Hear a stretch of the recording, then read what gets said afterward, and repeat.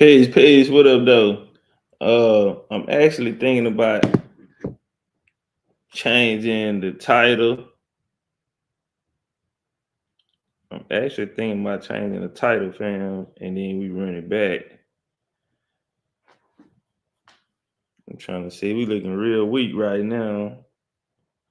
It's we're at the 7 minute mark. We ain't have 38 people. Make sure y'all hit the like button on the way in, man. I see y'all hiding back there in the back. Divine Truth, Mariah, Chief, Nate Bailey, Lucini in the building. Yeah, I see the rest of y'all hiding in the dark back there, fam. OG Unborn here in the building. OG Unborn here, man. I'm gonna have to find my way down to Virginia. Um, but it's been crazy couple days for me in this genealogy, fam. Man, I got some Virginia ties, and I gotta get down to Norfolk, Virginia. Yeah, I gotta get down there, man. I figure that one out. Nah, for real. I definitely want to do a tour next year. I want to do a tour next year instead of all of us meeting up in one place. I want to come to y'all next year. I gotta sit down and figure out how they look. Yeah, I gotta sit down and see how they look. Man, my boy Dane got the Winnebago, man. Um, yeah, man, I might have to rent me one, man. We go back to back. I think he went and bought his. I'm gonna have to rent me one. I'm gonna take them that some bitch back. Yeah, I already got a CDL. I drive it in with one hand on the wheel, the other hand on the blunt. Yeah. Fill it up with champagne and women. Yeah, I'm filling up with champagne and women. All secretaries, though. Do you hear me? This is consciousness over the cookies. This is politics over the poo nanny. Westside say, when you coming to Bama? Uh, Man, I'm keep it real. I really need to hit North Louisiana and Mississippi first, cause we already went to Bama. I think next time I go to Bama, I'm gonna go down there with my people and them from Osceola and them, my grandparents, and you know. So my Alabama line super deep. Like I got a lot of that Carolina blood, Virginia, but majority, especially more recent in my Alabama strong. Um, yeah, so I'm gonna get down there to them parts.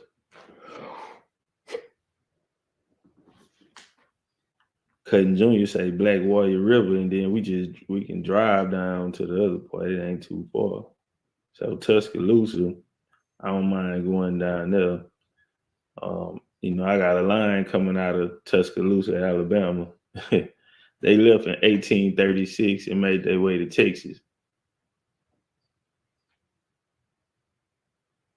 Big Dad's in the building, Dosey Do, worldwide.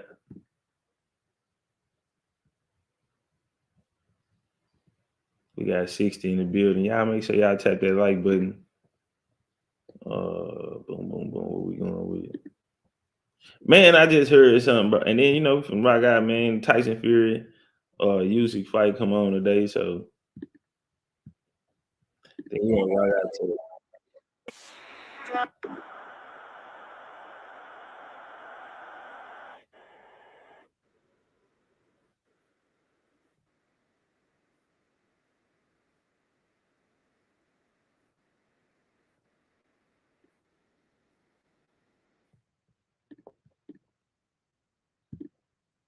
All right. Hey, make sure y'all share the video out.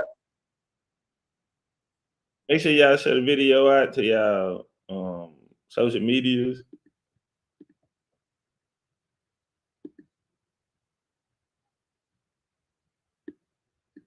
Yeah, make sure y'all share the video out to y'all social media pages.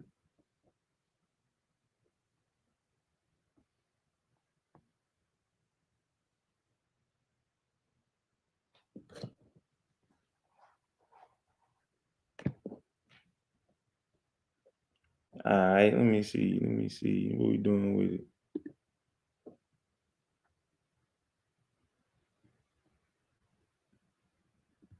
Let me come over. Boom, boom, boom. Man, I got some breaking news, breaking news, breaking news.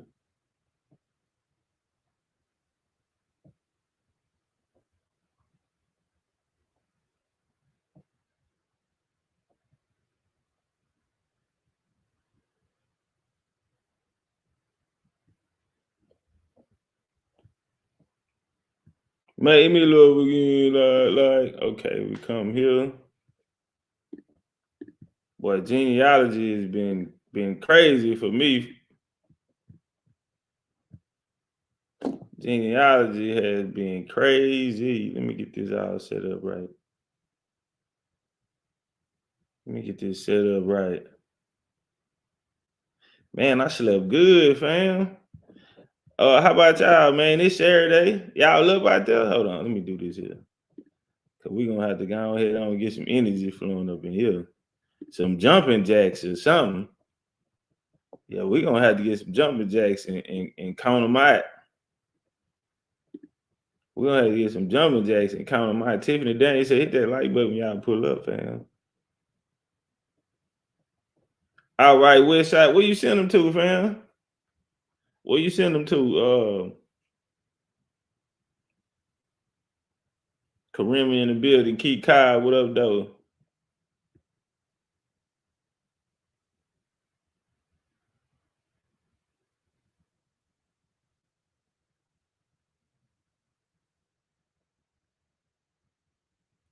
All right.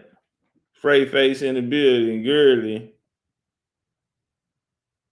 Who else up in here? Jay Skywalker. Marcus Dub. Say the 13 in the building. Shout out to the 13, man. Jaguars in 13, man. Taking over.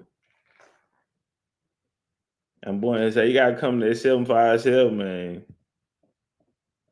Somebody said you better go vegan while you out there and going vegan. He said treadmill, Divine on the treadmill right now. Divine, male or female? Just asking. AJ needs to hold $1 in the building, man. That nigga panhandling ass AJ then showed up on a Saturday.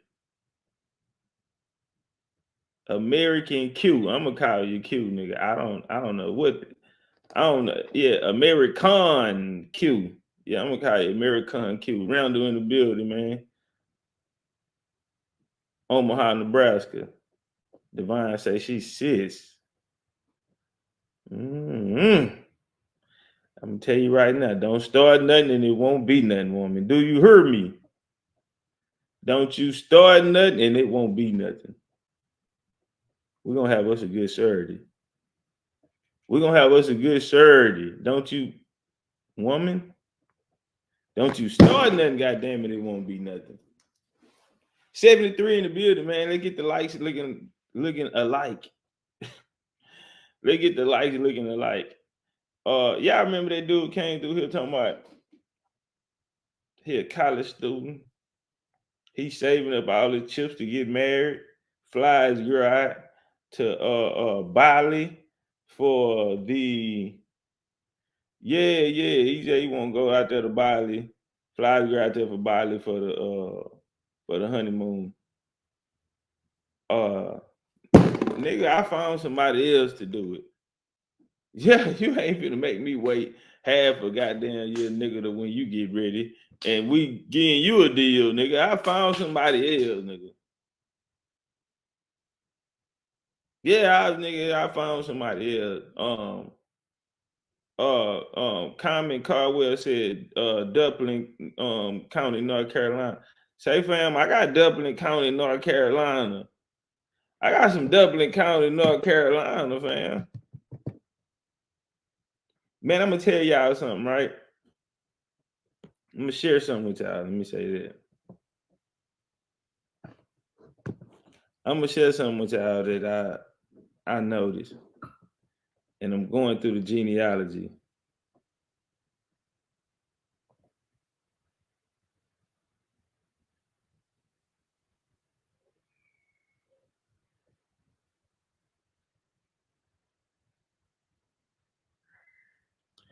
Hey, for all you niggas who like to jack off, for all you jack off artists out there, don't say I ain't never shared nothing with you.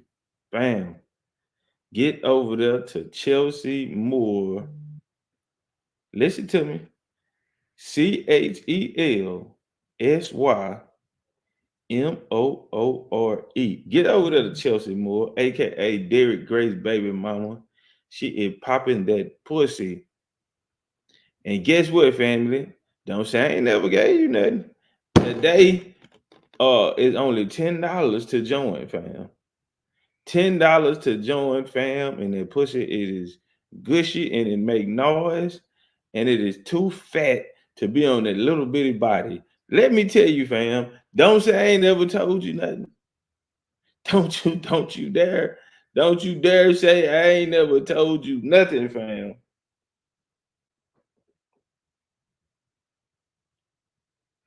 Get over there and get your fix, fam. Thank me later. Get over there and get your fix, fam, and thank me later. OG Donna Grant in the building. Get over there and thank me later, fam. All right. Yeah, $10. That's it. $10. A McDonald's number 3. Yes, sir. You correct. Correct. Only thing is you can't eat it. Only thing is you can't eat it, fam. Unless you're gonna jump through your phone or your computer. Boy, if you can jump through that phone and computer, they got a buffet of pussy over there. All you can eat, sir. All you can eat, fam. Yeah, Randall say sound like macaroni. Baked macaroni. 3 cheese macaroni, fam. 3 cheese, smoked Gouda, cheddar, and American cheese, fam. Oven baked mac and cheese. Those say, I hope she give you a discount with shit. I ain't even signed up yet. I'm waiting. I'm trying to get one of these BCU niggas to go over there and figure it out and just send me the photos. Yeah, I don't know how to work those applications. I'm not, yeah, man, I'm not that computer savvy. You know, I'm looking for one of these brothers out, these brethren out here who is computer savvy, who can screenshot me some of them videos, fam. She said, you need to get on a promo team and do shit. I need to be the nigga holding the camera. I need to be the nigga that's oiling her down for shots. Do you hear me? Yeah, I need to get that baby oil out and get her ready for her scenes. I need to be the light man. Yeah, I need to make sure the lighting is bright and just right. No shadows, contrast is straight. Yeah, I need to be the instructor. Yeah, open that thing up. Oh, I know what real nigga want to say. Open it up. You hey, get your finger out the way. Yeah, I need to tell her. Let me see what you're wearing tonight. Yeah, I need to. Yeah, man. Call me. Yeah, my line's open. My line is open, fam. Go Coach Scabber in the building. Donald Grant say, who want to hit something you can't eat?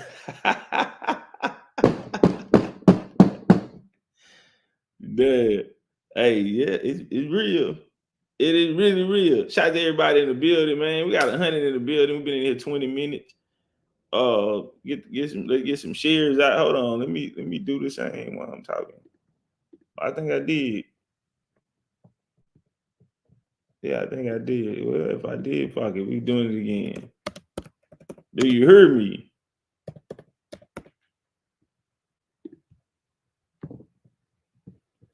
Ebony say what she walked in. We ain't doing nothing but in here talking about subscribing to this little chick OnlyFans and go watch her play with that pussy. You ain't missing nothing. We ain't really, we ain't really engaged in no combo like that. We just really just chilling on this Saturday. Yeah, you just chilling on this Saturday right now. We ain't doing nothing but talking about little mama playing with that little old pussy. Well, let me stop saying little. It's a little big pussy. Golf Coast Scap say we missing 21 likes. Why we missing 21 likes, fam? What y'all got on y'all mind? Let me tell you something. For the people that we missing 21 likes, it ain't like you can go nowhere else and get no better content than over here. See, a lot of these niggas are going back to this Hebrew Israelite Indian shit. A lot of these niggas are hustling backwards. A lot of these niggas hustling backwards. It ain't a nigga in the world that can prove a Hebrew Israelite was in America, nigga. Not when I'm on the block. I won't give a fuck who you go get. I will walk that nigga. I will walk that nigga. I still ain't met nobody who was able to tell me, able to provide any type of literature on Hebrew Israel, on anybody in the world ever called a Hebrew Israelite. Check. I ain't never seen nobody mention a Hebrew Israelite outside the Bible in ancient times. Can I get an A? Man, I will walk you pseudo ass niggas. So these you people up in here right now ain't hitting the light, but good for nothing ass niggas. Y'all go back out there to these because ain't nobody else got no work. Ain't nobody. Come on, fam. Chill out. BCU Jaguars in the 13, man. Turn the arrows up on these niggas. Alpha to the Empress. Leo. Let your hair down. Anyway, we must stay focused. Ladies and gentlemen, if we don't do nothing else, we must stay focused. We must stay focused. Man, I need to call Dane, man. I've been going, bro. I need to call Dane. I ain't talked to him since April. Right before he dropped Mother Rosa. Man, life been lifing, fam. But I do need to get a hold of fam, and I do want to make that Rod Hayes bill. Rod been waiting on me, man, and I shot my shit, man. It was supposed to happen that Sunday, and it didn't. And life started lifing for me, and we'll figure it out.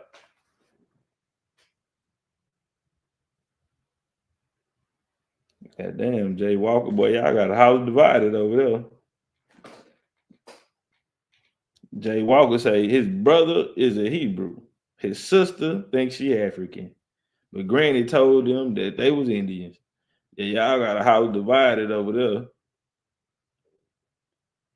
Tell them prove it. Yeah, meet at Granny house for a debate. Yeah, tell them, nigga, bring your sources. Tell them, bring your sources. Meet at Granny house for a debate, fam. Alva said 87 degrees out here today. Man, it was a tornado hit Houston, and we still in recovery mode. We still in recovery mode right now, man. It's so many places, food places. I mean, it was over 1 million people in Houston who didn't have power. And I was trying to figure out what was taking them so long yesterday. What's taking y'all so long, bro? And on top of that, right? I don't really like getting into politics and all of that, but I mean, I got eyes. So we have a controversial politician that's in Houston, right? A little lady, and you can tell they just playing her like a funky guitar. A lot of the old regime had left, but for some reason she was still there. I said, who fucking? Come on, it's a lady. You know these niggas freaked out. You don't just get that. We gonna freak with you.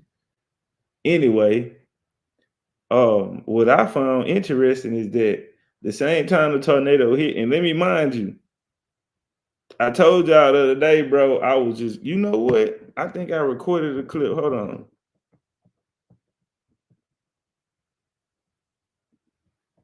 Wait a sec. And I got a clip about this Hebrew Indian shit starting to come back. We not doing that.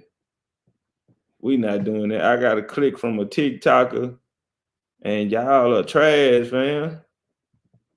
Trash. Y'all the lowest of the low, bro. A TikTok nigga ain't shit. The lowest of the low, bro.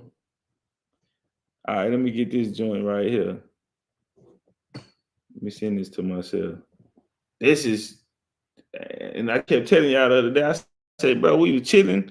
I'm in the kitchen, look out the window, and it just get dark. It just got real dark, and I'm like, and now people are complaining, saying the damn meteorologists and the weather, they did not properly communicate with the public. So I'm trying to figure out how long y'all knew this was happening, fam, before y'all let us know. How long did y'all know that this was happening? This was gonna happen.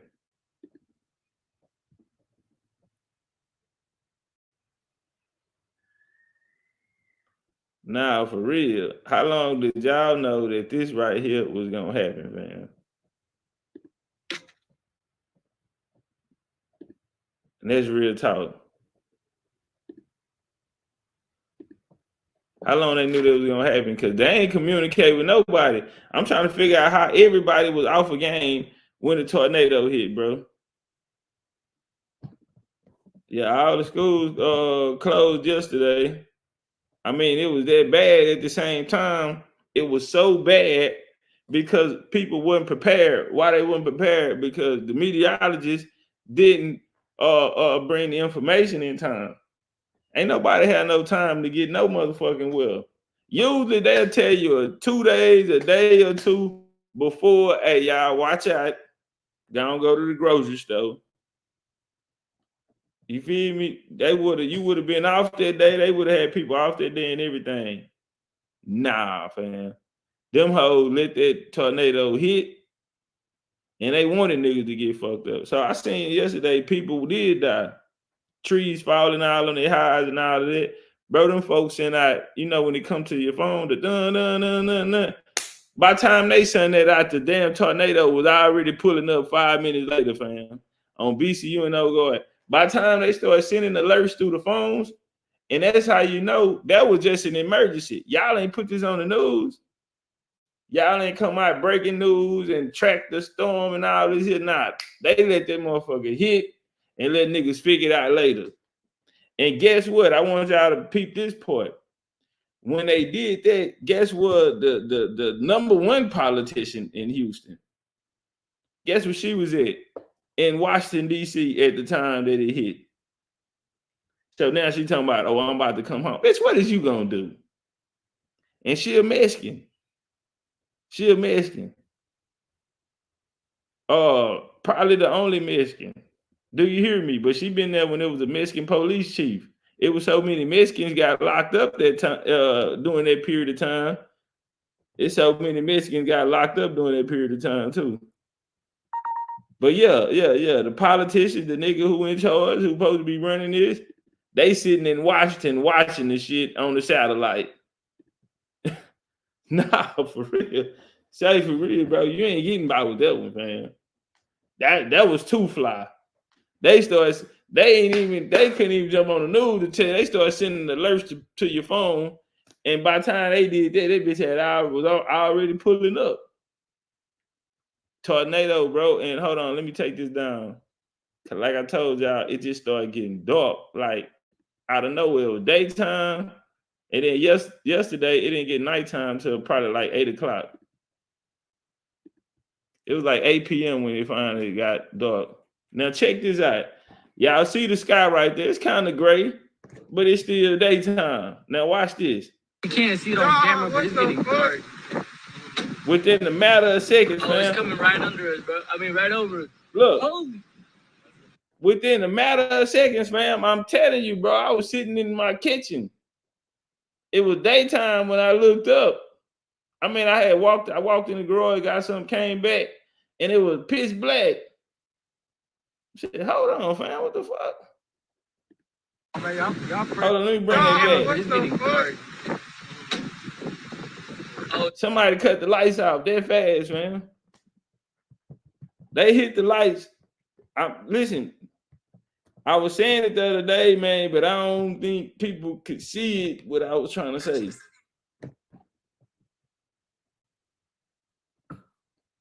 I don't think people caught what I was trying to say though. Just that fast, bro. They turned the lights off.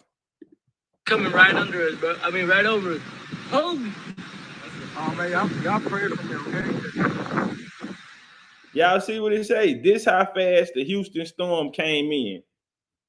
This how fast. Like I say, you usually have it 2-3 days before, bro. They'll have it at least at least 48 hours before it's actually about to happen. Them hoes ain't say nothing until it hit. Oh, it's on the way, but on the way mean that bitch turn around, that bitch behind you. On the way mean turn around, is right behind you, fam. Look how dark it is, bro. This is real life. This how dark it was. And I was sitting there like, wait, this ain't regular, bro. And you could feel the windows shake. I'm like, oh boy, we need an underground bunker. This ain't cool, fam. Oh yeah, we about to get wild. Look at my dad. Look at my dad. Look at my dad. Look at my dad. Check that out, bro. Why you can't, bro? Them people is standing outside and look how dark it is. Look how dark it is. Them people are standing outside right now, bro. And look how dark. Look how dark it is, bro. The camera couldn't see nothing. That's crazy, man. Yeah, I don't know what they got going on, but what made it even more interesting was the fact that the people who was in charge, coincidentally, was in Washington, D.C. You know, the people that was in charge was in Washington, D.C. Ray say no sirens, no nothing. Everybody was going on with their day. I'm telling you, it was a bright day. It was a sunny day outside. No signs of it was about to turn up. It was sunny outside. It was a beautiful day. It was another it was another day through the week, bro. You feel me? Sun out, shining bright, beautiful day. And then about 5 o'clock, fam, 5 and some change, somebody turned the lights off, bro, and a tornado came through this house. Nah, for real. Somebody hit the lights that quick. Bam. And it was up. No warnings, no nothing. People were still on the highway driving, bro. Look, I take it back. It rained about 4 o'clock. 4 o'clock it rained. It was heavy too. So I was driving. I had to turn my blinkers on. And by the time I made it home, though, the rain had stopped. And it was still daytime, but it was raining heavy. I mean, just like it just started raining, just out of nowhere. It was cool, and I was like, "Damn, that's rain." And it turned up back though.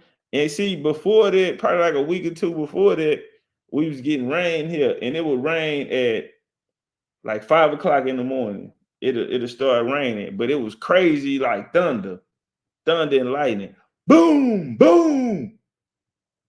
Whoa, interested about it, around 10 a.m. it would stop. It did this for 3 days straight, fam. 5 in the morning, it's acting the fool. Boom, boom, boom, boom, boom. 5 in the morning. And guess what? It'll stop around 10:30 a.m. It did that like 3-4 days in a row. That was like 2 weeks ago. And then the other day, they hit us, bam. No warning, no nothing. And the people who in charge, who was supposed to monitor this, or caught it before it happened, was sitting in Washington D.C. I don't see no coincidence in that, but it is what it is, right? I don't see no coincidence in that, but it is what it is. A said he was outside in it. Nah, it's real. Well, crazy. I had just came in the house, bro. I had just came in the house and I was finna eat. Regular day, bro. No signs of nothing crazy about to happen. And people end up losing their life behind this shit.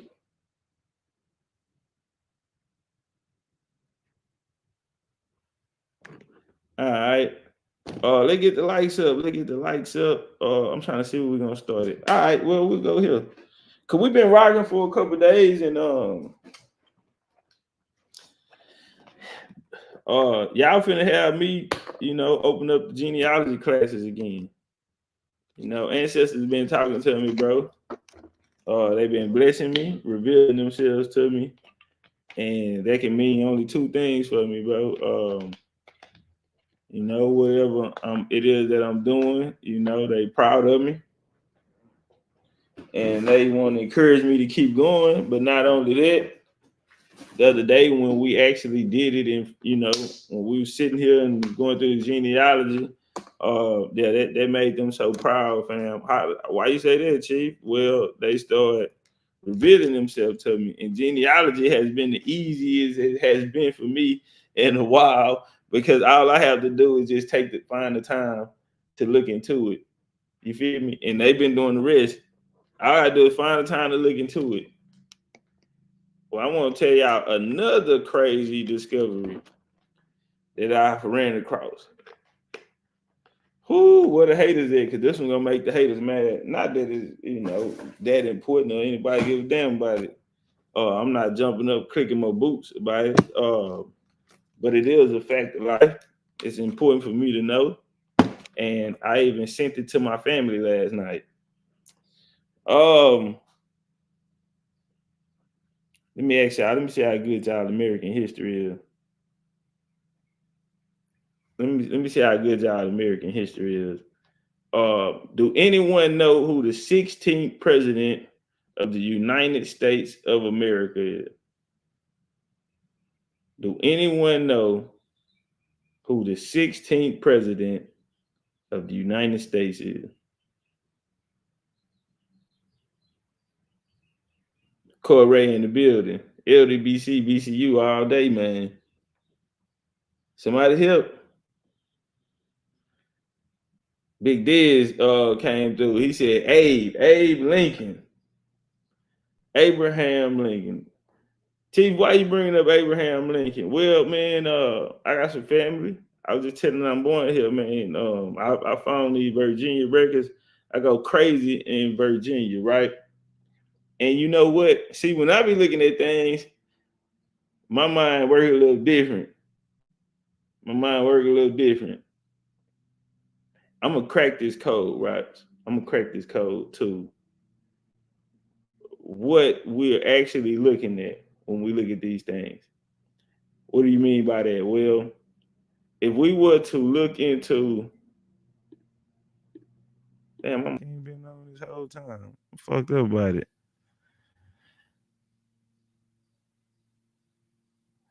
Oh yeah, well, you know what, Ray, I gotta do this then. I gotta go pull the joint out, man. What lecture is that?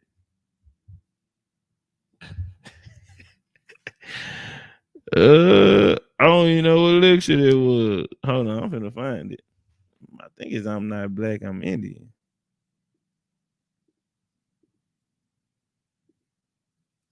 I thought it was I'm not black, I'm Indian. Hold up.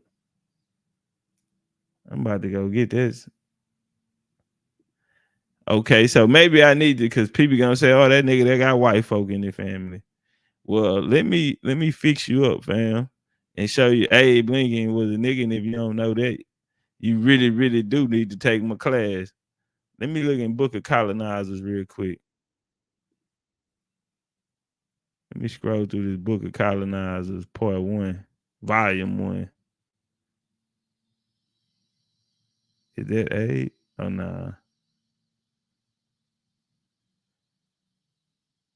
This is actually a great bill. It's long, too.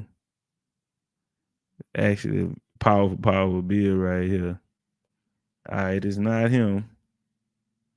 Man, what Abe Lincoln at? I think I got him on another joint, but I did a more recent one, and that one really was the truth.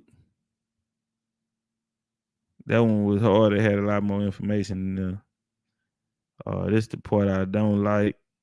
When I don't know what my shit is, man.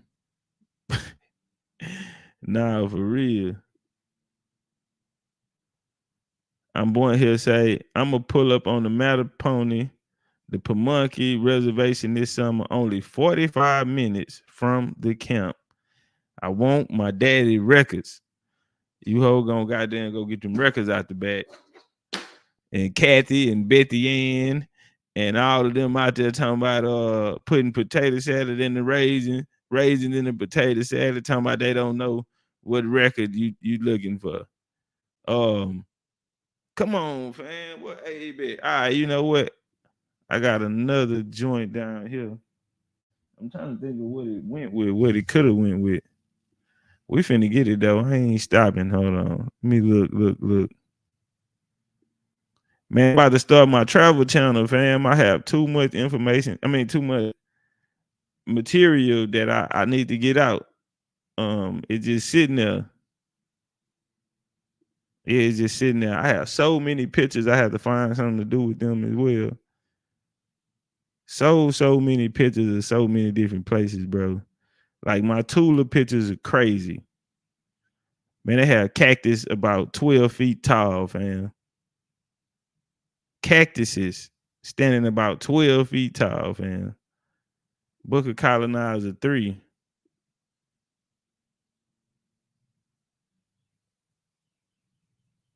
Okay, here you go, right here.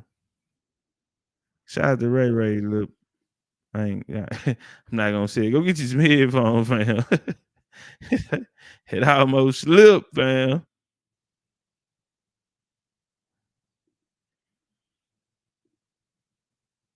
All right, let's start here. All right, let's get it up there then. Let's get it up on the screen. Hey, we got 175. Let me see what the lights looking like.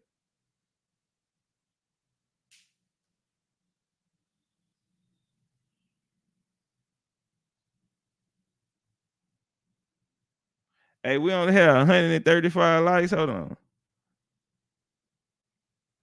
Hey, look at it, fam. I'm super real. Listen, bro, we don't care about no views.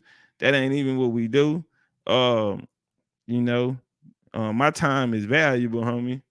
I'm gonna keep it real. My time is valuable. I'm not no nigga that just coming out here and no, the material that I put down is my material, homie. This is my intellectual property. I don't have to share it with no motherfucking body, nigga. Real talk. And the shit that I got, nigga, ain't nobody, don't nobody have. You niggas will be around this whole talking about you Hebrew, Israelite, Indians. You niggas will be around this whole talking about you Moorish Indians. Square business, nigga. Put some motherfucking respect on my gangster, nigga. I'm the nigga took the phase for this Indian shit, nigga. I'm the nigga that won all the battles for this Indian shit, nigga. For niggas to walk around here and say they Aboriginal, for niggas to walk around here and say they Indians. Nigga, don't come over here and disrespect my motherfucking game, nigga. Hit my motherfucking like button, nigga. Get your bitch ass from up away from me. Nigga, get the fuck away from me, nigga. And I ain't playing with you niggas, cuz. Hit my motherfucking like button, nigga. I bring too much to the. I mean, nigga. This shit would have, man. 4 years ago, nigga. This shit wouldn't. Nigga, this shit probably would have been dead by now, nigga. Nigga, don't fuck with me, cuz on everything I love, homie. Don't come in here and disrespect my game, nigga. Damn near 200 people in here, 130, nigga. 70 motherfuckers ain't hit the like button, nigga. Get your bitch ass away from me, disrespectful ass, nigga. You ain't got nowhere else to go, nigga. You ain't got nowhere else to go. See, this the shit I be talking about, cause a nigga lay back, play cool and all that, you feel me? But nigga, if y'all really wanted me to tell the truth, nigga, on how I really feel about this shit, and motherfuckers showing up and ain't good enough, nigga, how hard I gotta work, family, because ain't nobody else here to give me no help, fam. Ain't nobody else here to take the slack. Nigga, I can't even take a break, nigga. If I'm gone a couple days, nigga, this shit fall off. Nigga, don't play with me, cause I really tell you, nigga, what's going on around this hoe. Cause it ain't a nigga that ever laced them up, nigga, that ever brought what I brought to the motherfucking game, nigga. Only nigga Warren phase for this shit, nigga. And a nigga can't hit my life. Get your bitch ass away from here, nigga, and go read the Bible. Go read the Bible, nigga. Go find yourself in the Bible. Go play Morris Empire, nigga. Or any of that other bullshit. Nigga, don't come over here then. Fuck away from here. Nigga, you nigga show up. Nigga been here 1,000 days, ain't never supported. 1,000 days ain't never supported because the places you go, the shit you watching and into ain't even supportable. That shit ain't supportable. When you come over here, nigga, every day I come in this hole, nigga, it's original content that comes from me. I don't play nobody else shit. You know why? Because don't nobody else know what I know. Don't disrespect my motherfucking game, nigga. I can be doing something else, nigga.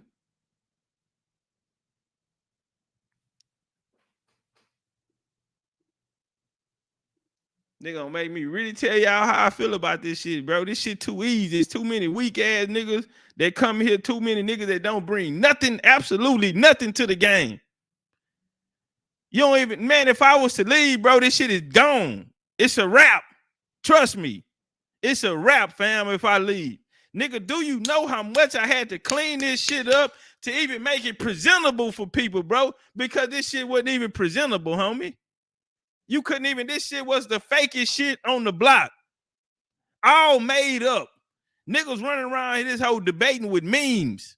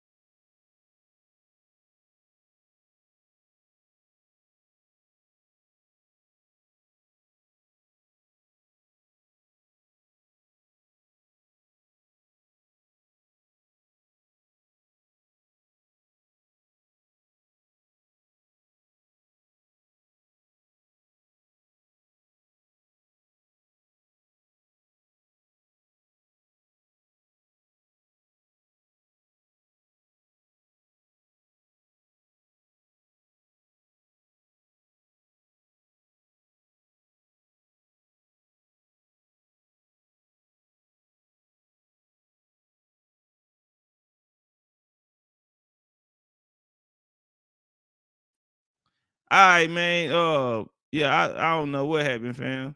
My internet clicked out.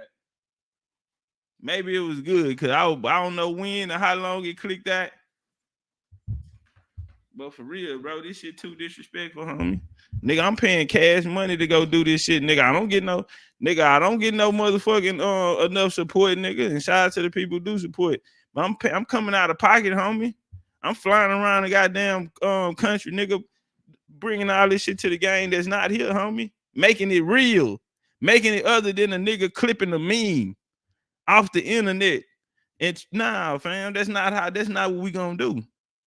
That's not what we doing. We ain't clipping memes off internet and coming out here, bro. We ain't using other people's content to validate what we talking about. Hit my like button, bro. That's the most disrespectful shit in the world, nigga. I'm coming out of pocket, homie, to do this. I got a tour set up I'm about to go to now. Nigga, I'm paying for flights and rooms and all of this shit here, bro. Admission and everything else, bro. Food, everything, bro. Rental cars and all this. Man, don't disrespect my game, homie. You ain't got another nigga that's doing in this genre. Shout out to people who are contributing to this here. But I am packing a lot of these niggas across the finish line. Niggas are disrespectful, man, and ain't worth. And a lot of niggas ain't worth shit. A lot of niggas ain't even Indians or Aboriginals. Hit my motherfucking like button, nigga. Don't disrespect my game, cuz. Anyway, let's walk. The Civil War.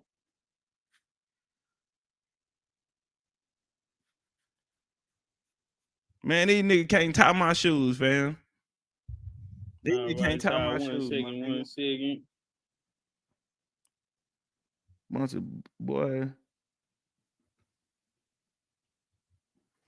Okay, so that'll bring us into Abraham Lincoln, who was a nigga. We're gonna make it plain and simple. During Lincoln presidency from 1860 to 65, they suggested Lincoln had their view unnaturally close bond with African Americans. They printed political cartoons, passed around pamphlets, and dubbed Lincoln Abraham Africanus. Check. Now, who did this? Well, it was a movement called the Copperheads, 1862. Knights of the Golden Circle. Knights of the Golden Circle. Secret Society, Freemason Society. Right here, the Lincoln caches wherein eccentricities of beauties and deposition fully set forward New York by J.F. Feeks, 1864. Copperhead reaction to Lincoln's War Powers and Emancipation Proclamation. Well, these people will start making these catalogs you see here, Lincoln's Cashism. You had a brother by name of Hawthorne. Hawthorne said his complexion is dark. Speaking of Lincoln, he says his complexion is dark and sallow. He has thick black eyebrows and impending brows. His nose is large and the lines in his mouth are strongly defined. Library of Congress, Abraham Lincoln and Allen Pinkerton and General John A. McClernand. But beyond these, Lincoln came from somewhat unknown backgrounds, is what they tell us, right?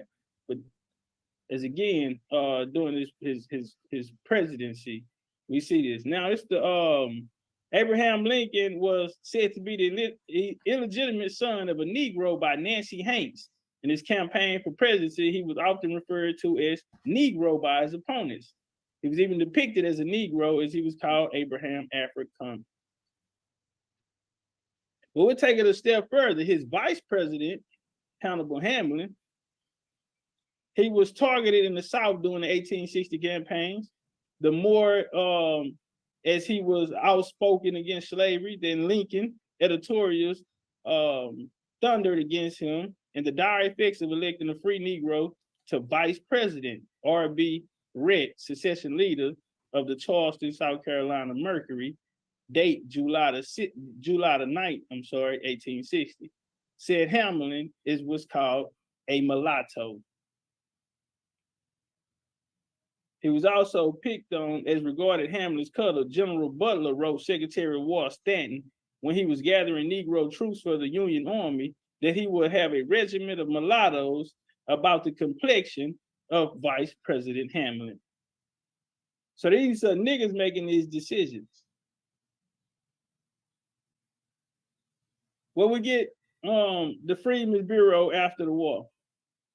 They will bring in education, and they will also be in charge of the colonization.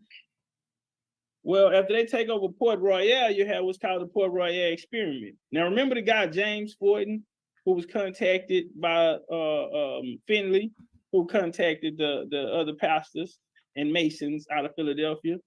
Well, this family has a bloodline of this. 1865, they started the Port Royal experiment down in the Sea Islands. Where they come down there, the pen is called, the school is called the Penn School, which is named after William Penn. This is a Quaker organization. Now, we told you that the colonizer writes the story.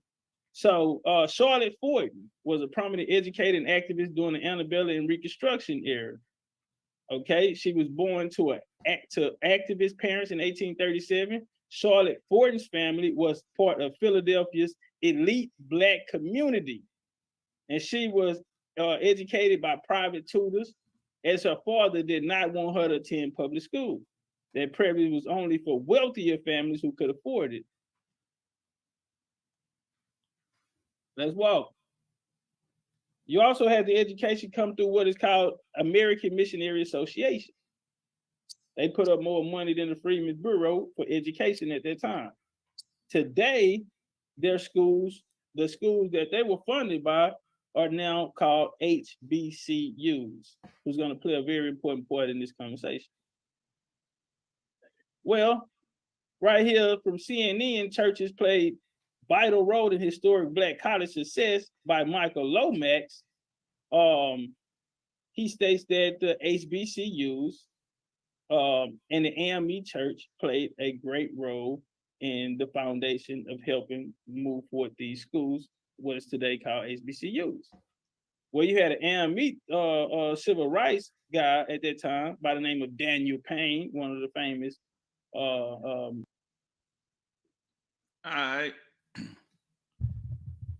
Hold on, let me make sure my mic on. So what we was the reason for bringing that, we want to highlight the fact that Lincoln was a brother. Now we hear all the talk. Now check this out. Man, I should have pulled the clip up of me talking to my grandpa. So I called my grandpa. He in his 70s. And my grandpa probably almost 80. Back in 2020, my great grandma died of COVID. She was 100 years old. So this family line, it's a clip. Hold on. Let me go get this. My bad, y'all. I should have been ready. I should have been ready. Hold up. Let me go get him.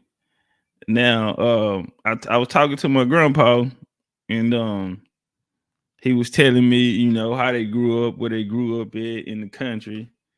And then I asked him, you know, I said, your daddy grew up with it. He was raised by his grandma.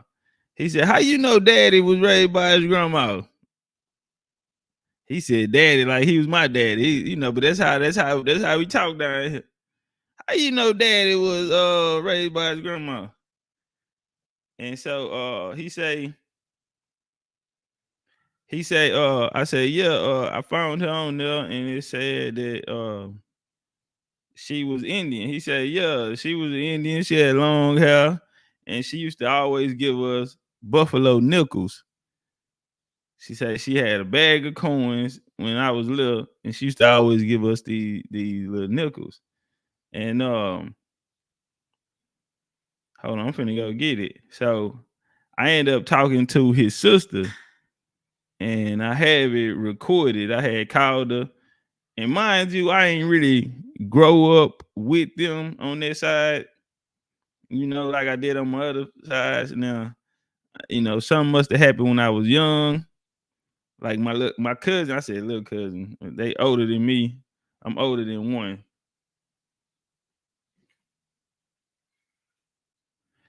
And yes, and she pointed out, you know, I'm gonna show y'all. I'm gonna put it on there. She even asked me what was my name. That's how much they ain't know. She even asked me what was my name. It's my grandpa's sister.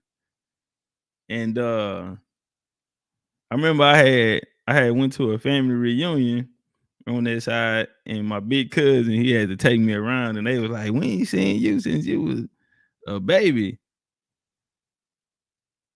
Hold up, let me go find homie. Yeah, they say we ain't seen you since a baby. You know, and but through this line, right? So hold on, I want y'all to hear, because I'm gonna tell her, you know, I tracked y'all back to East Texas. Now that's where the land is. It's still down there. And she let me know that nah, it go back further than that. So she said, nah, I go back further than that. And she took me back to Louisiana. Them actually coming through Louisiana and settling on the border of Texas. Now, what I end up finding through the direct line, through my direct line, is going to go to Abraham Lincoln. We ain't got a cap. I'm gonna put it on the screen. And what something else that I found interesting about that is the fact that they tried to basically hide or block Abraham Lincoln ancestry. They wanted to disconnect him from. Hold on, I think this is it.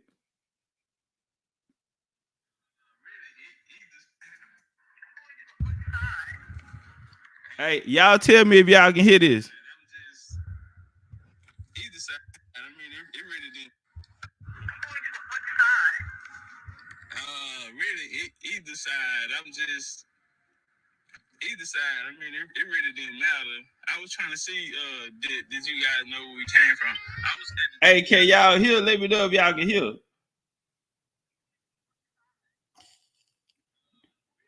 Mic check, mic check. Can y'all hear? Okay, bet. It really didn't matter. Really, either side. I'm just either side. I mean, it really didn't matter. I was trying to see, did you guys know where we came from? I was at the genealogy library, and it was telling me that East Texas was the furthest I got. Oh, okay. Well, on my dad's side, we originated from Louisiana. As far as I know, as far as my dad was from Louisiana. But you know what? That's a good question. I get some information from my mom and them. And what you doing, a class project or something? Or you just want to know where you're from? Yes, ma'am. I just really wanted to know where I was from. Like, it's a lot of stuff. What last name are you putting in? Oh no, it goes further than that, because I know my dad and them lived in Louisiana. I remember that part. But it even goes further than that. But it even goes further than that, because his grandfather, my daddy's mother, was part Indian, or his daddy was part Indian, because Sparrow is an Indian name. And you know, I've been intending to do that myself to figure out what's that about. What's your name? Okay, I'm gonna put you in my phone, and I'm gonna find out some stuff, and I'll get you back. Okay, I had one more question. You said they was part Indian. You know what the other part they was then? I don't know. It's Indian and black, who knows? But I know Sparrow is an Indian name. So that was something that I have been intending to do for a long time. All right. So that was my grandpa's sister. And at the time, my grandma was alive. Like I said, she passed in 2020. As you can hear her say, I'm going to ask my mama some information. Because at that time, my grandma lived with her.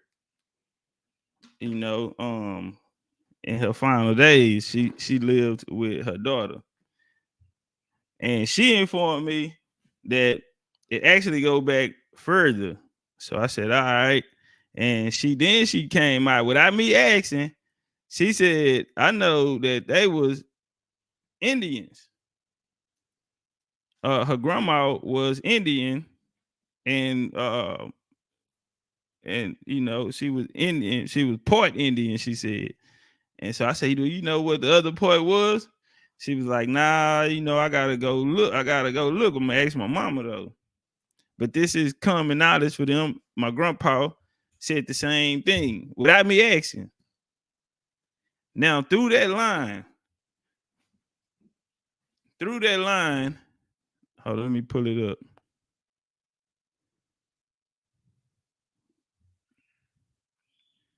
Now y'all heard her, right? They through that line right there, it took me to, let me see.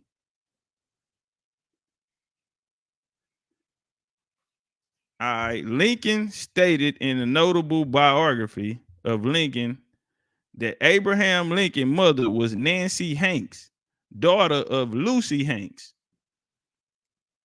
They had affirmed that Lucy married Henry Sparrow, right, my grandpa, and that she had 3 sisters, Mary or Polly, who married Jesse Friend, and this Jesse name is gonna stay in my goddamn family.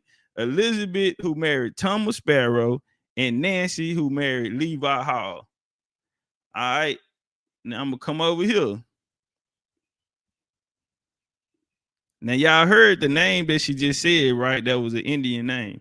Well, this is direct ancestry to Lincoln. Right here, here go a newspaper article. The Sparrow clan resembles forebear Lincoln. All right, let's get this up. Now, remember the other day I was telling y'all my people them out of Kentucky, and I needed more information on it. Well, this is them. They are well documented there, well documented in Kentucky. Lawrenceburg, Kentucky.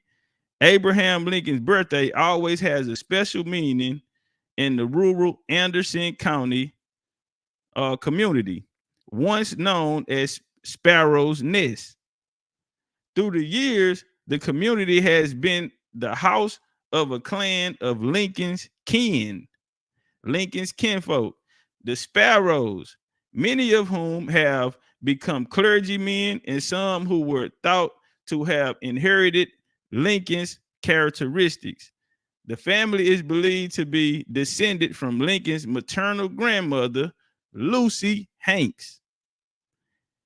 And it goes on to say the heritage that has been overlooked. So this is part where I'm saying they tried to disconnect. They tried to break Lincoln lines off. No different than what they did to George Washington. And that's why they said George Washington was sterile and he was sterile. He ain't had no children or none of this, right? Because they wanted to break the descendants out. Thomas Jefferson, all these type of things, right? From these presidential lines. You don't get to be the president, homie, unless you're coming from one of a specific bloodline. Check. So it goes on to say, despite the great outpouring of Lincoln's lore, the rich Lincoln heritage of the Sparrows of Anderson County has been largely overlooked, according to Wyatt Shelley, president of the county's historical society. So this guy Wyatt, who works for the County Historical Society in their community, he said that the rich Lincoln heritage of the Sparrows of Anderson County, Kentucky, has been largely overlooked. All right. In tribute, prepared for today's observance, Shelley says that Lincoln characteristics, both physical, moral, are easily recognized among the scores of relatives of the Sparrows and the Hanks line. Check. Hold on. I'm gonna run it back.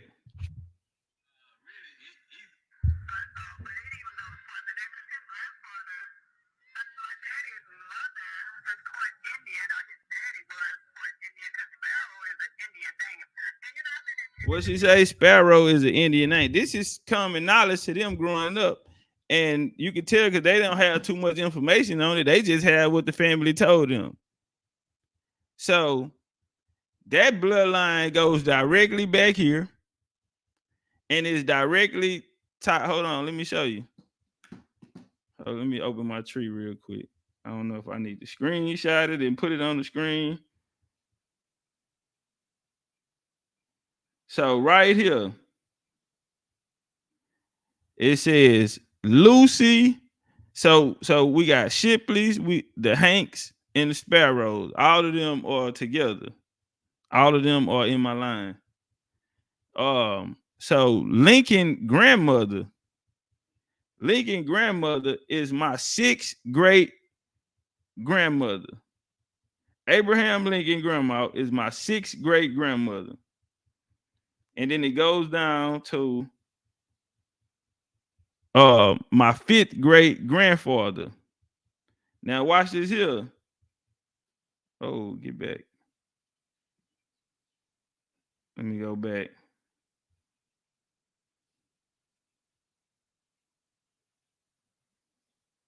And right here, Lincoln's mother will be my fifth great grandmother. And then that line goes directly down into my grandfather. It goes directly down to my fourth great grandmother.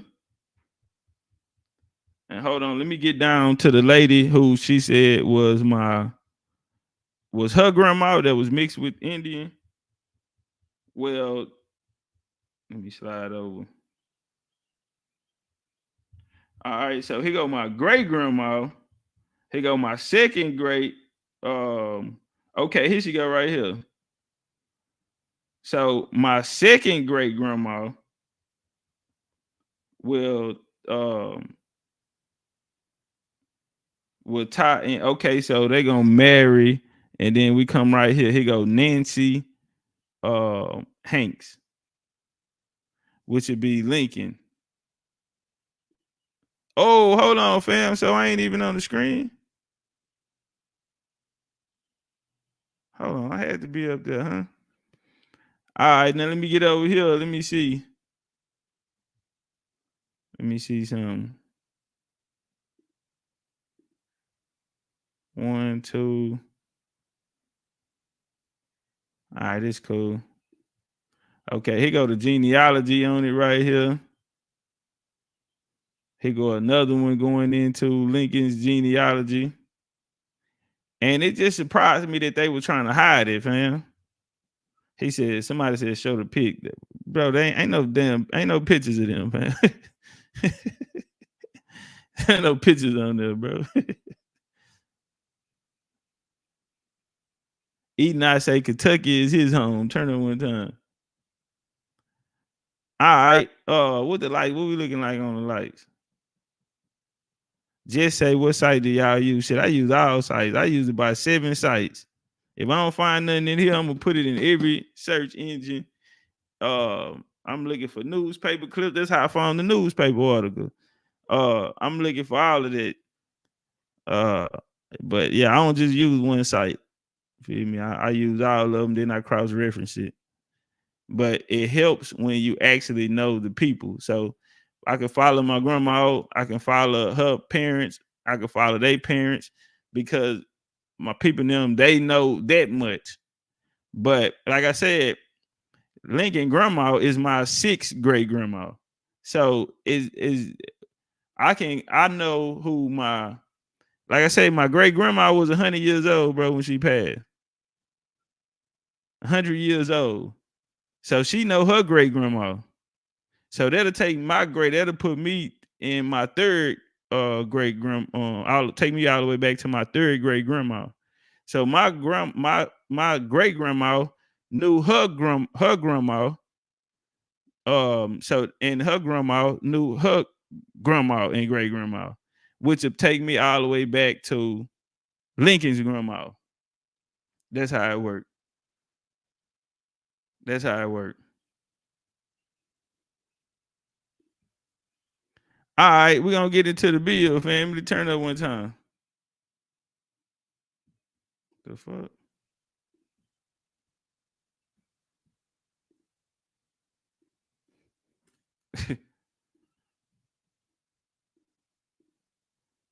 Oh, damn, where I was going. Oh, I see what happened. Thugging. Because I know what Topcatz and he get started. Okay. Now, like I know I'm a Mississippian, and I know right. But we, we're gonna. Okay, so I wish I knew which side it. That's how they. They- That's how they pass it through the Love Channel. That's right. I'm gonna let Miss Rita, Miss Rita, Lady Rita. I want you to hurry up and get your question out because your phone are gonna let you out again, and I don't want that to happen. Oh, there he is. Oh, they brought my brother up here. I'm about to be here another hour because I know what Topcatz and he get started. Okay, I'm gonna try my best. Hey, Ryan, they were just about to leave. I pull a Ryan's hold on. She go Topcatz. We should be here another hour. Nah, Ryan, we was there another 2 hours. Turn up. We ended up being there another 2 hours. Oh, it's already starting, Lady Rita. That we can't understand you, baby.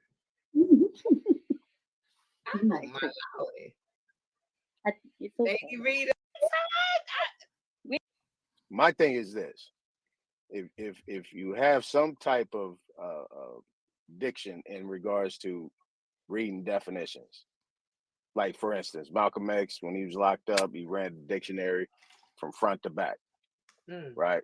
So we know what the definition of white is, and there's also other definitions of what white is in regards to a spiritual thing and a natural thing, not necessarily a color and how it reflects and what it does. And then you're dealing with a supremacy thing, right? You got the supremacy thing that we have on the other side, right? That supremacy is a powerful word. Now, my thing is I always tell people, shut up until, in regards to why are you giving people power that they really don't have? And if you put the two words together, they don't mix on who they're relating them to. So That's my question is how you feel about that when these people be pushing this white supremacy, and the majority, I'm not even going to say 90%, I'm going to say 100% of people that push this agenda look like us. because the ones who wrote it look like us.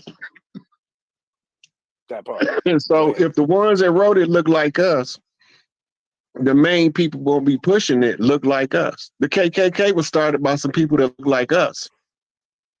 Thanks. The regalia come from it's a brotherhood in Spain, right? And they was the ones called the Black Hand because they was the leader of the Klan raids.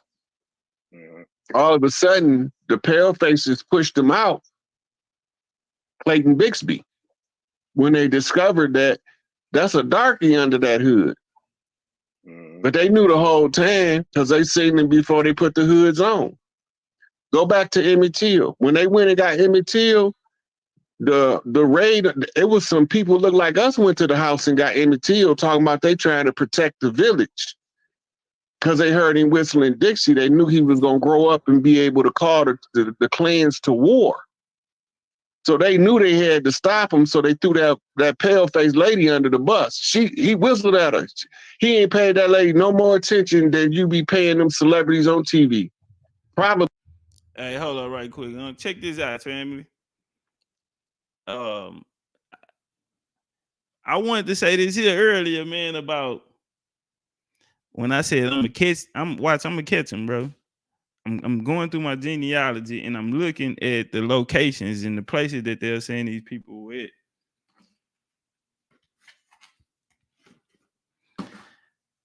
I don't know, bro. I don't know I don't know if it's the ancestors talking to me. But when I'm looking at it, I'm not seeing what they're saying they're saying. Let me throw this out there. I'm just gonna give y'all a little hint on this walk that I'm on right now, right? I'm gonna get them. I don't miss, homie. I'm gonna get them. I know for a fact that on these genealogy records, and they're saying that people are coming from particular places out of Europe. I want you to notice something. What thing that I know is that a lot of these places, the names of these states today, were not the actual name of these states in the past. We'll say that.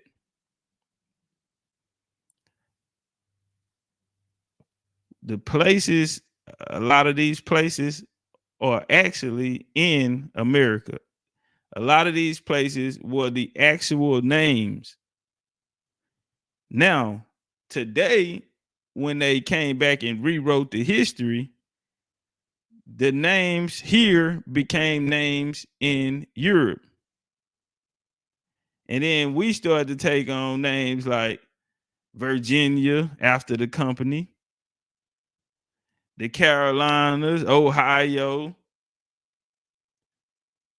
These names went there before. These names have a origin date. These names have a date when they first came out. These are not ancient names. A lot of places that went into statehood became the name of the company that was taking the resources up out of there and doing international trade with them. That's what I know. So when I'm looking at it and I'm looking at the map, I'm saying, nah. And I have so many clues because it's a lot of these places here are actually named. A lot of these places here have the same names. I'm saying you see this when you start going back further in your genealogy. Right now, I probably only have like 2 or 3 lines that I haven't made it past the 1500s with. Damn near all my other lines, nigga, I'm getting way past the 1500s. So when you going back there for and you start seeing the names, you'll even see the names change. So I'll give you an example, right? I'm going back. I'm all the way back to like my 16th great grandpa, or whatever. And the children are born in a specific place here. Let's use Virginia, for example, or North Carolina, for example. You see the children being born there.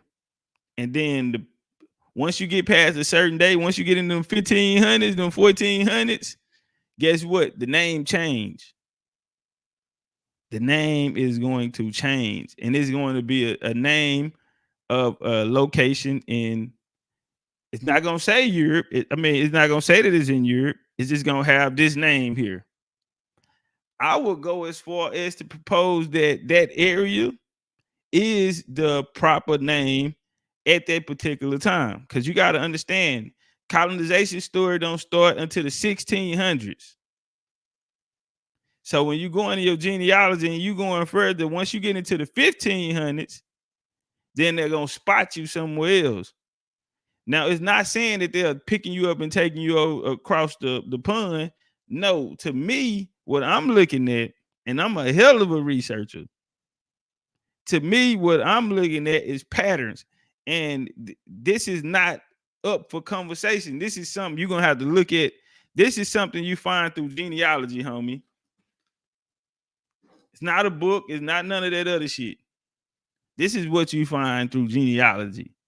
So for all the people out there who've been having all these bad things to say about genealogy, doubting it because they don't have no genealogy, and it could possibly mean that their family were peasants. Probably was a peasant, probably was a everyday nigga, and nigga didn't record, the shit you did wasn't, recordable. When you go deep enough in your genealogy, homie, things gonna start changing. Man, bro, hold on. Let me open my genealogy up real quick. Let me come over here.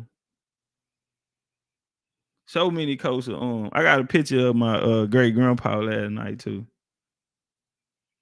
Nigga got a mouthful of goals. Mouthful of gold. He grilled out top and bottom. So I'm getting maps and all of this, right? And I'm looking on these maps. Say, all this here come with the genealogy, fam. If a nigga ain't doing his genealogy, he'll never get this.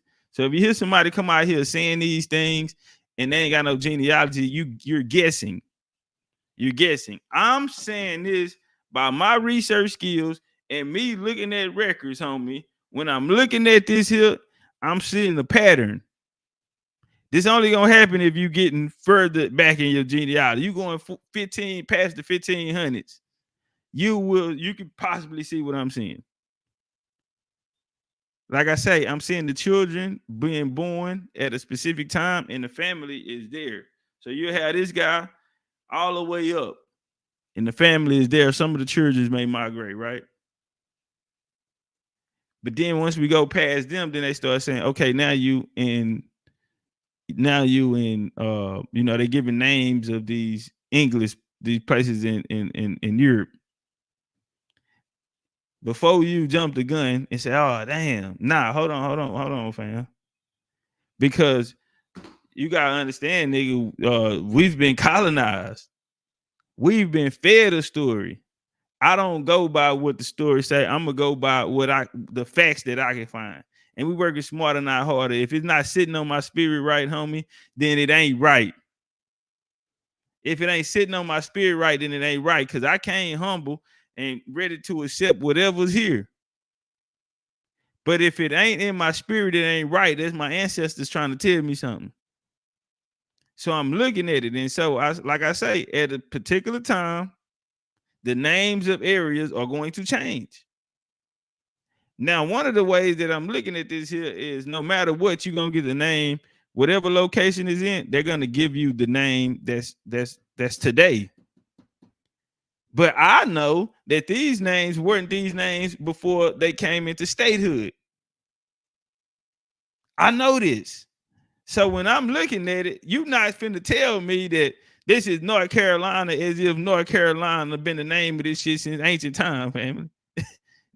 We not finna do that. But I will talk about that on another day. Probably less than that. But they heard him whistling and they thought he was whistling the war cry. They used to call it whistling Dixie because we was from the South. They didn't know what we were saying. He went from Chicago to the South doing the same whistle that they went to the North whistling. And so, of course, they're going to be intimidated by that. Go back and look. Even in the movie that they just did on Emmett Till, they showed you them black hands, the Negroes that went and got him, threw him on the back of the truck in the movie.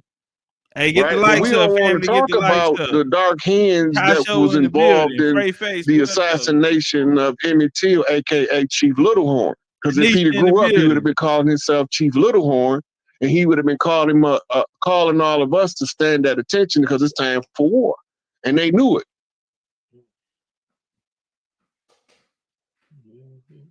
That wasn't just an indiscriminate killing of a young Negro. That was a strategic killing of a chief before he realized who he was.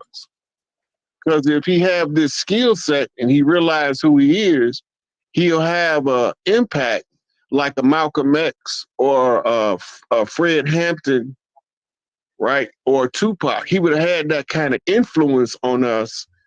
And if he'd have did his whistling thing on stage, we would have been right with him. Whatever he said, we'd have been right with him because it's in the culture and it's in the nature. Hold on, let me say this right here. Now, when I say that, am I saying that? Because like I said, you gotta remember the important point I said is at a particular time. So when you going back, let's say past the 1500s, colonization their story is going to start at 1603. Really, we can start at 1603, or we can do the 1604, May 14, 1607. We can go to 1607. Really, yeah. So that's why I'm saying before then, right? Because they'll call it Virginia, but we have to understand Virginia was a company. It was the company of Virginia, the London company of Virginia. Now that right there really stick out. So I'm looking and I'm saying Okay, so you have London. Is London an ancient name?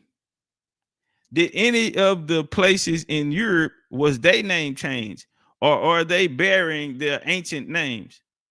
Now, one thing we can look at is Spain. We know that Spain was not Spain in ancient times, or even before colonization. Check. These are things that we understand. We know it wasn't Spain. We know France wasn't France until after the age of colonization. Man, y'all gotta feel me, fam. Y'all gotta feel me, fam. Mississippi. I hope I don't hurt nobody's feelings. Have y'all ever heard of a guy named? Hold on, let me pull it up. We don't do no talking. Let me pull this up.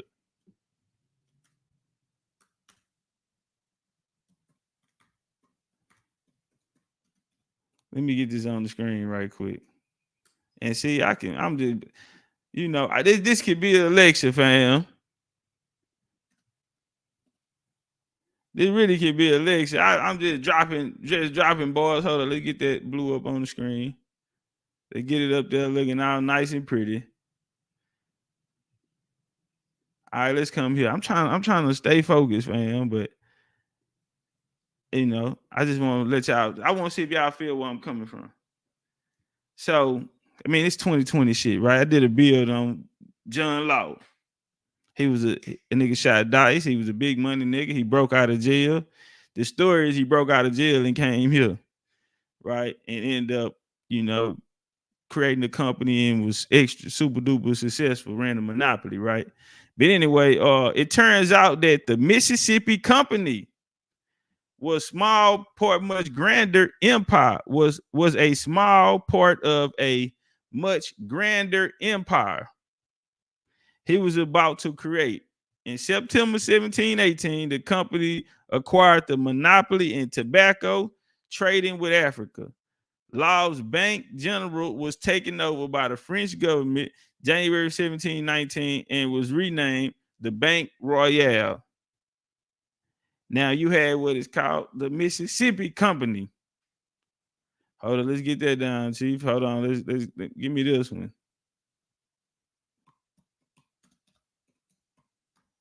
This is lecture material. I'm thugging, man.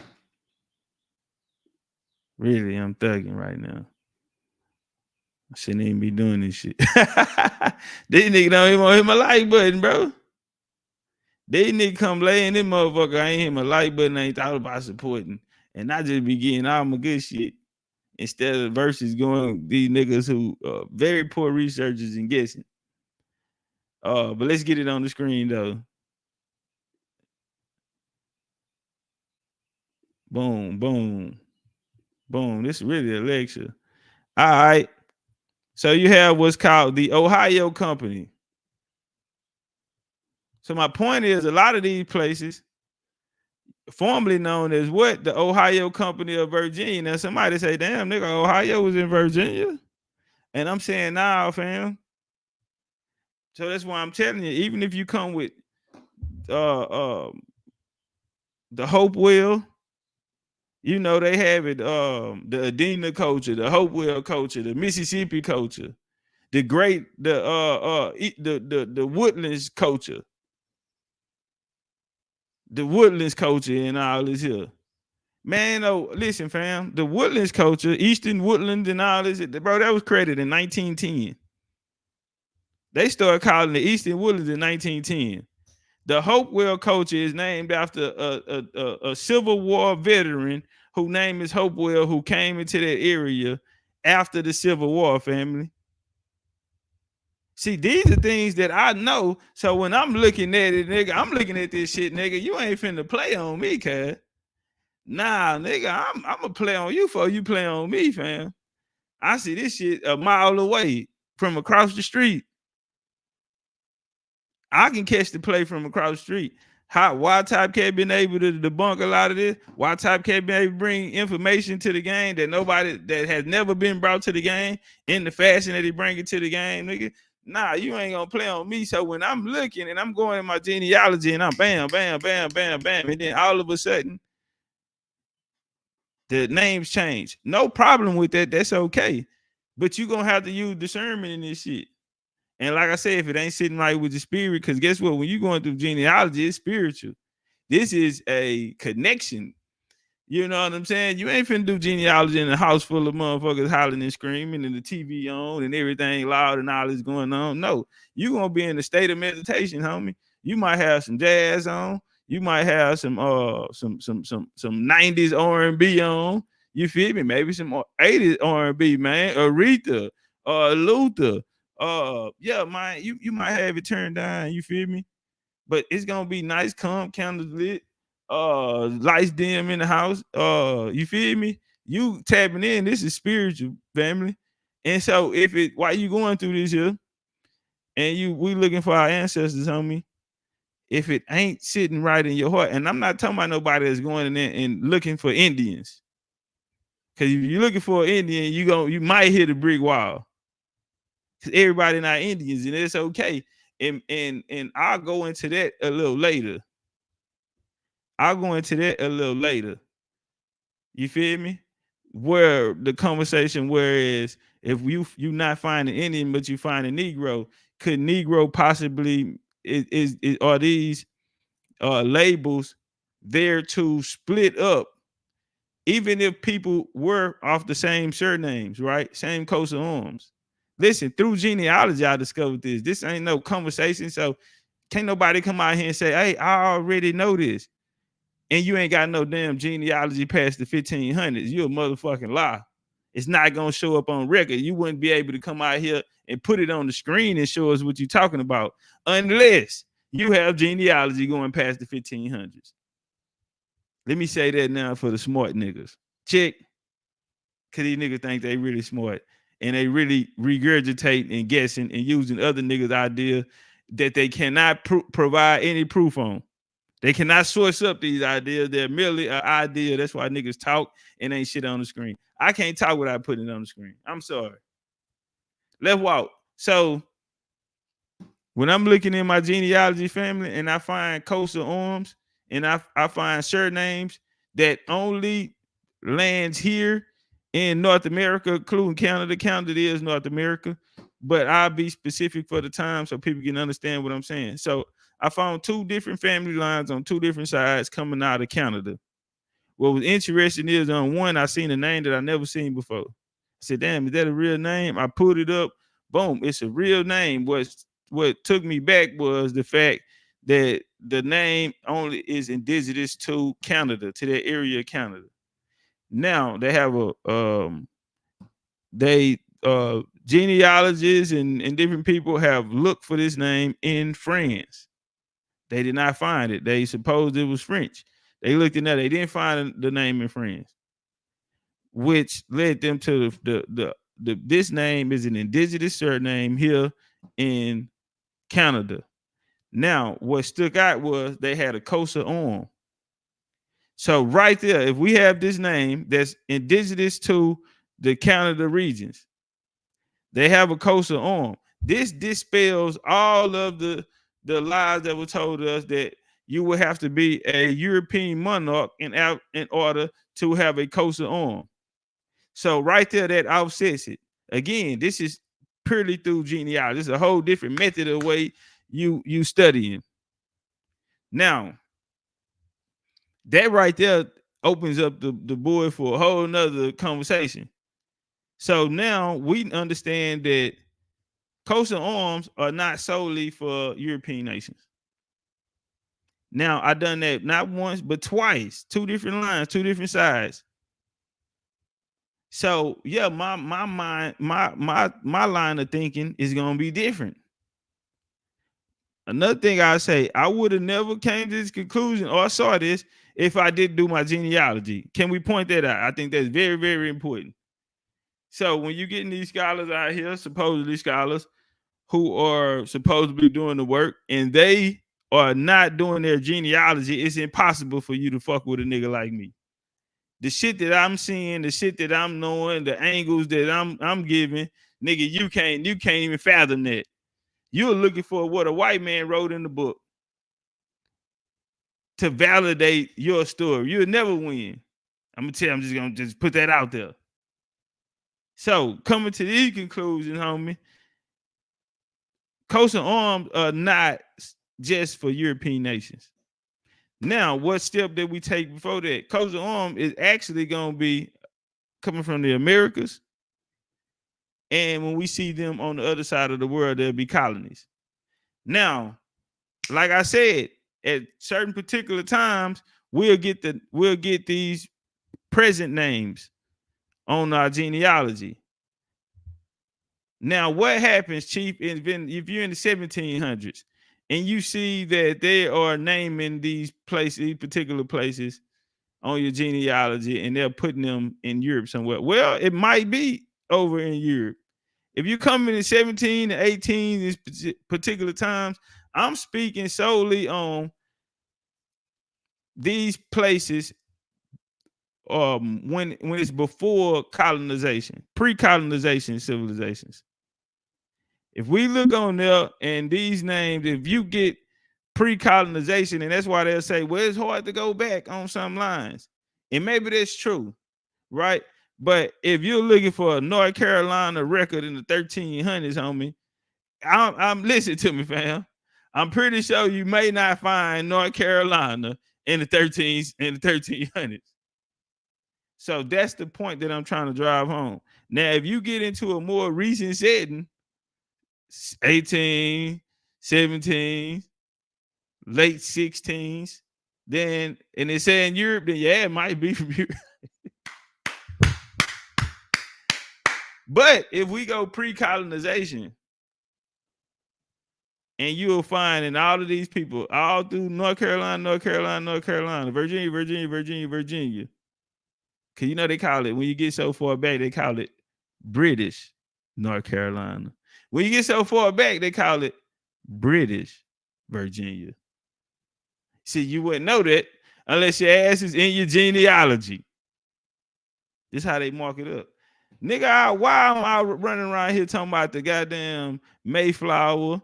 Why I'm running around here talking about the Mayflower, fam? Hold on, go back to you. Let me go down here, bro.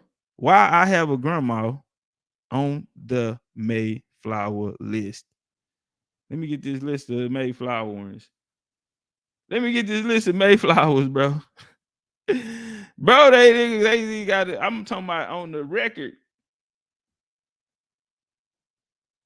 On the Mayflower list, bro. It's a list of families. It's not big. And remember, bro, I did the lecture, bro, and I was talking about that list on the Mayflower, fam. Why they got them on here? Man, I got so much information on Abraham Lincoln and his family, bro. I mean, records, old records. And this family was so prominent. See, here go my grandpa right here.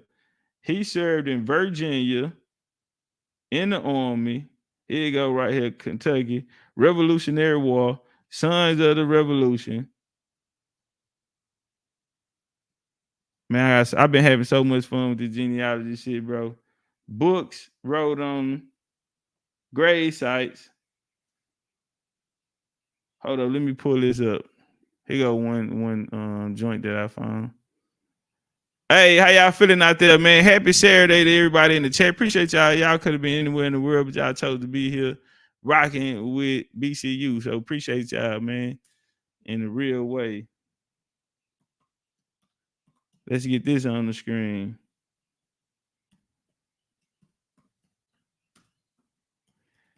Now, like I said, they were trying to cover up Lincoln's family.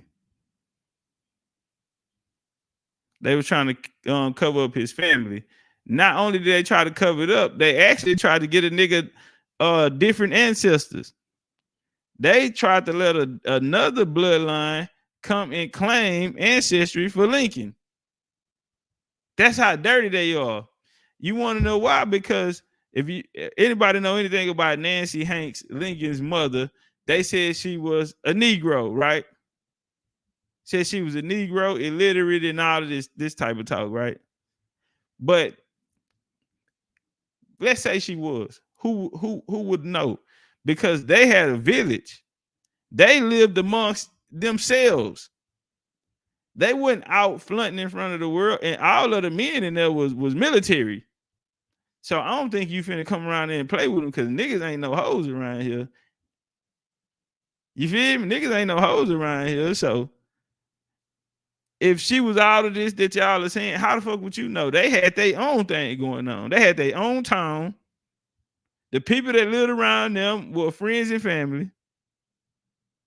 So how would you know outside of that unless someone is trying to come back and throw dirt on these people's name at the same time, give these niggas a whole new ancestry and disconnect them from it. But it's so much information that's there and that documents the actual, you know, this so-called takeover they trying to them trying to hide this story. Hold on, let's get this up here on the screen. How y'all feeling out there? Let's jump on the like button, support the show, goddamn. Shout out to the homie. Oh, my bad. Shout out to Sister Divine Truth. Shout out to Sister Divine Truth. All right, let's get this work up there. Right here. So this one here came up in the genealogy too. 1768, John Lincoln moved here with his family from Pennsylvania. His eldest son, Abraham, grandfather of the president, might have remained a Virginian, had his friend and his distant relative, who? Daniel Boone. I came here in 2020 and told niggas that my family told us that Daniel Boone could possibly be an ancestor. And why did they say that? Because they had found him in the tree.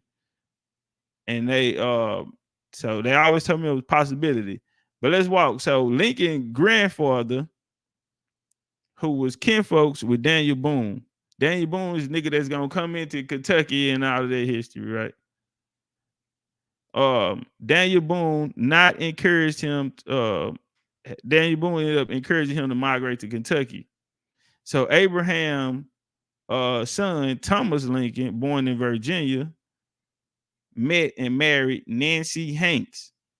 All right, this my granny. This Granny Bell in Kentucky. So remember, I kept telling you, man, my family from Kentucky. The other night we were doing a genealogy conversation. We were saying what hoods and sets we was from. I brought that up. So he met Nancy Hanks. Nigga, fuck my grandma, fam. I'm kind of fucked up about it though. Nah, fam. Why is your dick in my grandma, bro? Nah, fam. I want to fight. Fuck this. I want to fight now, bro. Why your dick in my grandma, fam? Bro, I'll break this bottle on your head, fam. Why you dick in my grandma, fam? You fuck my grandma. Look at me, nigga. You fuck my grandma. I put this knife in your bitch ass. Nigga, get up and get away from here and don't come back. And Granny, you better stop letting that nigga come over here. Nah, all right, let's walk. So he met and married Nancy Hanks in Kentucky, where the future president was born on the 12th of February, 1809. Nearby stands the Lincoln House, built in 1880 by Captain Jacob Lincoln, the president's great uncle, near the original Lincoln homestead. 5 generations of Lincoln and 2 family slaves are buried on the hill. 2 family slaves, huh? Could that be the Indians that my grandma, that my great aunt was just telling me about?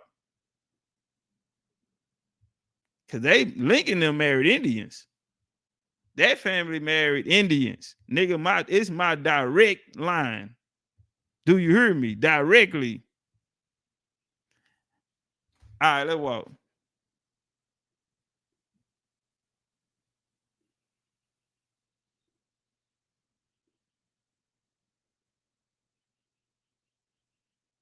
Boom, boom, boom, boom, boom. Where was it? Get me back up there, fam. Okay, let's walk. So those pushing it is the ones who wrote it. And that's why we get confused as to what it really is. Because we taking it at face value to mean it's talking about face color, never knowing that it's talking about a political hierarchy and an oppressive system. Free white persons in law don't mean pale faces. But pale faces is reap the rewards of something called white privilege that don't have nothing to do with them either. But we act like it ain't no poor white trash. Suffering just like us at the bottom. Them the ones was working for us. The ones that got all the accolades is the ones that was working with the enemy. That's how Absolutely. you know the difference. Thank you for that answer. Yeah, absolutely. See, and my thing is that like that's the conversation that need to be had, because I don't even think those people pushing that don't understand what white supremacy means. I'm gonna be But honest. why you saying that? Let me ask you why you got the chief up here too. When you say white supremacy, at one time that status was used for free melanated people. Am I correct to say that? I think That's that's what a what I. Freeman was. So that's what I was thinking. So at that time they was calling themselves white, right? So and the Mm. supremacy part that you said they invented it. So were they saying that they were white supremacy? They were better than white people? Or No, So it's and what they okay, you gotta go back to the chess game. Because this is what war is. It's chess yeah, played out in the on the battlefield in the real world. It's not on a table, it's played out in the real world. The pale faces is pawns. And we are the power pieces, but we don't know how to use the pawns. Hold on, right quick. Let me say this here. You know what I just thought about, bro? You know what I just thought about? Every time a truck driver come through and I have a conversation with them, anybody that drive 18 wheelers and they drive OTR, I always ask them, what was the favorite place you ever been? Like what place you went to and it just spoke to your soul, it just jumped out. You know what's crazy? I just thought about something. You know my answer to that every time has been Lincoln, Nebraska. Now I know a lot of y'all say, bro, ain't shit in Lincoln, Nebraska. Nah, I feel you, fam. I understand. I spent a lot of time on the West Coast, so like Utah, Wyoming, Idaho, Boise, Idaho, North Dakota, South Dakota. Like I seen all of this. Washington State. I rode the Midwest. I liked going through the Midwest because it was flat, especially coming through Nebraska. But Lincoln, Nebraska always stood out to me. And one thing I could see in my head was it's a sign, and it's this joint right there, historical marker, and it spoke about Abraham Lincoln coming through there. And it always played in my head. But Lincoln, Nebraska, I don't know what it did to my spirit, my soul, but I felt that motherfucker. And I remember saying, you know what? It's a street in Houston. You could call it Highway 6. You could call it 1960 or whatever, right? And it's a street in Lincoln, Nebraska. I had been gone so long that I had kind of forgot. You know what I'm saying? You seeing other streets and you going other places. I kind of forgot the layout of Houston. But it's a street down there in Lincoln, Nebraska. It's by a mile. And it reminded me of 1960. But that Lincoln Monument right there always stuck out to me. And I said, man, I can see myself living here. Then I found out y'all had tornado. But nah, that always spoke to me, man. And any truck driver here, and they came on the panel, they'll tell you. I asked them what was a place that you've been to that stuck out, and my answer after they answer, my answer always was it was Lincoln, Nebraska for me. They say why? I said I don't know, nigga. I ain't figured it out yet. yeah. Soon as we realize who's pushing the pawns in our direction, then the pawns will work for us more than they'll work for them because they want to be on the right side of the right ones. But as long as we don't know, they ain't gonna do nothing for us because all it's gonna do is turn them from Bill Gates to trailer park trash in a week.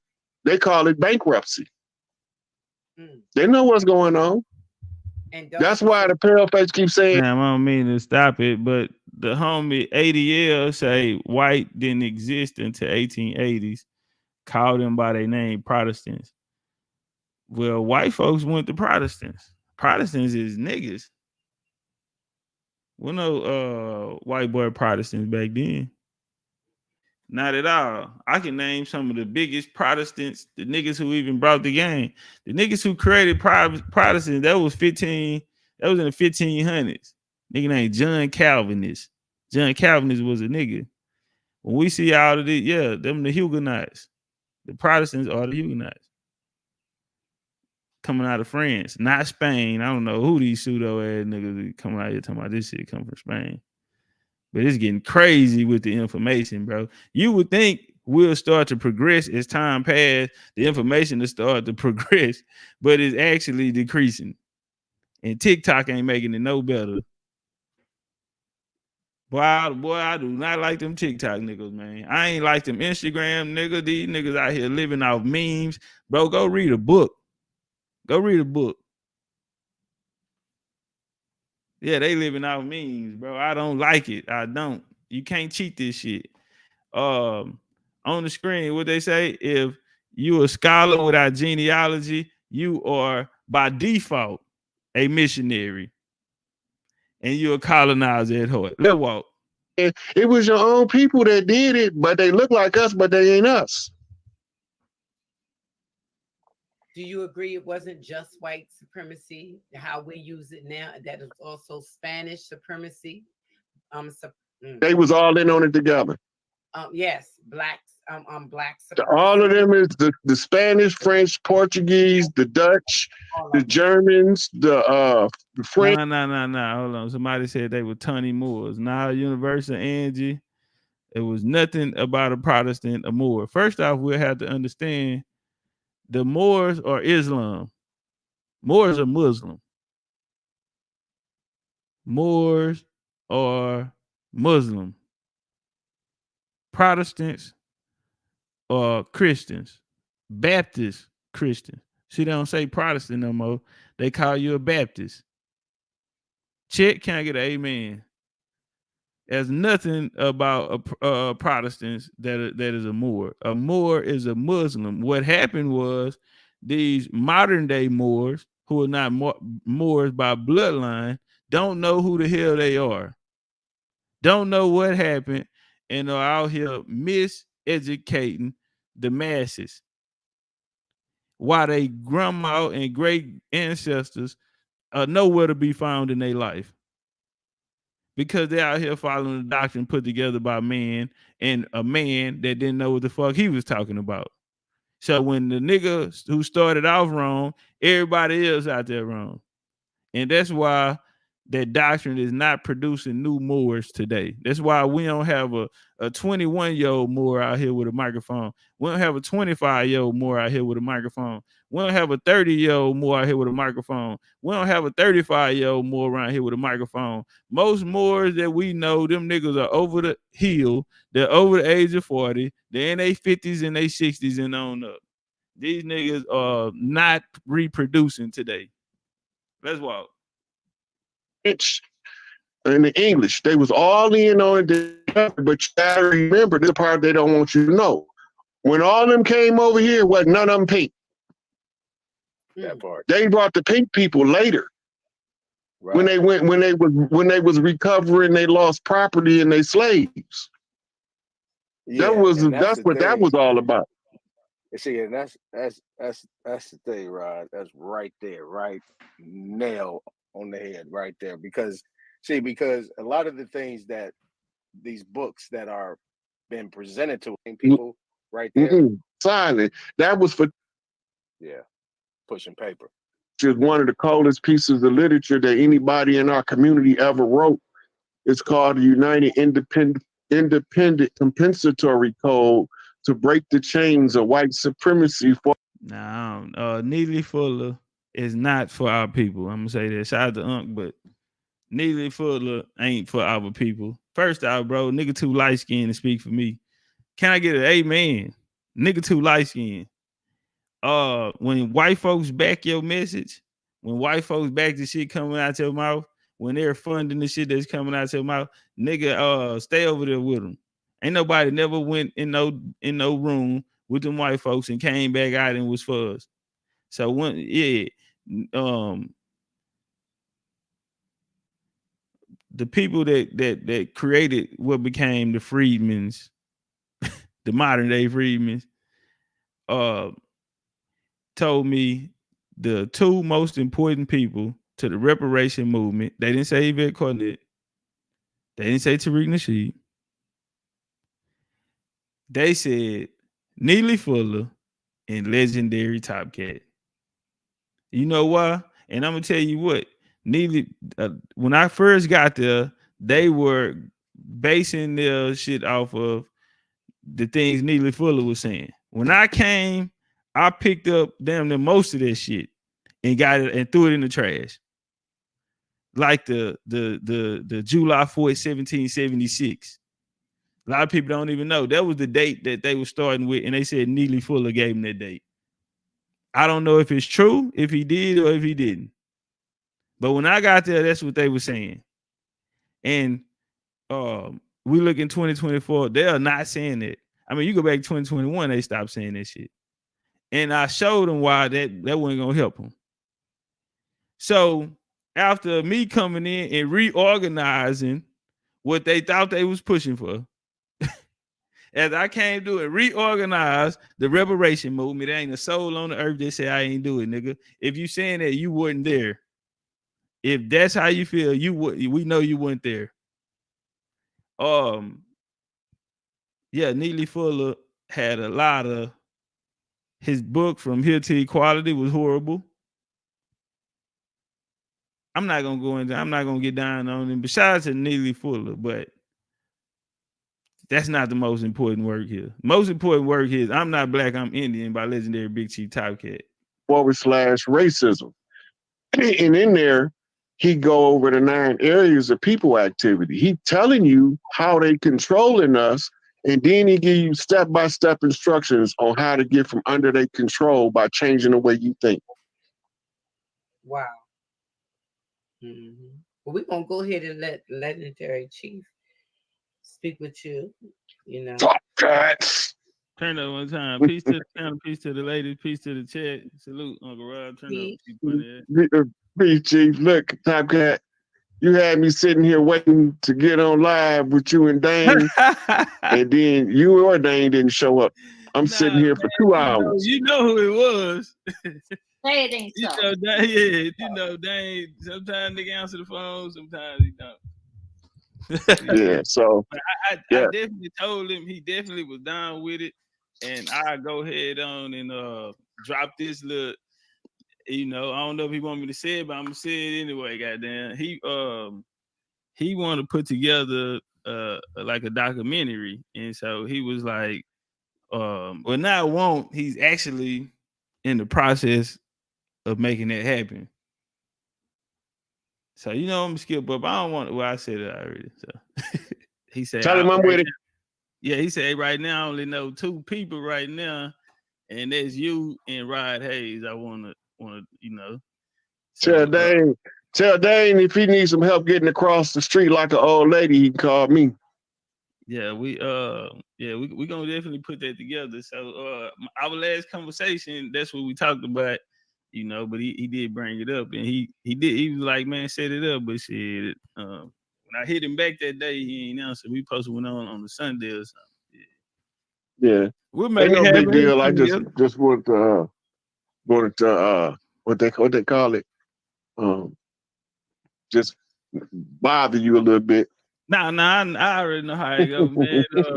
I want to get him in there too. While I'm up here, we're gonna make it happen, man. Due time, you know, it'll come together. The stars align, it'll come together. That's gonna be a powerful bill, bro. We fuck around and break the internet with it. As far as our community, probably break the internet with that one.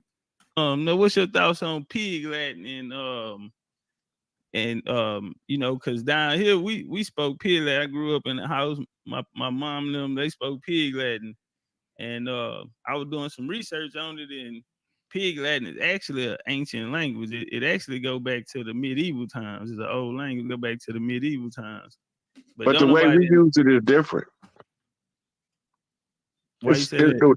The way we use it, we using a tribal communication method, using the foreigner's language to communicate tribally.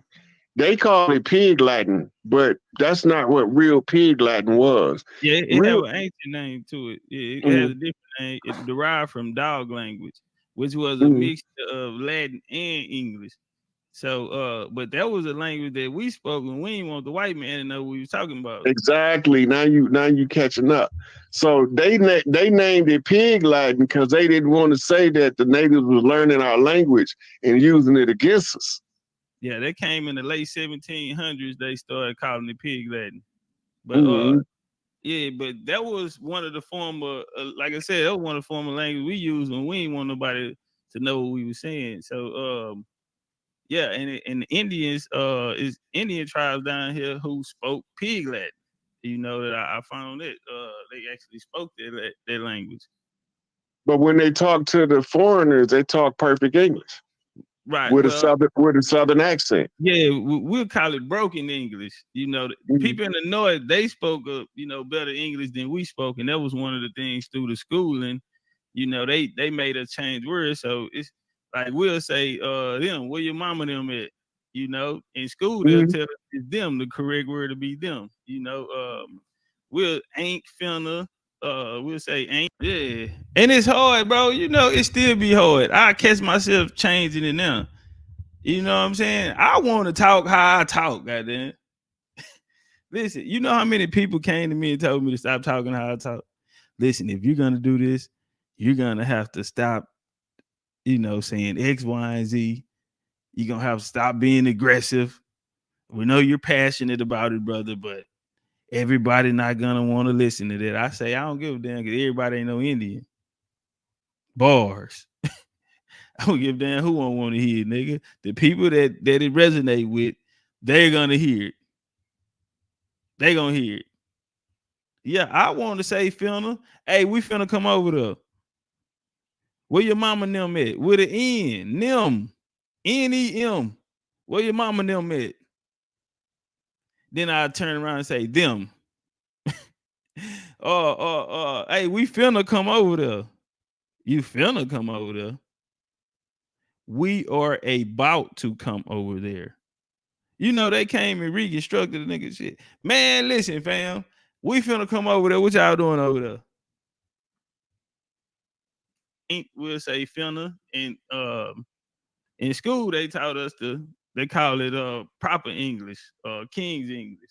So they altered our language through the education. But when you look at it, Topcatz, you got to remember everywhere they brought a language, we altered it. They started calling them stuff like pidgin language or patois. The French is calling it the patois. The English is saying they speak in pidgin, right? And the Spaniards is saying they speak in Pig Latin, right? So you got these different people trying to figure out what we're doing. When they start teaching Tupac in the university, they start teaching in the schools something called Ebonics. The other way, because we keep changing. Time out, y'all. We got a smart guy in the chat. You know, I like it when smart guys come through here. Hey, brother Courtney, do you want to come up? If you have any faith in that comment that you dropped, would you like to come up and we can talk? We can figure it out. I'm gonna show you why you didn't put too much thought in it before you wrote that comment, fam. He said if England is a colony, then motherfuckers would still be Indians, even if they found European ancestors.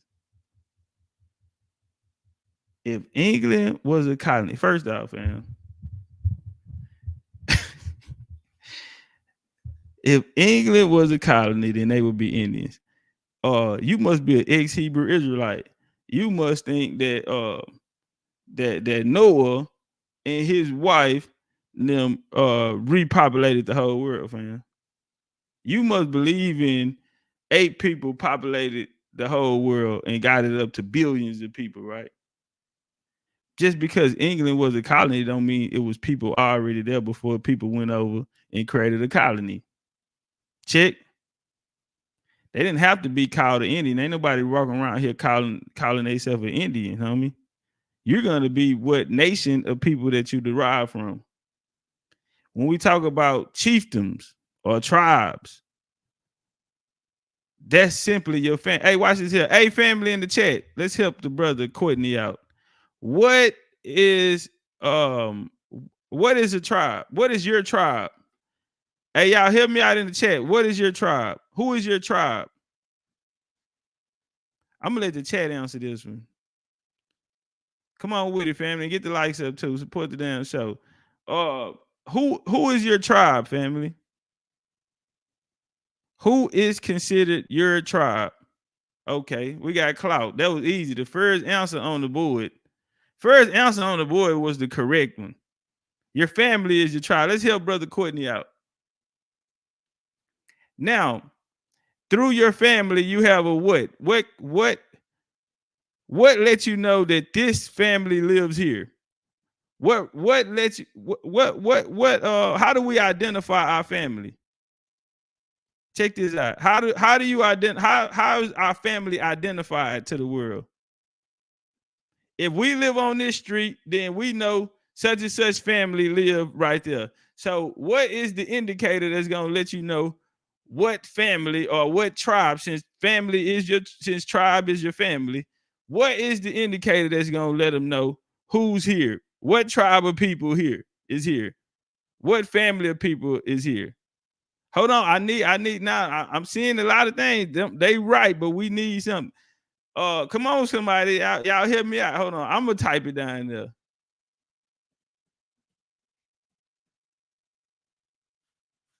Okay, what kind of name though, Clout? What kind of name? What kind of name, girly? What kind of name, Chad? Which part of your name? Which part of your name? Y'all got it halfway right. Y'all got it halfway right. We need something. We need something with that. What part of your name? Oh, okay. Hey, Rue, talk to him. Carrie Bay, talk to him. Carrie Bay, talk to him. Hold on, let me go back up. Your last name, family. Your surname, family.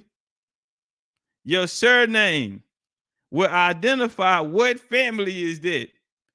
Through that surname, and your family would be your tribe. So, brother, they wasn't running around talking about the Indians live here on the other side of the world. You know what they did? Hold on, I'm gonna put it on the screen for you. And it ain't no disrespect to you, big homie. Ain't no disrespect to you, big homie, but this is what I call a teaching moment. This is what we call a teaching moment. All right, let's get this up on the screen. Cause we here to work smarter, not harder. The brother probably genuine, just didn't understand. So, our respect to you, family. But we're gonna get this on the screen because right now this is what we call a teaching moment. They get this on the screen, Chief. What we doing with it? Oh, okay. Here we go. So when we go to the Oxford Dictionary, we see something called a coastal arm. Now you might don't see niggas running around talking about they're Indian because that ain't gonna do too much for you. What did we use Indian for? A political status. Why? Because they have the highest form of law here in this American continent. And what is that? Treaties is the law of the land here. The Constitution, you'll hear that a lot. The Constitution is the law of the land, but there's something that precedes Constitution, and that'll be treaties. And in the Constitution, the U.S. is to retain a government-to-government relationship with who? The Indians. So it's a political term that we'll use over here in America. But in order to have a political term, you still gonna have to be tied to a nation of people that is tied to those treaties. And that's where your remedy is at. Now let's talk about the coastal arm. The distinctive bearing of a shield of a person, a family, a corporation, a country. And so that's why you see coats of arms, the same coats of arms in different countries. Now it's still a it's still an identifier, no different than the surname on the mailbox. Everybody on this street know the Johnsons live right there. When you walk up to someone's home, they have decor on the home that lets you know that the Williams family lives here in this home. Can I get an amen in the chat? We here to work smarter, not harder. This shit is really easier than we make it. We don't need no master degrees or no shit like that, bro. All we got to do is look at our life. All we got to do is look at how we grew up. And it's right there. Last night, Rod Hayes said, see, Chief, that was the reason why a lot of people didn't catch on, because it was right in their face. Right in their face just means it's hidden in plain sight. Let's walk.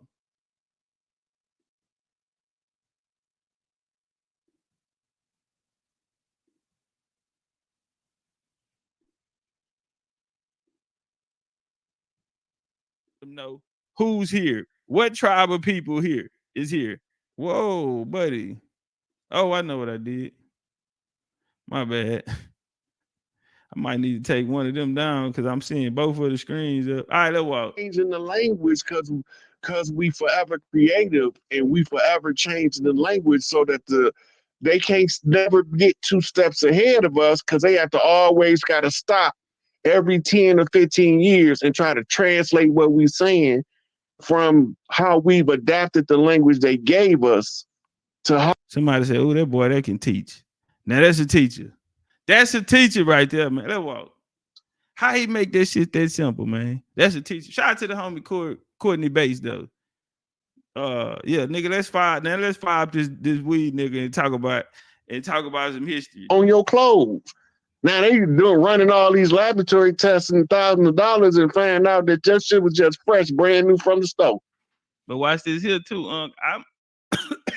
I got some research that shows Indian tribes speaking English when the Europeans came in contact with them. Plenty of tribes, especially on the eastern seaboard, and when they got to the south, even Gullah language, the Gullah Geechee language that they speak about. The first person to speak about it was in the early 1900s to speak about this Gullah language or this Gullah people or Gullah culture. And he said that they speak broken English. Now, later on, Lorenzo Dow Turner came and said that it was an African language. And then later on, Joseph Afala came in the 80s, and he's a credit to making the quote unquote Gullah connection through the language. A white boy. He got Sierra Leone citizenship. So I'm saying, because this is my thing, when we don't, how long would it take for a person to actually colonize a person to speak the language when we all didn't go to school, we all didn't go to church? It was interior parts that of the U.S. that we lived in that they didn't even come in contact until the civil rights, when they, we see them come down in the civil rights and start coming to get a lot of that land down there then. Through the assimilation, that's when people start going to school or going to, you feel me, being around them, because our pastors came out of our community a lot of the times. But yeah, so I'm seeing that because my grandma, all right, so I found a record, a census record in the 1800s, and it had on there had language, what language they speak. The whole list spoke English. My grandmother. Hold up, Chief. I want to say something on that. I'm gonna show you why this is very, very important. Let me see if I still have it pulled up too, because this was something that I wanted to talk to y'all about. Tell me I still have it pulled up. Damn, here go the one right here with Lincoln Grandma on there that I was looking for. Wonder why I ain't find it. So that's a PDF that I downloaded. Okay, I have it right here.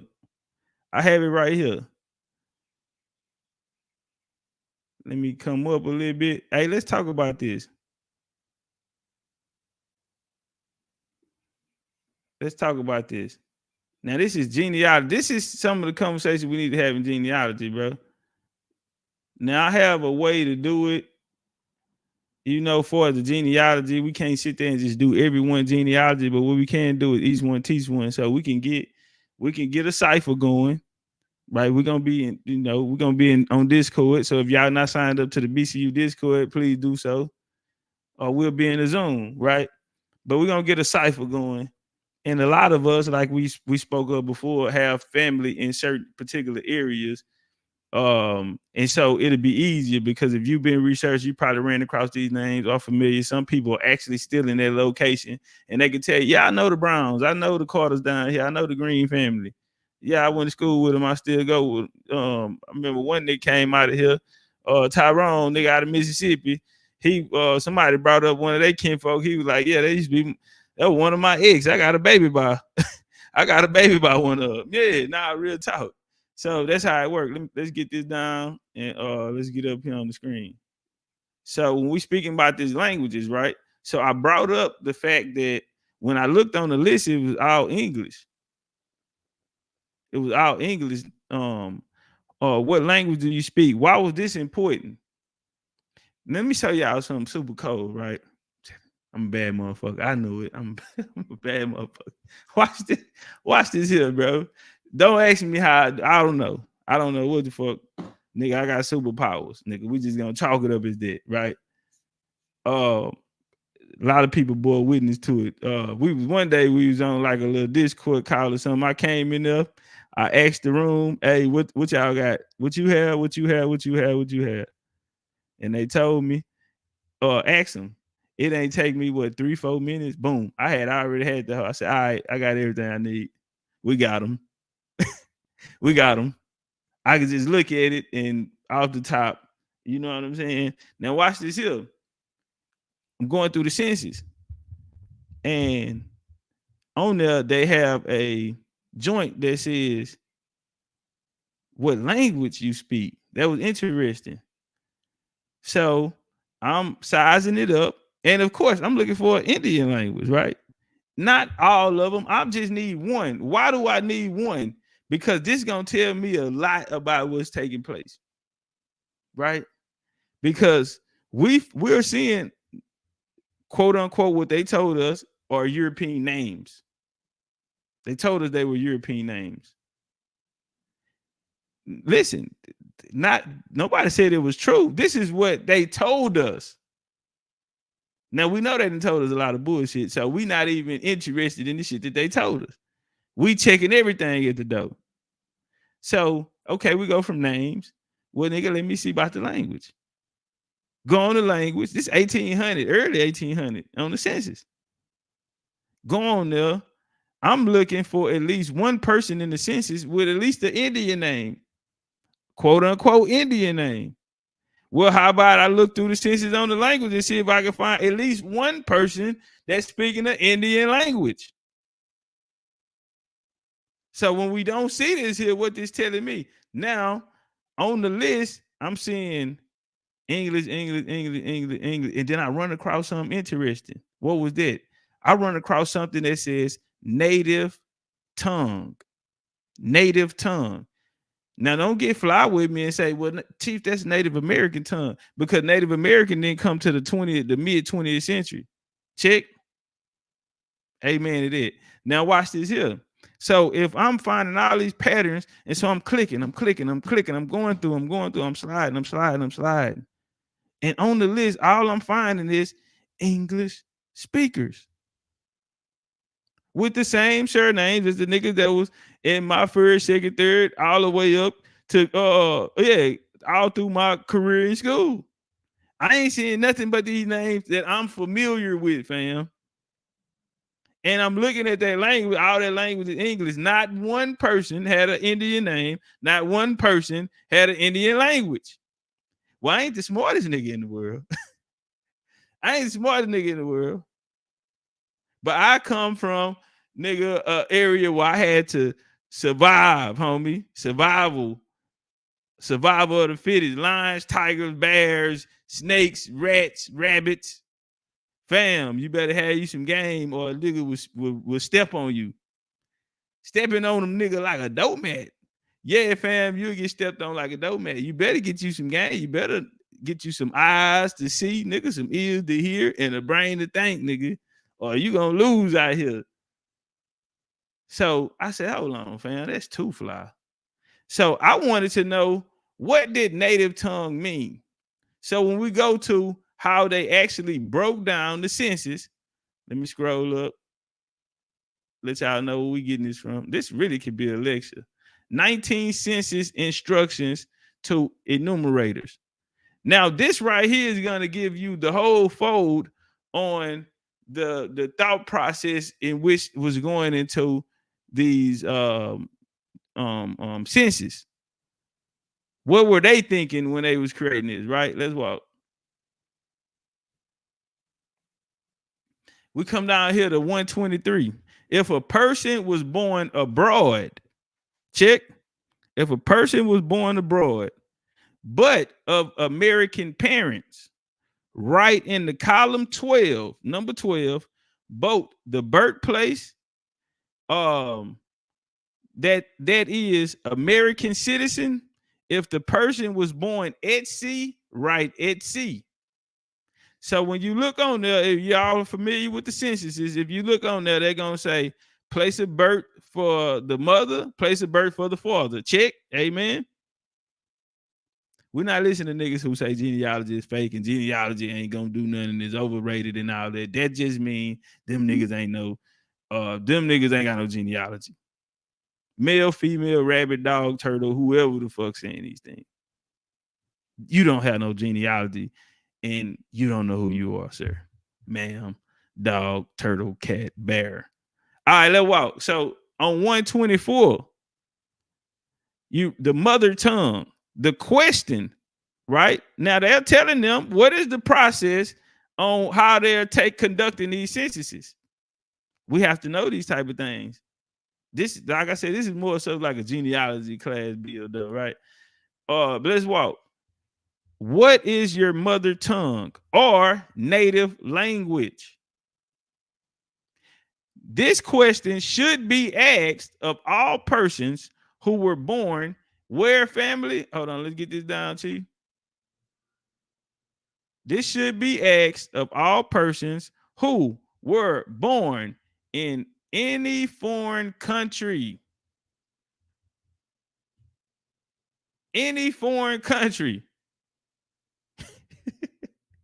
Now, can I do this to y'all? I feel like I'm giving too much up.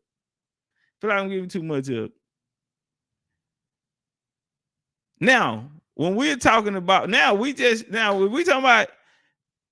about mother people speaking in their mother tongue, and this is very interesting because as I'm going down the list, everyone is speaking English.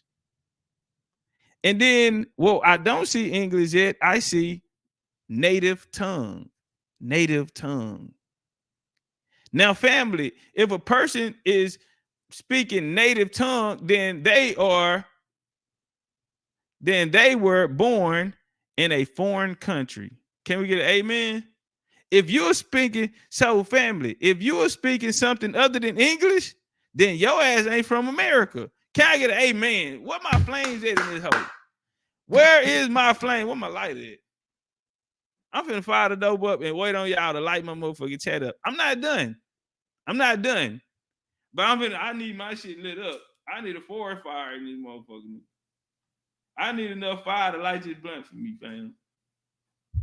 Yes, the greatest of all time. The GOAT. Hands down, the GOAT. He is the GOAT. Yes, ma'am. You are now rocking with the GOAT. Nah, ain't nobody told y'all. Nah, I ain't never heard no shit like this before. Boy, I got all kind of ways I'm gonna come through the door on that. I'm gonna get you, fam. Don't even worry about it. I'm gonna get you. We gonna see who gonna play on who, nigga. Y'all trying to play on the people, and we peep game, and y'all are not that good at it. I do want to tell you that, fam. Y'all are really not that good at it. This is a crying shame. This is so, fam. If you ain't speaking English, then your ass is from a foreign country. They didn't say if the nigga speaking English, then he's foreign. Now, hold on. I told you we wasn't done. I know that was the cold one, huh? That was nice. Now let's put it together because there's going to be some intelligent people out there who going to say, well, if they speak in English, then they automatic from English. Hold on, homie. They spotting English speakers in America. They are nigga, what that is saying, they are spotting English speakers in America. Now hold on, how you prove that? Let's walk. Now, the answer should be written in column 12 after the name of the country's birth. Now let's go to 125 down here. If a person reports that they were born in Russia and that his mother's tongue is Lithuanian, then write it in column 12, Russ. Now, if a person was born in Switzerland and his mother tongue is what? German, write Swiss. Now, they're going to break, they even go into detail. Watch how detailed they are with it. Note, right? Note that the name of the mother tongue must be given even when it is the same as the language of the country in which the person was born. Thus, if a person was born in England and that his mother tongue is English, write English. Or if a person reports that he's born in Germany and that his mother tongue is German, write Germ. That is necessary to distinguish such person from others born in the same country but having a different mother's tongue. Now, I want you to understand something. When you're looking, if this person is speaking in his mother's tongue, and let's say he's from Germany, now he get over here, the nigga, they might tell you that he was born in such and such place in Germany, but his language is English. These are things that I went through there specifically and walked them down. When it came to the Americas, I found no, absolutely. Now, these people that they're calling English, these people that they're calling German, these people that they're coming from certain, we looking for where they united the crowns at. We looking for the French, these different names, right? Again, like I said, if you're coming at a certain time, it may be different. Now, this is 1910, so this is involving a lot of the migrations out of Ellis Island. So there's truth in it from them. These people that are coming over, they are speaking these different languages, but they not us. I'm not gonna give it all to you. Now I'm gonna take you. We're gonna go a little deeper in the past. So this is some of my material that's gonna be in my lecture as well too, because we dealing with the language topic. But when we go back on this English, people that's coming here, if you were speaking English, that was coming to niggas in America. They didn't even document you off of that. In these lists, I'm seeing, English, all the way down. Browns, Thomas, Johnsons, Jones, Berries, shit like that, all the way down. Now, if a nigga spoke his mother tongue, his name is not going to be, quote unquote, what they told us was an English name. His name, he not gonna be a Jones or Thomas, a Humphrey. He not gonna be none of these.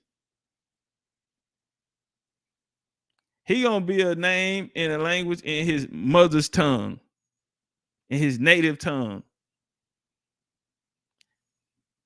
If you speak anything besides English off the top, they know you ain't from where? You ain't from America, nigga. You from Europe. If you speaking, listen, these people that came here from Europe was not speaking English. We ain't gonna get too much of it. We're gonna go through that. The funding, the everything on the programs that were there to teach these immigrants English. When we go back to the colonial period, ain't no programs in place to teach niggas how to speak English. Can I run that back? When we go back to the colonial day, ain't no programs in place, fam, teaching niggas how to speak English. They already speaking English. Don't worry about them. We're gonna deal with it. Get back to the bill. I think I want me some PL chain today, fam.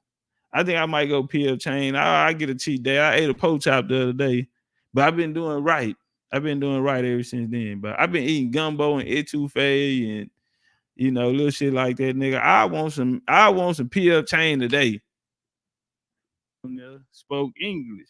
So coming all the way through the 1800s, all the way to my household when I was growing up in the 90s, everybody still speaking a form of English because my grandma don't say all the words right.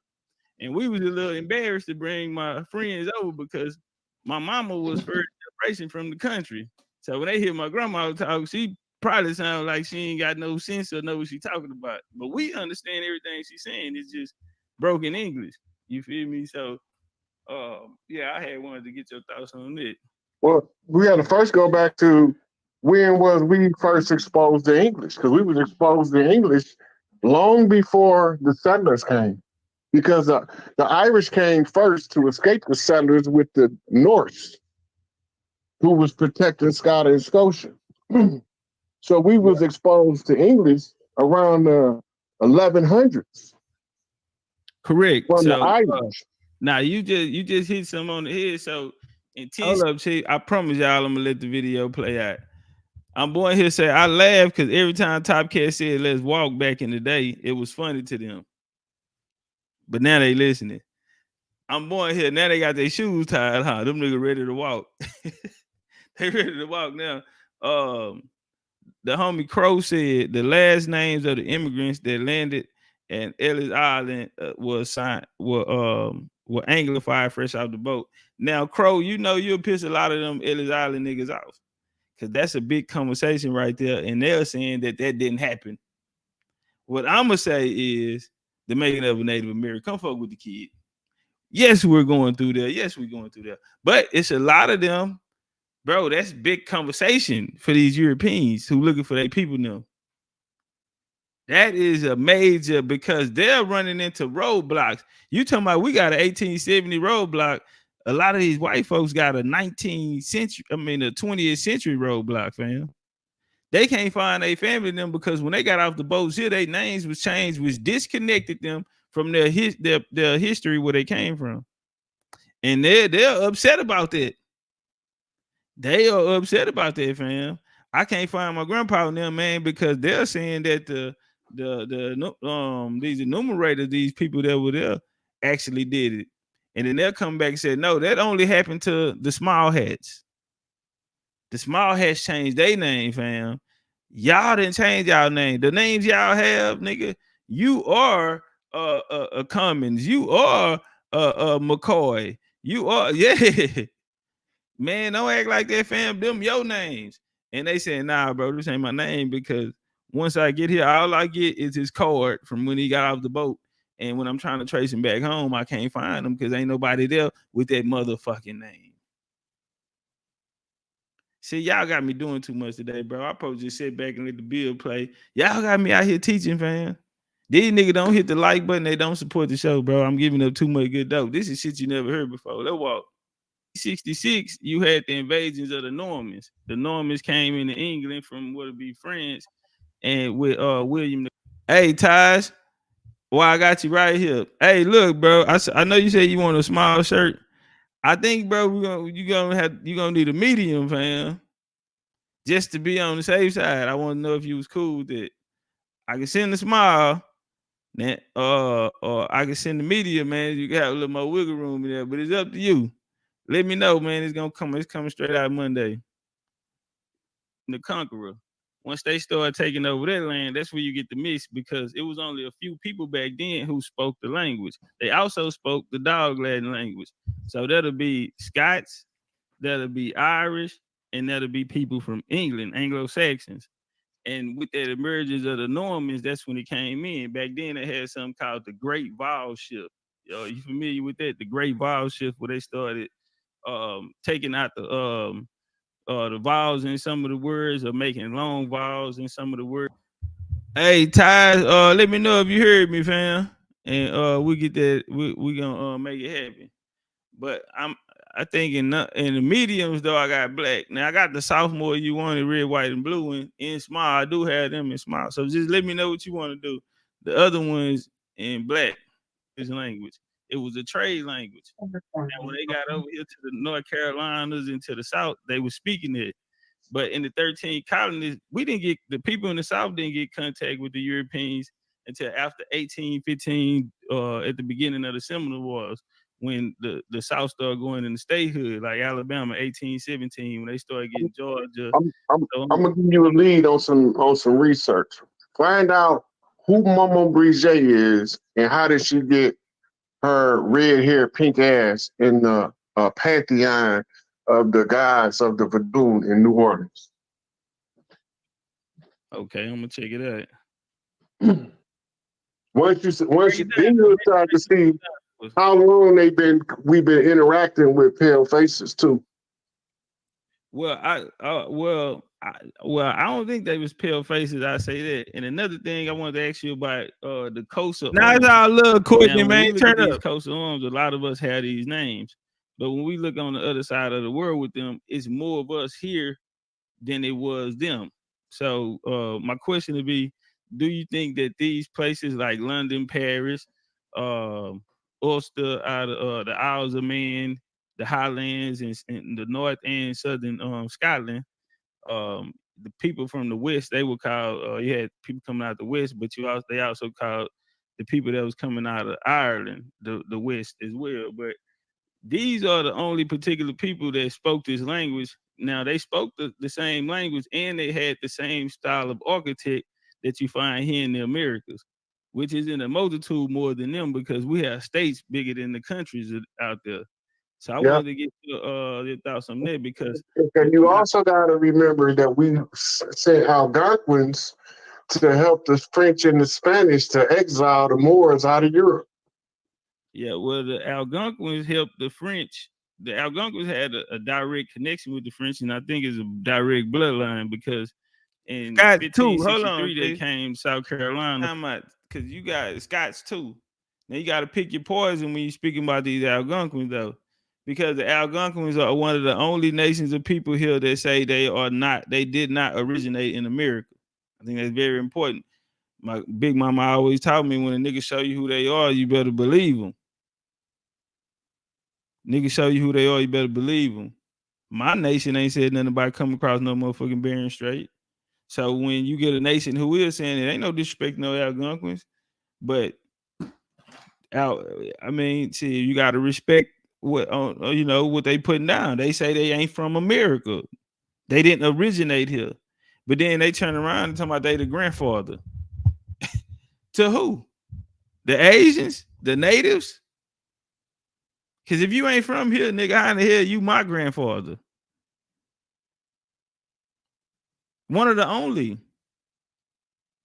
That's what makes them unique that's what make them unique to me.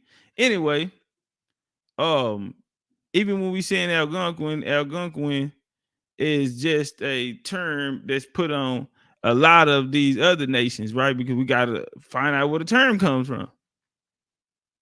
Like I just told y'all, Eastern Woodlands, that shit started in 1910 from a white boy. Check. So that type of shit. So now when we're saying that, particular, I ain't talking about Rob, I'm just saying this is just something that's been on my mind because it's generalizing, right? Even with the book about the Algonquins went to Europe. Which tribe of Algonquins? You feel me? We gotta be, come on, fam. We gotta be professionals about this. We gotta be speaking in matter of a fact when we talking about this. We gotta break this shit down to the smallest decimal, homie. Who did what? Who went where? Who was there? What was you at this time? What you had going on? We need to kick every door in. That's why I like the U.S. The U.S. Army. Now they gonna go secure perimeter, homie. Guess what they doing? They door to door. Ain't no other way to do it, fam. If you're gonna do it right. They are door to door, homie. Do you hear me? They are going door to door until they lock it down and secure the perimeter. And when they secure the perimeter, guess what? Everybody who is there, they know that they there. They door to door, bro. And that's how we have to be with this information, homie. We're not generalizing, skimming over the top. Then a sniper then hit one of your men in the throat. A sniper then dropped your everyday homie.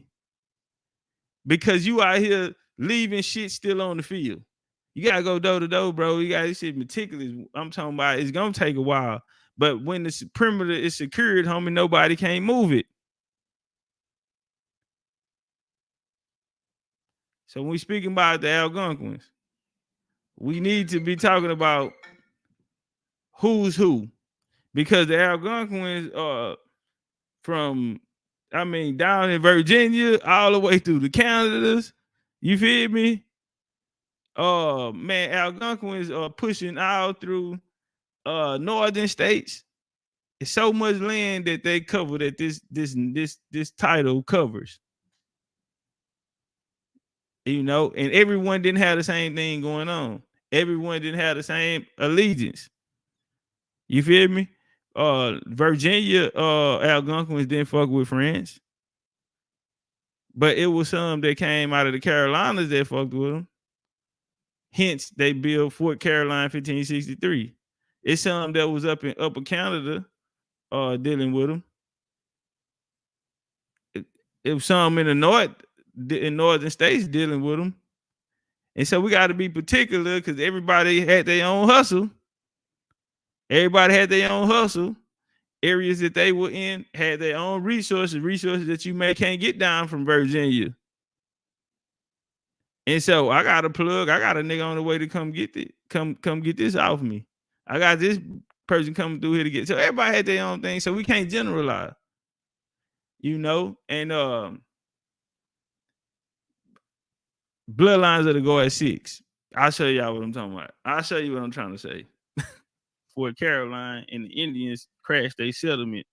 When they came back to the U.S., they went straight to Canada in the upper regions of Canada, and they helped the Algonquins fight the Iroquois nation. And so we see the French have their longest settlement in Canada before 1763. When Urban, when you say they don't say that, what you mean? They don't say what? VA North Carolina don't say what? After the French and Indian War, that's when they lost it and it transferred over to the British. All right, I got you, Ty. We see them come down to Mississippi and then into Louisiana in 1700. Do you know the origin of the English language? Which one? You know they don't originate in Europe. Nah, I think it comes from here because you can't go and have contact with every person and change their language. That'll be impossible. So when we turn around and we see everyone speaking this language, different forms of it, because they have, if you look at the English language, they have Appalachian English, they have English coming from up north, they have the Sea Island English, they have Southern English, they have Texas English, they have different forms of what they call American English.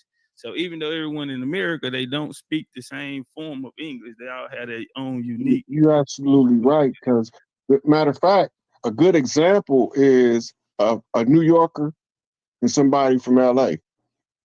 And when they come into somewhere like Chicago, it take a minute for you to realize y'all speaking the same language because you have certain stuff that's native to the other two cities, and neither one of them is taking place in the language going on in Chicago. But once they get together for a while, it only take a couple of minutes for you to say, oh, wait a minute, they not. Nah, Urban, I wasn't saying they was the same. My point was they not the same. But if we just call them all Algonquin, then we'll be generalizing. When everybody has their own thing going on. So we need to identify the nations for themselves and let them stand alone and not in this generalized term. No different than the Muskogee. Different nations in there. No different than the Seminole, the Yamasee. The Yamasee is not one tribe. The Yamasee is amalgamation of a confederacy of motherfuckers. But when we just throw these titles on it, then it take away other niggas' greatness. I can't speak for myself. I can't get my own shine. So that was the point that I was making, because a lot of people just throw the Algonquin term around there and one size fit all. You feel me? Turn up. Speaking the same English, like, so now we do? We revert to what we call the King's English or the Queen's English in order to communicate. Find that common ground, right? Right. Now, when you go to the origin of the English language, they have English coming from up north. They have the Sea Island English. They have Southern English. They have Texas English. They have different forms of what they call American English. So even though everyone in America, they don't speak the same form of English, they all have their own unique. You're absolutely right, because matter of fact, A good example is a New Yorker and somebody from LA. And when they come into somewhere like Chicago, it take a minute for you to realize y'all speaking the same language because you have certain stuff that's native to the other two cities, and neither one of them is taking place in the language going on in Chicago. But once they get together for a while, it only take a couple of minutes for you to say, oh, wait a minute, they're not speaking the same English. Like, so now what we do, we revert to what we call the King's English or the Queen's English in order to communicate. Find that common ground, right? Right. Now, when you go to the origin of the English language, it was the Orisha language, which became Irish, which became English. Right? Well, I thought it came from the Anglo-Saxons. The Anglo-Saxons are the No, ones who it's an credited. African tongue. It's originally an African tongue from northern Africa. And the priest who was Hold on, right. Hey, look at Ronald. Look at Ronald. He said make the private video available. What video you talking about? Shout out to Geechee in Cash App. He say new inspiration to continue genealogy. Now we got to get it back going, fam. You know that's what we was built off of. We was the bored niggas because all we want to do is genealogy. Everything we talking about is genealogy and family, and people want to come in and talk about what they read in the book from a nigga that they ain't never met. You feel me? And they want that to reign supreme over the conversation that we having about our family. Cause see, when they talking about this shit that they read out of a book, they understand that everybody haven't read these books, so they're not in the conversation. So these niggas just get to be dominant in the conversation and act like they smart. But when we talking about our family, guess what? Everybody can talk. You feel me? Everybody can talk. And see, that's these niggas. They want somebody to sit there and listen to their motherfucking ass while they play smart. And then I gotta deal with a nigga like me who gonna show them that you ain't really that smart, fam. And guess how we gonna do that? One of the methods we gonna go about doing that. We gonna show them that they don't know a motherfucking thing about their damn self. And that they need to be, that's why they need to be over here talking about their family like us. Then you know what you're talking about. Anything outside of that, I'ma max you out, homie. I'ma max you out. Frazier, 50 with $50 in the cash app, a 50 ball. Mr. Pistol 313. I'm rocking with you, top, keep going. 50 ball in the cash app. OGL, $75 in the cash app. Turn it up then, goddamn. Go off. St. Patrick was slaughtering them, the ones who brought it over here. They was what we call pygmy priests, but they was all working to protect the heirs of Scotland and Ireland, which was the twin sisters, Scott and Scotia. Well, we don't know who that Bad Saint said that. I don't know, but if that is what happened, Bad Saint, then shit, I guess we made a whole lot of sense then when we said what we said. I guess we just made too much sense. I'll have to rewind it and see what happened. But if that is what happened, then we just made it too much. We just made a whole lot of sense then, what just came out of our mouth there. One of them is a buttermilk complexion with red hair. The other one had a caramel complexion with kingly hair and freckles. Today, you find Scotia's children in Nova Scotia and Scottish children in the Appalachian Mountains, because we didn't allow settlers to advance beyond the Appalachian Mountains unless they was about to marry into what we call the root clan. Yeah, they and get this is why the king told them don't cross them Appalachians, because they knew it was going to be a problem. Yeah, that was King George. Situation happened in 1744 where the Iroquois was selling land that didn't belong to them, and they went to George and told him, man, you got to do something about this. And in 63, after the war, he signed the Proclamation Act, Treaty of Paris, and then you got the Proclamation line where they couldn't cross over the Appalachians, like you said. So that's what made the Scottish, who was arch enemies with the English at that time, they became Indian traders, and so they became real prevalent in crossing the mountains and going to go trade. That's how they ended up becoming a major factor. Well, But, we was all before the English came. We was on good terms with Irish and Scots. Yeah, they was here. That's why I say when you look at the coast of Orm, these families are just running the colony over there in Europe. So the international trade had been going on. So when King James united the crowns in 16... Hold on, Chief, because it sounds like you just talking, fam. So I'm gonna do you a favor, right? I'm gonna do you a favor. Hold on, let me go get this. I think this is a teaching moment, Chief. Hold on, let me do you a favor. Hold on, y'all, don't go nowhere. I'm finna go get some work. What was he talking about? Give me 2 seconds. I'm trying to think of what Lex is on. All right, hold on. We finna go get it. I think it's a bloodline. I think it's bloodline photo, fam.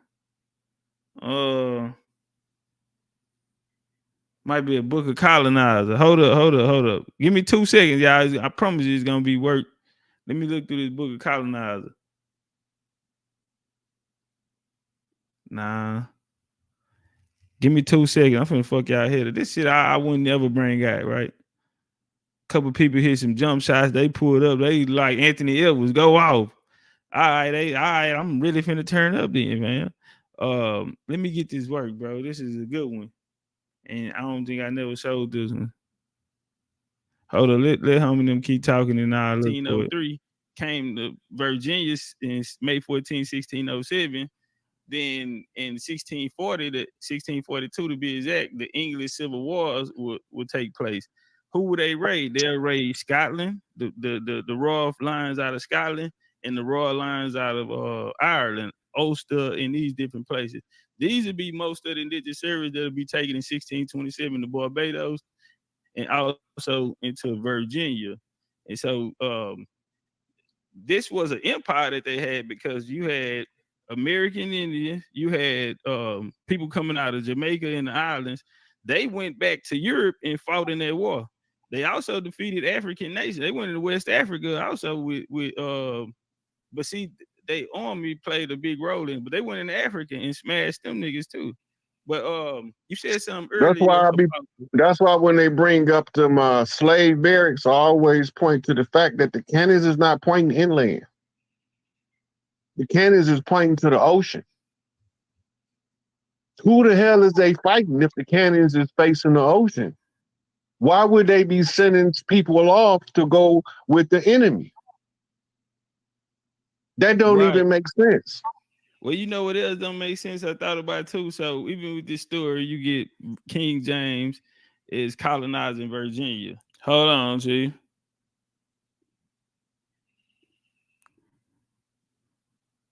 I found it, y'all. I found it. Yeah, let's walk. So then we talking about the conversation of Queen Scotia, Ireland. He just Unc Ride just brought that up. Drop some news you can use on there. Now let's walk.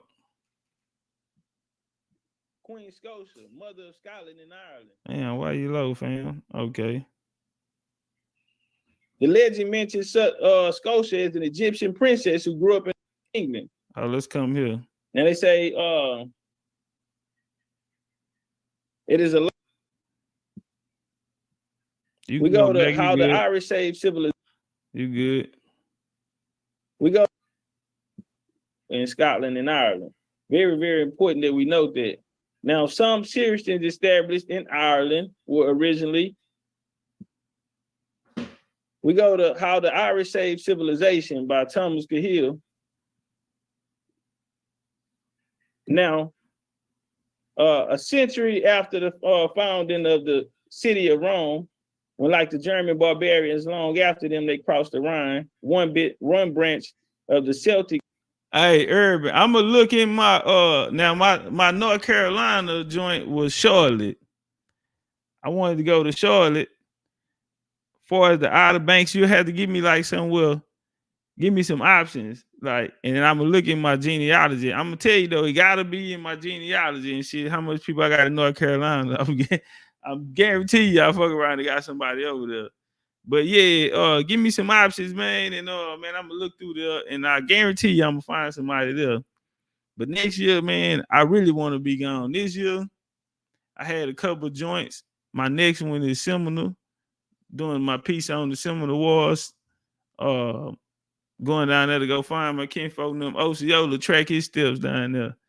And next year gonna be crazy though. I'm gonna try to see if I can slip Poverty Point in the Emerald Mound sometime this year. Back though, I'm gonna try to squeeze in Cahokia and St. Louis. Reason is I want to get some of these major things out the way, so then I can open up my mind and I can start getting active on other shit. But I want these things that I'm like, all right, I want to do this, I want to do that. I gotta go and knock these out the way, so I can open up for the next stage what they want to do for a nigga. You know what I'm saying? And that's really going back home. You know what I'm saying? Back to all these places they was at. But I guarantee you, as much as North Carolina I have in me, I guarantee you I can find somewhere on the Outer Banks. Big tree settled in present-day France and became the Gauls, whom Julius Caesar would conquer in the century before Christ. You also had them in the Iberian Peninsula. They became great sea traders, and they have traces and buildings of these Iberian states may be found in as far as New Hampshire. Nah, Feather, I feel you. But at the same time, that's that's unscrambled mind them guess. And we don't have to agree with what everybody say, but we don't want to put our people them in the position. Let's say like the ladies in the position.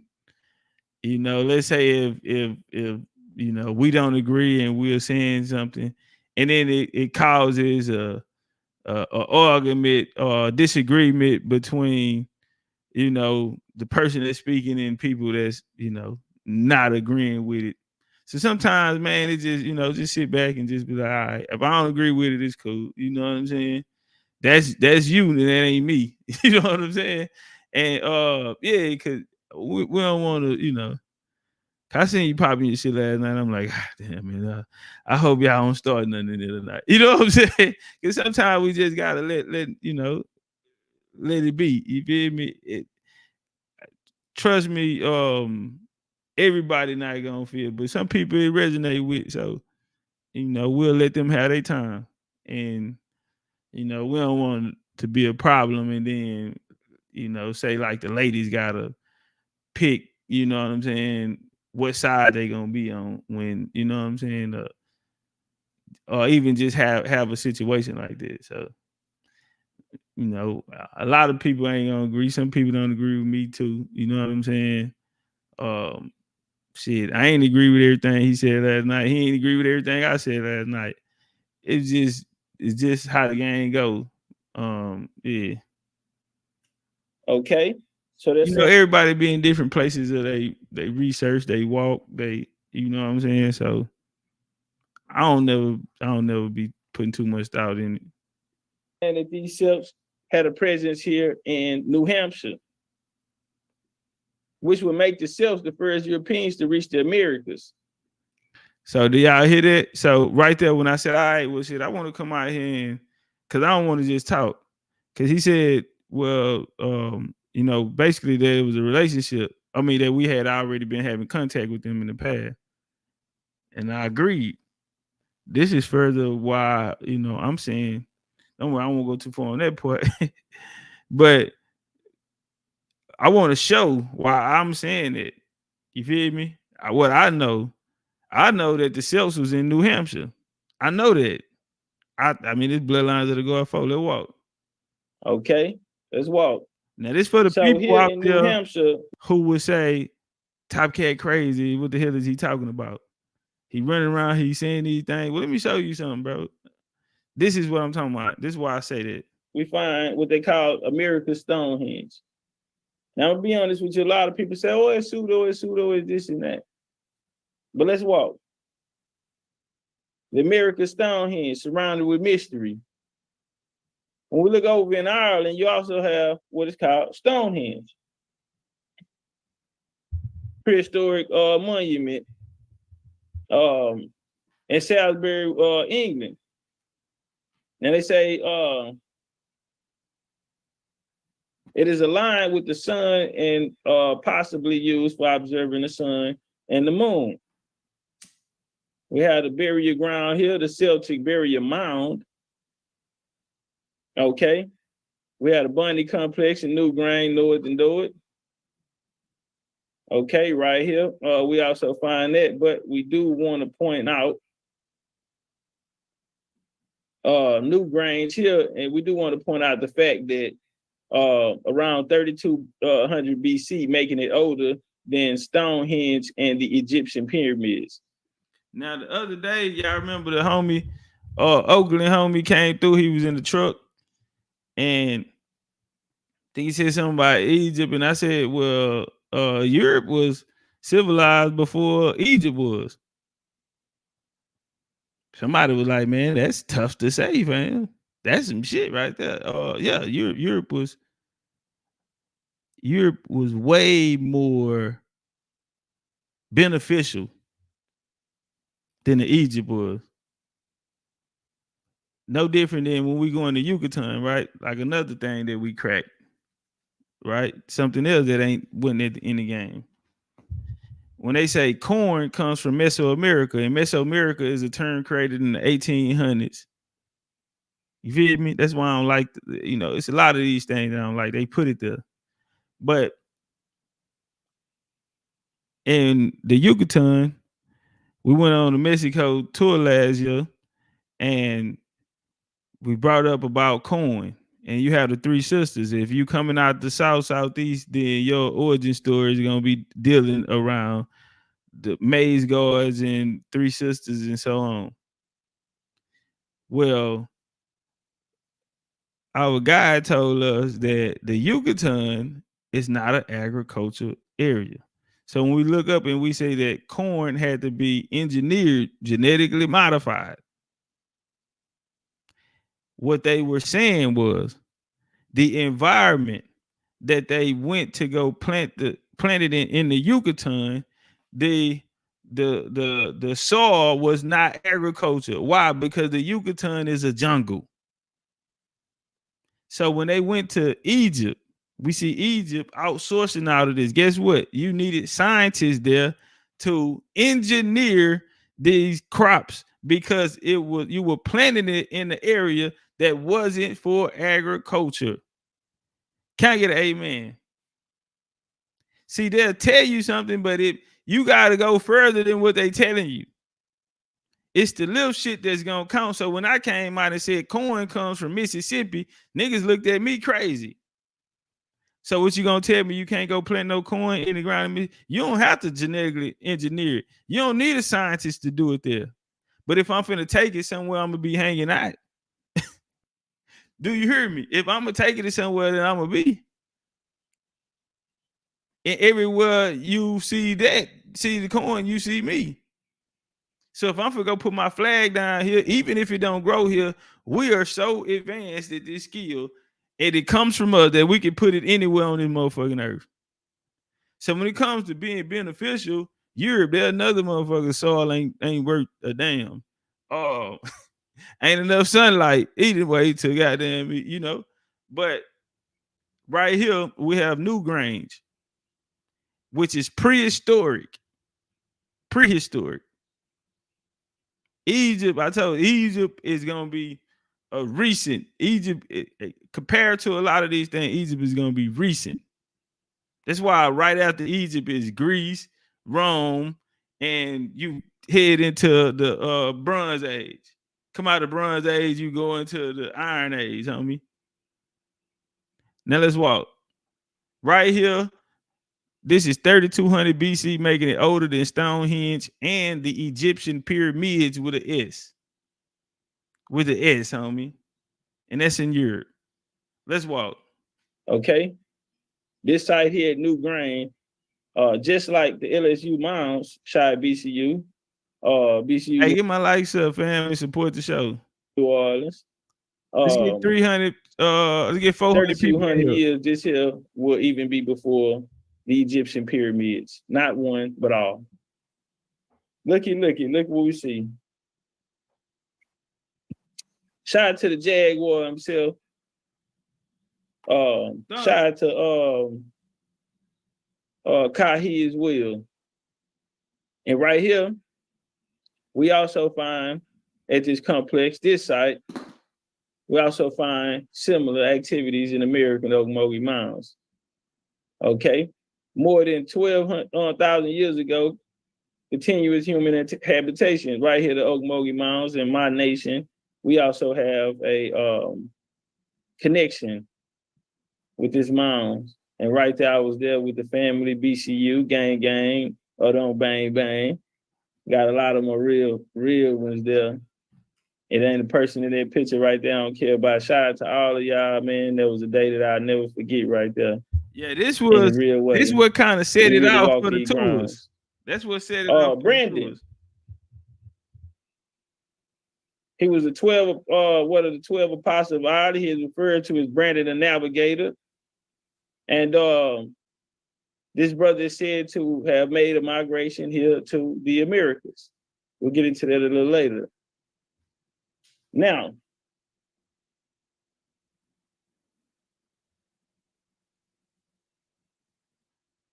yeah, you know they ate the red clay too, when you pregnant, they ate that red clay. Provide him with a little bit of information. Now, what we found in the history of the world is what has been told. Hold on, let me rewind this.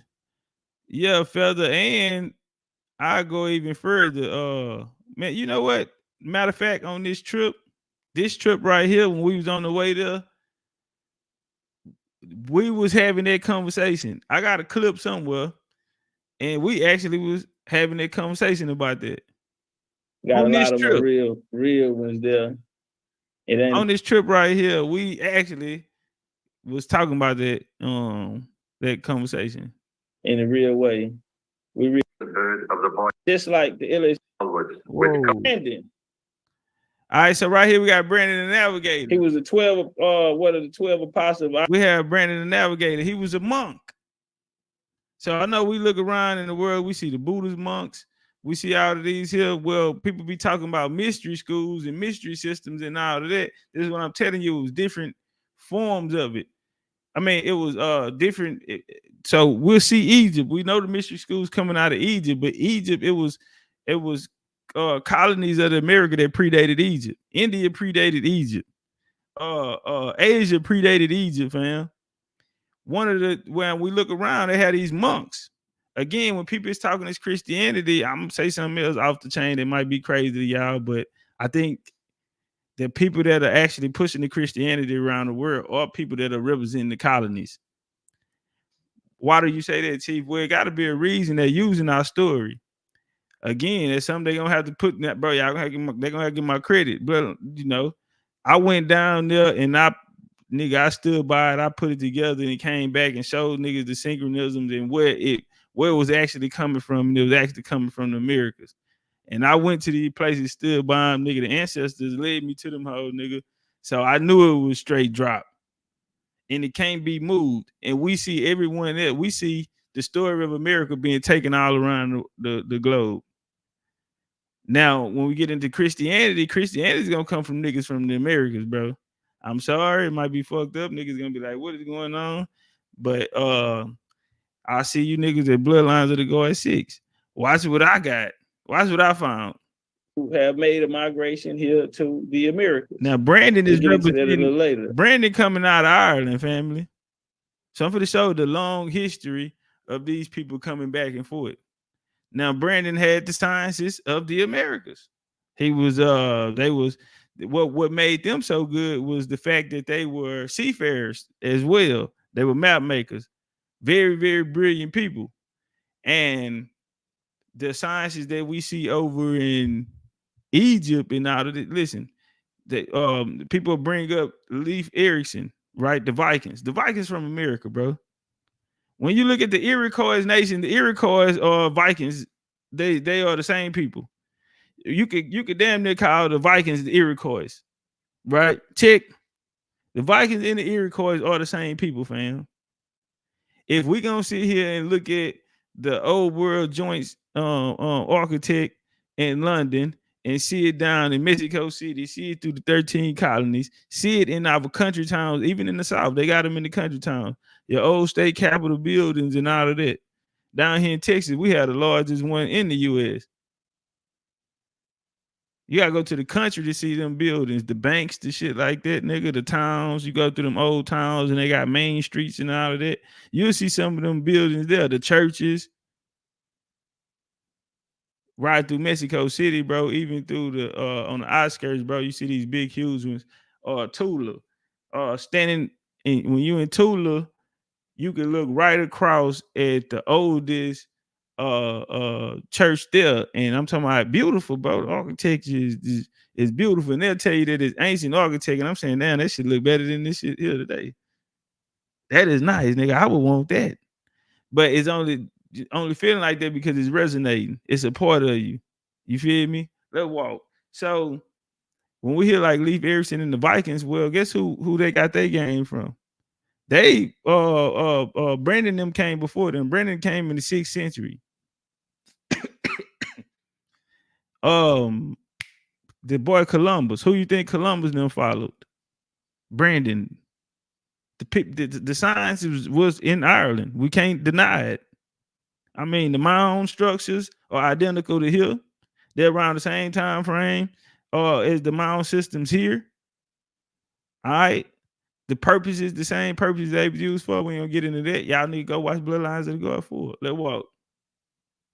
Now, we got catacomb mummies found in Kentucky. Hold up.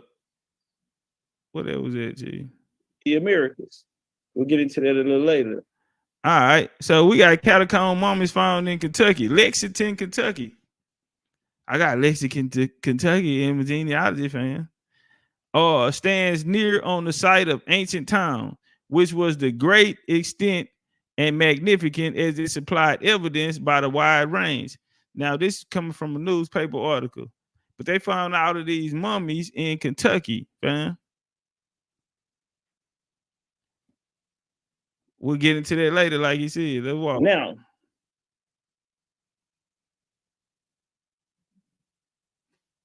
we'll get into that later. Hey, y'all jump on that like button.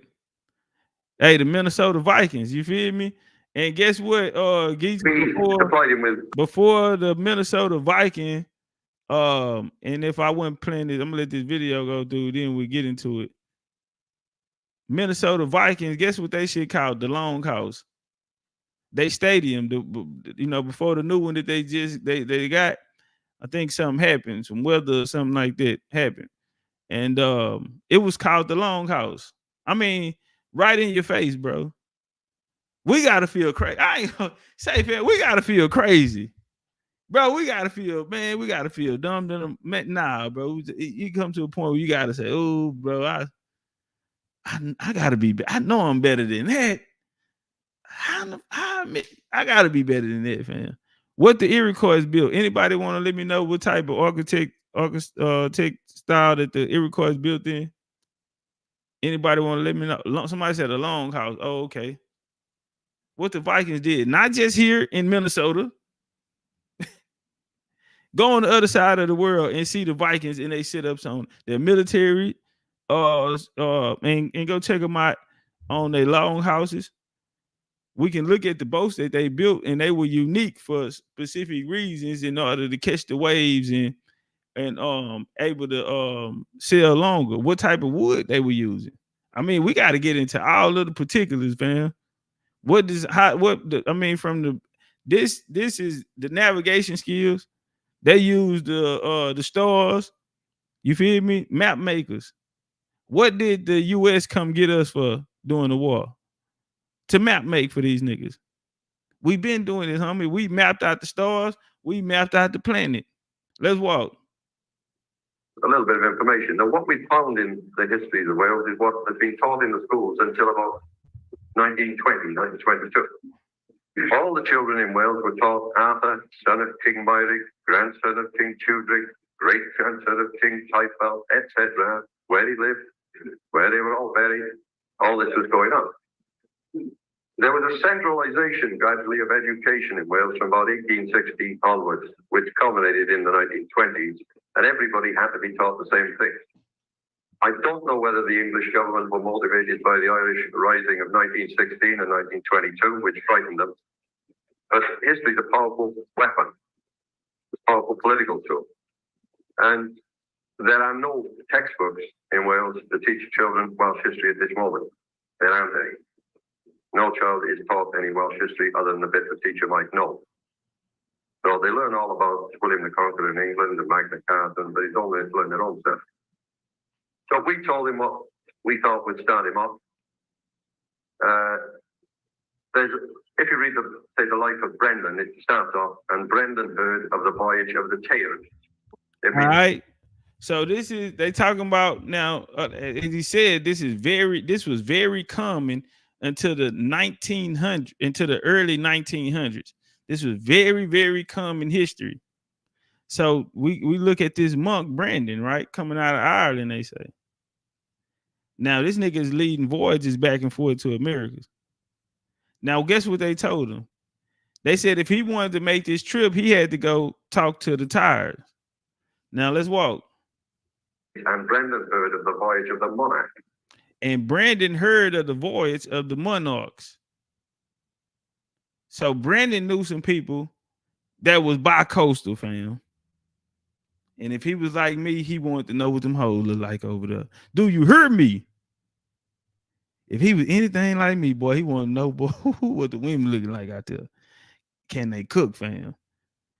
And the way you know that magnetic energy that we have on the world, and we losing it, right? Because everybody knowing our style, they able to emulate us and all that. Everybody want to tell us that we culture, whatever the fuck that word, the culture misappropriate or whatever it is. Well, they biting off us. But see, they actually have places that's actually better than we are. We just still that magnetic, that spirit that we have is still attracting people. Cause everybody want to get to America until they see it for themselves and they get here and this bitch dirty, potholes in the road, buildings old, this shit dirty, should have been fixed up, need a touch up. Nah, fam, come on, we gotta keep it gangster. These niggas got technology way beyond. I'm talking about they'll spin our head around in the circle, fam. They'll spin out, bro. I seen the phone in Dubai, bro. That bitch floated. That motherfucker floated, fam. It was little. It was very small, but then you can open it all the way up into like an iPad. It'll be the size of an iPad. You can pull it up. You can talk on it like a flip phone. You can flatten it. You can open it out, flatten it out like an iPhone style. You can flip it. That bitch can come out it can serve as like a small iPad. Bro, I seen that. I'm like, come on, fam. What are we doing? Meanwhile, you get over here to America, Houston, Texas. They mail just came out and said that the city is broke. This shit we got niggas over here mismanaging funds and shit. We ain't even got nothing, bro. You ain't even got nothing to say what you spend the money on. You can't even lie and say what you spend it on because you can't even walk us out here. I mean, you go to New York, goddamn Rats. You know, the great New York, Prestige. They want to give it number one. I mean, you paying $50 million for an apartment. $50 million for an apartment is crazy, fam. $50 million and you ain't got a backyard is crazy, fam. They got you out there on AstroTurf, nigga. And with a Terrence, nigga, all you can do is walk around that hoe and look over the now, fam. Y'all, bro. And this is the best you had to offer. But these are the people that are in position. This is the representation that niggas are letting represent them. You feel me? Ain't good enough ass niggas. But they the sons and daughters of the colonizers, though. And just like they people them, they don't know no better, fam. I mean, everything watered down. But even back then, he heard about these monarchs going back and forth to this great paradise. Let's walk. What it means. And Brendan also wished to visit this great land across the oceans or whatever.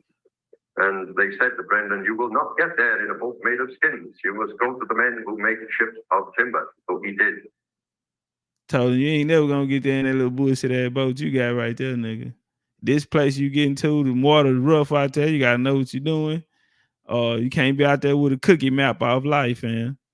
And you need to go to the men who make the boats from timber. That's the only shit gonna get you across there. This would make the Viking them so cold too.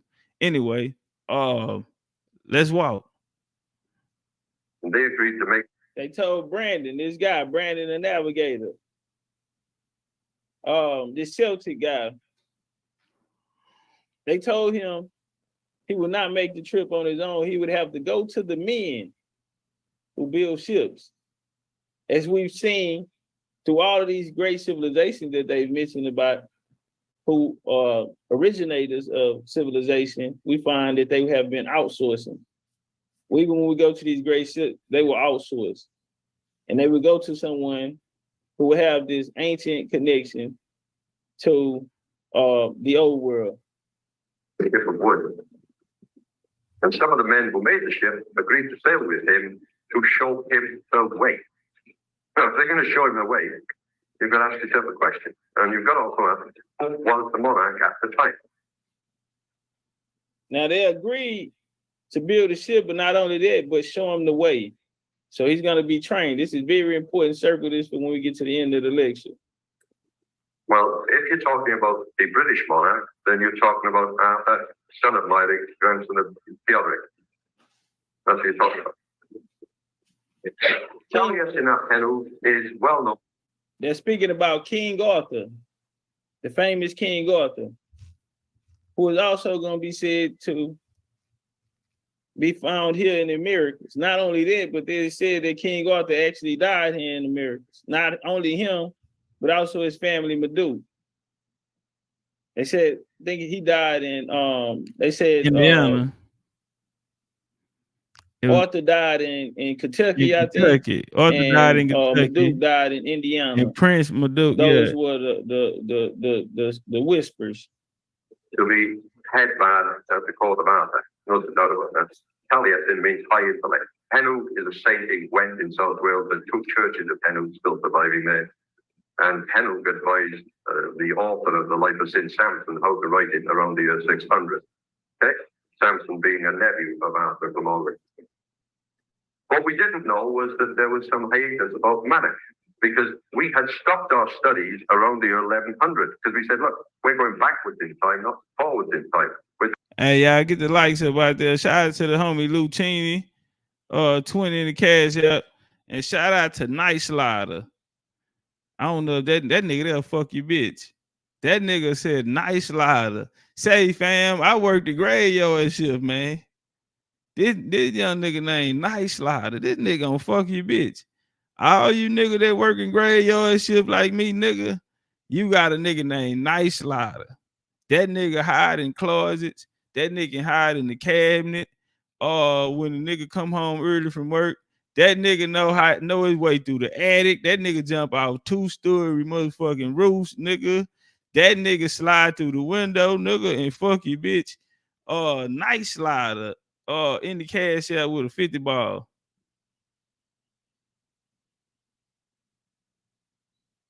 About him by so many people that you would in a boat made of skins. You must go to the life. We're doing a little bit what Alex Haley did in his roots.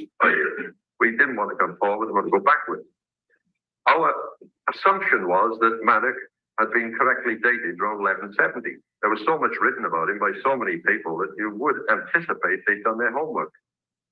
So we said, Madoc, that's what's known at the moment. Well, it's a problem because we knew in 1983 that Arthur had sailed west on the Western Ocean around 574. We knew that because the evidence is monumental. There's not one source, there's dozens. And here we had this Madoc effort. So we said, send us some information. Well, we were sent a book by a gentleman in America on Madoc. we looked at it in an effort to trace Maddox for him. And we threw up our hands in dismay and said, you know, this is ridiculous. What do we do?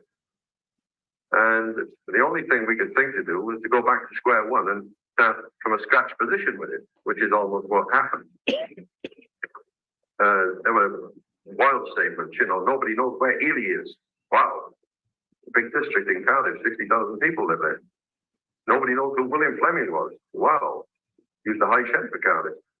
Nobody knows where Matt lived and so on. And we said, this is absurd. We've got to get intellectually.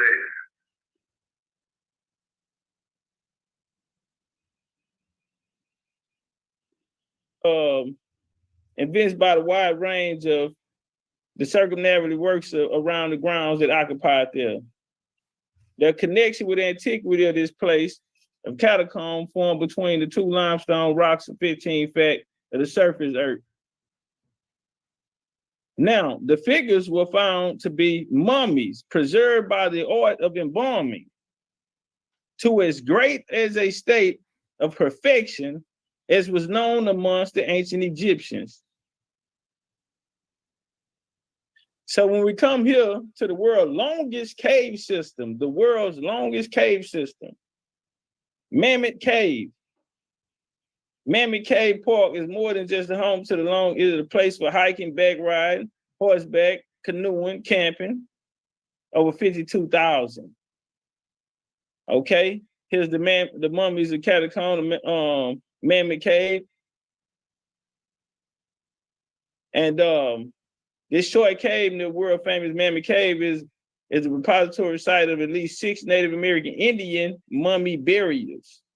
6 American Indian mummy burials unearthed in 1805 and 14 in this history here, where it was said that Marduk and Prince King Arthur was said to be. Now, when we come here on December 31st, 1169, hoping to find freedom in America, Welsh Matic, late medieval West poets had characterized Marduk as a sea rover. Between 1578 and 1584, Queen Elizabeth astrologer John Dee circled it, would be speaking of him. And the writer of explorations, Richard Huxley, resurrected Matic by a mythical figure and concocted a story that he had discovered America long before Columbus, at the time of Francis Drake and Walter Raleigh. Oh, let's get about that. All right. So if y'all ever heard of King Arthur, well, let me give you this drop. So King Arthur, y'all know, and they always tell you that it's a myth, right? Well, that came later in the 20th century, in the 21st century, because like the brother just said, the gentleman just said, and this was very common in Welsh history back at home in Ireland and Europe. It was very common that King Arthur died in Kentucky. It was common that Prince Marduk died in Indiana. It was common that the Welsh was in Mississippi. The Welsh was in Alabama. I'm talking about long time ago, fam. All of this is common knowledge to them, all the way into the early 1900s. So this connection to niggas in European. So when I don't know about everybody else, but when Big Chief Legendary Topcatz say that Europe is a colony to the Americas, homie, trust and believe he got that work. I already done it. This shit old to me, new to you, but old to me. But it's good game that's gonna be there forever. And can't no nigga come move it. On top of that, yeah, they was down in Alabama, bro, and all of this here. So when you see the 1600s and niggas coming to colonies, that's why the Scots are going to a particular area. That's why these Irish niggas are going to a particular area, fam. Well, a lot of the Irish and Scots went to Indiana too, nigga. Down in the Carolinas, nigga. The Scotland's was in Scotland in the Highlands, nigga, in the north, and over here they was in the Appalachians. Come on, somebody. I'm just saying the shit is right there in your face, nigga. All we gotta do is work smarter, not harder, nigga. We ain't gotta read 1,000,000 books. Some of this shit just take good Indian common sense. I ain't talking about the common sense of everybody else in the world. I'm talking about some of this shit. Most of this just take good Indian common sense. And that homie that was homie came through here the other day and he said, man, that is 214. And he was saying he just looking in his genealogy, and that shit is better than any book he wrote, he ever read before, because this motherfucker is telling, when you looking in your genealogy, that story is telling you the real story on what happened here. Not just here, but in the world. Cause when you get your genealogy package, I hope you ain't just putting it for America. I hope you getting on the worldwide, nigga. I hope you going worldwide with it. Nah, it's real though, fam. Let's walk. Now, the story that they give us in Virginia, you got two characters. You have King James and you have Chief Powhatan. Now, in this story, the major character is Chief Powhatan, his daughter. On the English side is John Smith, John Roast, the guy that's gonna be said to have Pocahontas' baby. John Smith is the only one that's gonna write. He's the primary source to it, and he wrote it later. And then right after that, he ended up passing away.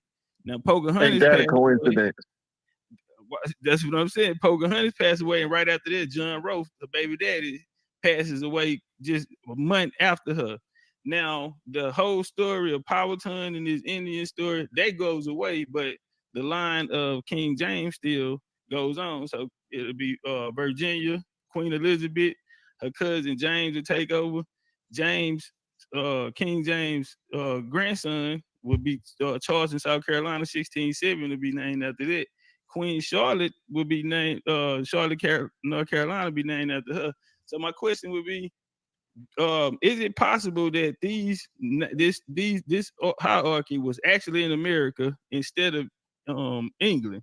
Now we know they united the crown, so they had an empire, because King James was put over all overseas business. That's what the uniting of the crown of 1603 was about. So do you think they could have been here because the Indians, they died in the first 3 pages of the chapter, the first 3 pages of the chapter. We don't hear about this nigga no more. But okay, you got to remember who write history.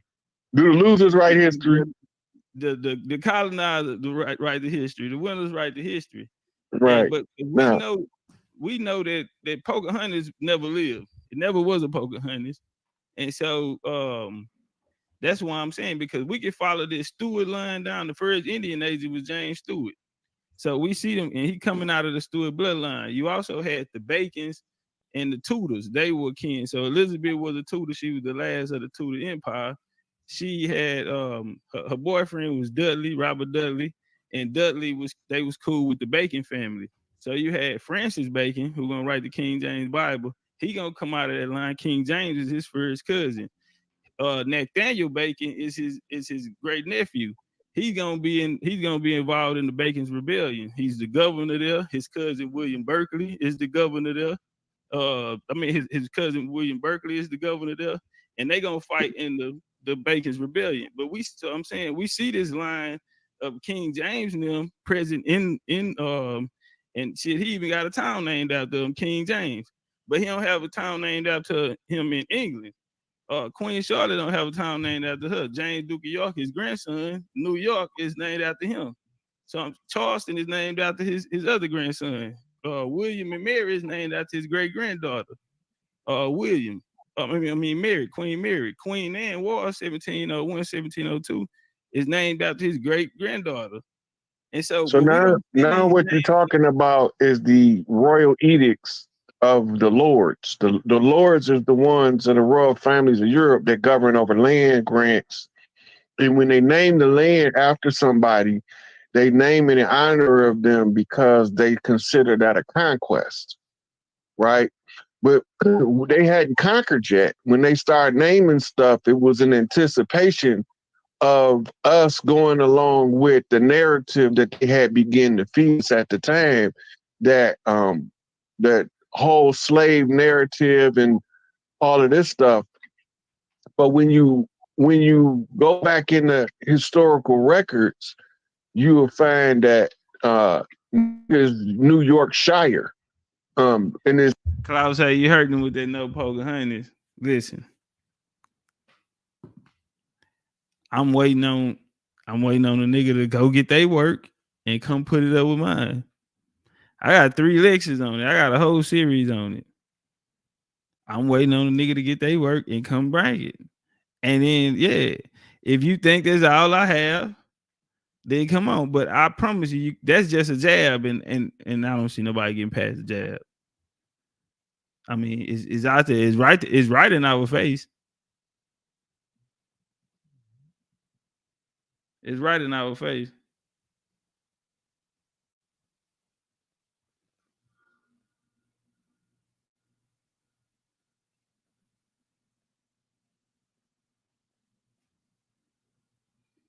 named after Yorkshire, England.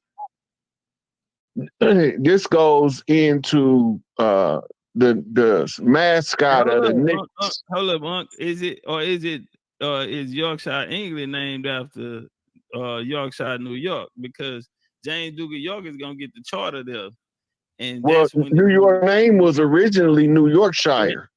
It was actually it was New Amsterdam first, then they changed it to New Yorkshire, and then they started calling it New York in a short form. Yeah, that's gonna be at the restoration in 1664, where they take over from the Dutch, right? This is the razzle dazzle play by naming stuff to make it look like they the legitimate owners. But what if that's what I'm saying? What if they actually are the characters in these? Because we know I can prove they made up the Pocahontas. I can prove that ain't nobody named Chief Powhatan ever lived. That's why they die so early in the story, and they have. And another thing is, okay, look, just. Hey man, this shit is funny when you think about it though. And he probably like, this little nigga serious to the motherfucker. Nah, nigga, this shit ain't making no sense to me for real, bro. How the fuck is you dead, nigga? And since you dead, can't nobody do nothing to stop these niggas. I'm not understanding, fam. It's not no dude coming over here and this town is named after him, and he ain't got a street named after him at home. It don't make sense. It don't make no sense. Martin Luther King got a street in every ghetto here. It don't make no sense, fam. Why? Because Martin Luther King was walking through the ghettos in the South, fam. Yeah, he out there marching out there with the college students and all that. He in Georgia. Nah, bro. Somebody said it ain't where you from, is where you at. Oh, okay. So is that why Jamestown named Jamestown named after King James? Somebody said it ain't about where you from, fam, is where you at. Let's walk. Can we get some flames in the chat? Oh, y'all woke? Y'all still with me? Y'all good on the build, or y'all still with me? We still rocking? Let me know something. Y'all up? We cool? Happy Saturday, nigga. Jump on the like button, goddamn, man. Make sure them lights looking good, man. And support the show. Let's walk. Just for reference purposes, when the movies now, we always know who gonna die first in the movie. But you it's the white lady who run and fall on the ground. That's the horror movies. I'm talking about in the regular movies when we used to watch and we used to always know if it was a brother in it. Yeah, the brother go first. Yeah, he gonna be gone in the first scene. We would hurry up and get rid of him. I have a question. Mm-hmm. Before I even ask the question, it's funny that you mentioned Pig Latin Top, because I had asked that question, I think, in your chat a few days ago, whether or not anybody grew up speaking Pig Latin, because I thought that was just like a family thing or up north thing. And my aunties and my grandmothers used to speak that when they didn't want us to know what they were talking about. But eventually we caught on, you know what I mean? And I find it funny because now they offer courses. You can actually, they offer courses now on certain campuses to learn how to speak Pig Latin. It's crazy. It's wild. My question, though, I asked Rod this already, so I'm gonna ask you, okay? Anytime we talking about American Indian history, right? Barbados is always extinction. Can you speak to why that is? Again, coming out this same Stuart royal family, King Charles I is gonna sign a charter in 1627 and send J. Carlisle over to Barbados, and that's gonna be 1627. Who they gonna bring over there? Scots and Irish indentured servants. Now, these people that they bringing over are skilled workers, and they're actually have coastal arm and living in castles out there, plenty castles, and we'll see that turned over once they took it. We even had I had the names of the people who end up taking over those properties after that. But they sent them here. The Jews out of Brazil, they're gonna connect with them in the rum and sugar connection, and they're gonna take the colony to Jamaica. William Penn ancestor and Vulnerables, they gonna help defeat the Spanish and the Arawakan. They gonna get in there. So the Spanish, we know they was niggas, and then you had the Arawakan. They gonna go into the mountains. That's where you get your maroon culture from out there. This is before African could come there because the British are just now getting it. Port Royal, and that'll be after Charles II get which is Charles I's son, get referrated back to the seat, to the crown. That'll be 1660. So that'll be their connection, and that link will go directly to Charleston, South Carolina. Again, 1670, Charles II. And they're gonna have the Royal African Company, and their ports are gonna be out of Port Royal, South Carolina, Port Royal, Jamaica, and Cape Costa in West Africa. That's what they're gonna start out with under the Royal African Company. So that'll be the connection between Barbados and Charleston. And a lot of them people did come there. They still talk like that. they talk like you. Hey, here go an interesting thing for you, Topcatz. When we say Mr. Charlie, we talking about King Charles I all the way to the 5th, all of the Charleses. From King Charles I to King Charles V. Then was that's the Charlie we be talking about down south. Don't let Mr. Charlie catch you. Yeah, Mr. Charlie. Everybody know Mr. Charlie. Mr. Charlie in the pickup truck with the windows raised down, trying to fuck a nigga grandma. Mr. Charlie, the nigga gonna pull up. He don't get out the truck though. He passed the money through the window. Yeah, he get all the kids money through the window. Yeah, you gotta come up to the truck like you making a drug deal. What they say? Don't blame Mr. Charlie. Mr. Charlie is just a man, and he's doing the best he can. Turn up then. Why did you say hitting at our grandma? Yeah, hitting on our grandma. What'd you say, Yeah. Chief? Yes. Because I didn't want to forget to ask you this. You're saying that the story of Pocahontas never took place because there's maybe I think I found 2 Pocahontas name, just the name, and my family line.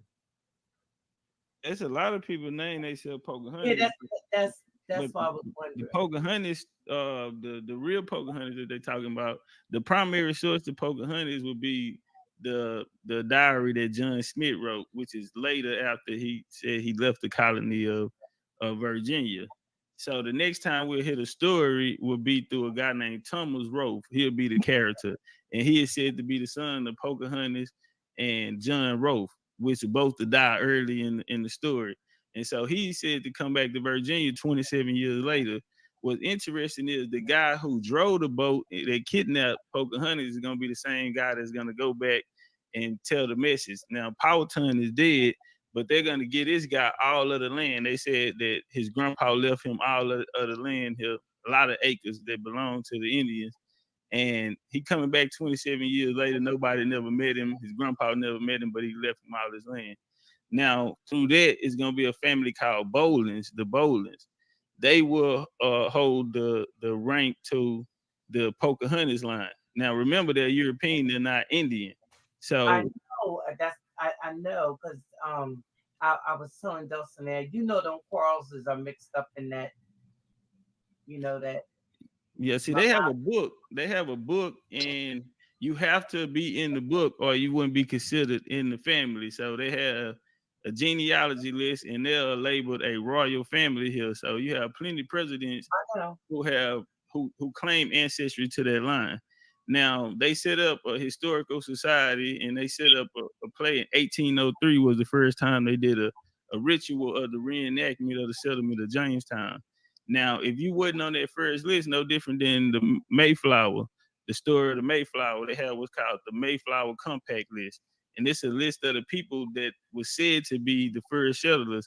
And so they would make a hierarchy out of this here. And but what's interesting about that is the first list is not found. The list was missing, it was lost, and they said they got it back like 50 years later.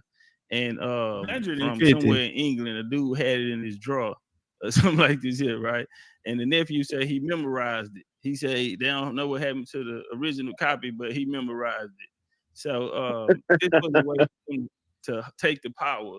So they are still, and they end up creating the New Colony Club and also the Massachusetts Historical Society, which a lot of the history and literature is controlled through these historical societies. So yeah, now Pocahontas never lived.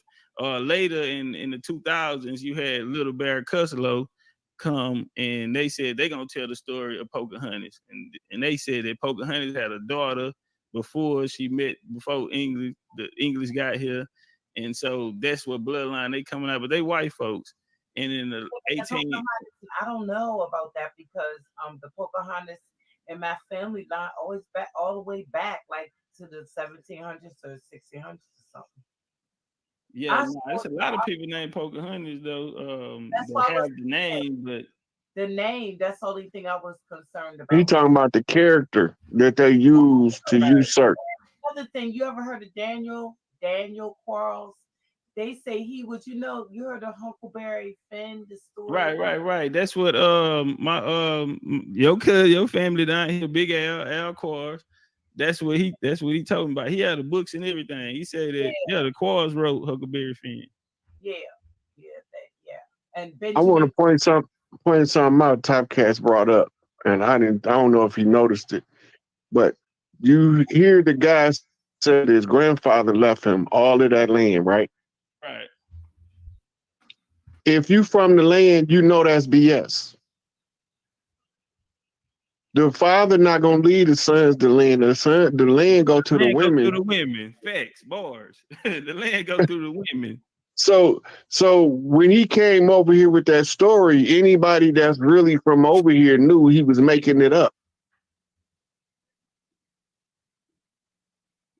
So you had to be from somewhere else to follow that narrative as the truth, when we know from the land that if the mother don't have no daughters, she pick one of her sons as the heir, and his daughters become the heir. You're breaking up a little bit, Rod. No, I can hear him good. Yeah, I heard him. Yeah. So that's why they was taking the women last name in the beginning. The men would take the women last name. And that's why they was using that sweetheart swindle to swindle us out of the land, because they would have these Negroes marrying entire families, poisoning Big Mama, and then he go hire the Joneses to oversee the so-called field Negroes. There was the family farm. They took Big Mama name out the house and called it the Big House and said we was on the plantation. We was on the family farm, but when they made the conditions so horrid, we all wanted to leave. We ain't never want to leave Big Mama house till they came. Yeah, that's something interesting too, because I was just telling them last night, showing them the plantations like down in DeKalb County in Florida. I mean in Georgia, in Atlanta. This money came out with bling bling. They wouldn't put that in the English. You can hear me now? Yeah. Okay. Yeah, I was saying earlier you were speaking about the languages and the additions to the English language. We the only people in the world that can add additions to the English language. And the words that we come up with, I get one when Cash Money came out with bling bling. They wouldn't put that in the English language. All of these different terms, we the only people that can add to the language. So right there, that ought to show ownership to it. Because if it's their language, then they wouldn't even want what we talking about in the language. You feel me? So we the only ones really can add on to the English language, and that's been happening for a while now. Well, that's not necessarily the case, Topcatz. When you look in the etymology of a lot of the words, that's what I'm saying. He didn't agree with everything I was saying. And you know, so it go both ways, but you know, when you in the game, you know, it's more the more you know, the more responsibility on you. So it's like you have to be wise enough to know that, you know, keep the energy flowing. You feel me? Yeah. So you know, I get it, but you know, we all not gonna agree and disagree. You know what I'm saying? If you got kids, you might not agree with everything they little badass do.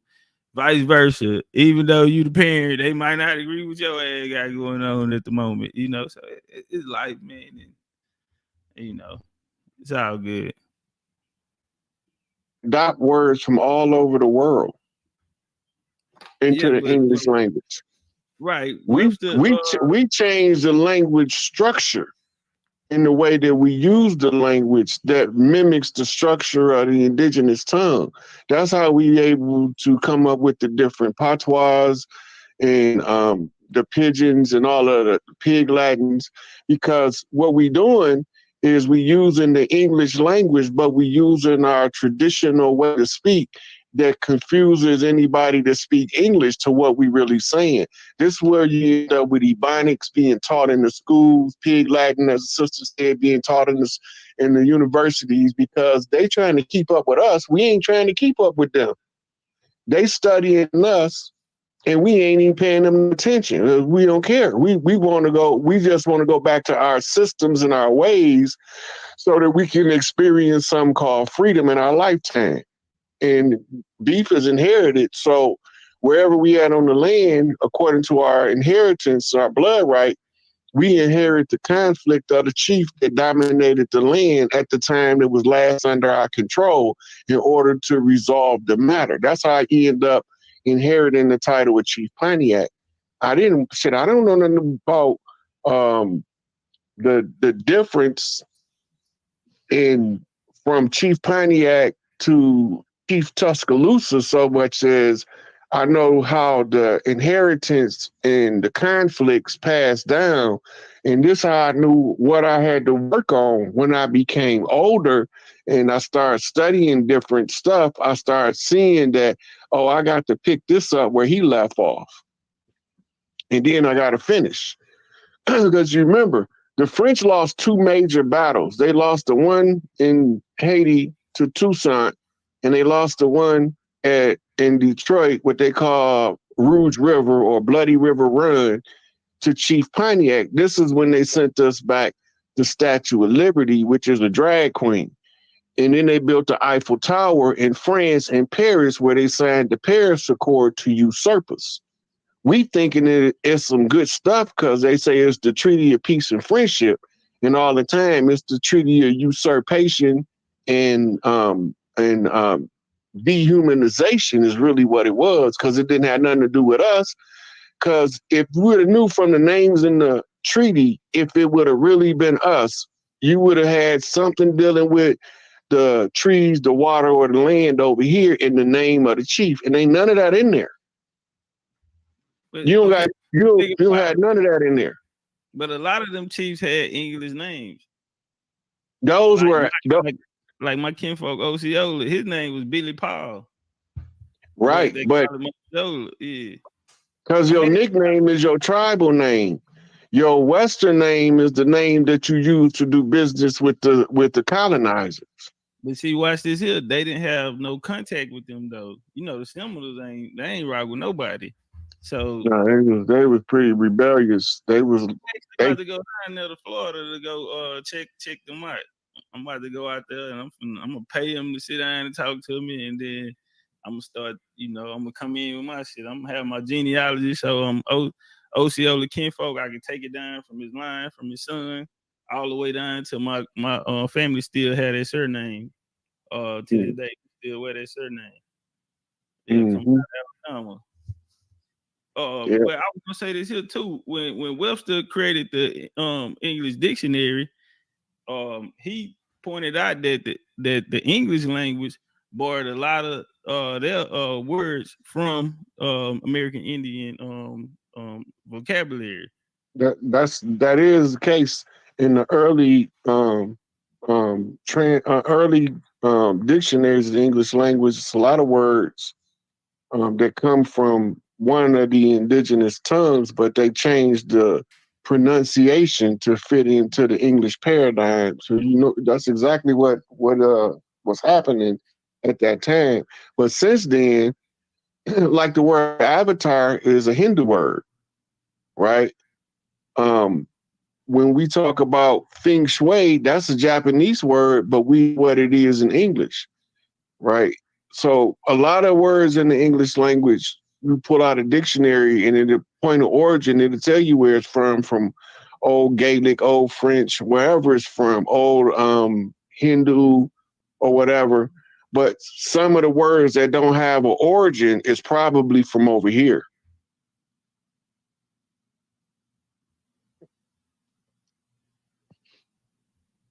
And for all my African brothers, listen, Kambi Balongo mean river.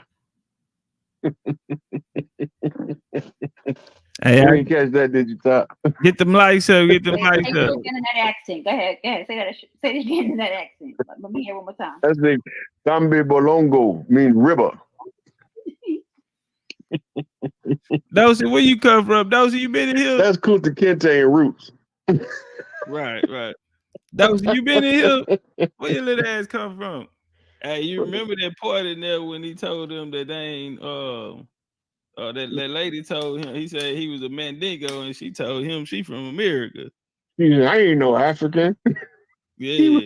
But remember Phyllis say, now this is a Guinea nigga. He come all the way from Africa. We don't know nothing about no Africa. Yeah, y'all ain't never seen no Africa. Yeah.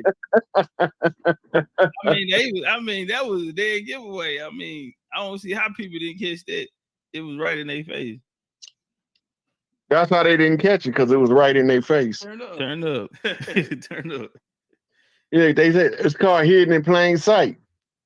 Everything they did to us, they told us they was either gonna do it, they were doing it, or they had just finished doing it. They told us in all three tenses. And I say this here, this is one of the things that I want to, I wish I had a bullhorn or something. One thing maybe like in the top 5 things that I want people to know is that even like when we say that they, or even if we speaking about the people who fingerprints on what actually happened here, I think the person we need to look at in the mirror, the person we need to look at is the person in the mirror. I think the conversation has to go from they to we. I think the conversation has to go from they to we, because ain't nobody did nothing. Do you know that? Yeah, listen, fam. Do you know who the Buffalo Soldiers are? You think somebody can do something to them? Nigga, you better believe, nigga. Listen, we can even chalk it up as self-sabotage, man. But when you talking about a transatlantic slave trade, nigga, if there ever was a such, the niggas in America ran the motherfucker. They are responsible. You want to know why you can't find that Indian history and them niggas just sitting there holding the whole conversation about Indian history outside of the domestic slave trade, outside of them niggas colonizing America, encroaching on other nations' lands and taking them into slavery and shit, because that's what Indians did. You want to know why you don't hear them names? Because what you do after you commit a crime. Come on, chat. Nah, we need some chat participation. You niggas done fell asleep in this house. We need chat participation. What do you do after you goddamn me commit a crime, fam? Why you committing the crime? Do you walk in there with a mask on or a mask out, fam? And if you walking there with a mask on, why are you walking there with a mask on? Because you don't want to be identified. So when we get it, of course a nigga gonna say I ain't do it, that nigga did it. But we gotta have more game to know who really did it. Oh yeah, you talking about him right there in the black shirt? Uh-huh. So you say he did it, huh? Yeah, nigga got down on y'all nigga. I still here and watch. Yeah. Just like we know the Ku Klux Klan with niggas and all this. They hung my kinfolk, fam. I'm fucked up by it. I'm fucked up by it, bro. Nah, for real. They down my kinfolk, man. 16 president of the United States, man. Them niggas down, put a hit out on my kinfolk, bro. Man, fam, dude, if you know, I said top 5. One of the other ones I want to tell you, do your genealogy, bro. It's different. Genealogy hit different, fam. Fam, what's the odds, nigga? I'm kin to. I'm talking about, nigga. If I grew up back then, we would have been in the same high hooping. You feel me? We would have been kinfolk. We would have been. We all got to go to grandma's house. We all got to go to grandma's house, fam. Yeah. I would have spent Christmas with Abraham Lincoln them, and I would have knew Abe. I would beat him up while we were young. He was a tall nigga. I would have had to get him while we were young. That hoe would have been taller than when we got older. Yeah, now, for real though, man, do your genealogy. I think that's my number one. This is my number one. If I had anything to say, nigga, I say, man, genealogy hit different, fam. But they didn't tell us in the way that we would tell each other because they don't want us to figure it out and put the puzzle together.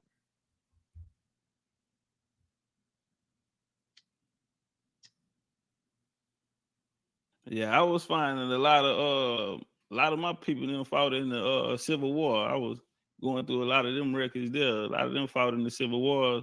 The Ku Klux Klan hung one of my cousins after the Civil War. They called him a pretty boy. Say he had a bad mouth, and he put a militia together, and the Klan came and hung him. Came to his house and hung him. They was 70 deep on horseback. He was in there. He had one homie with him, and they down both of them. Mm-hmm.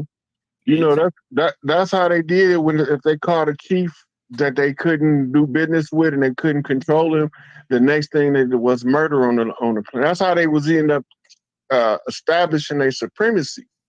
We thinking they was lynching people because they color. They was lynching them because of who they was and what they knew. And they own, yeah, right. Yeah, because they know how. Damn, every nigga they got lynched was a major factor, meaning influential in his area.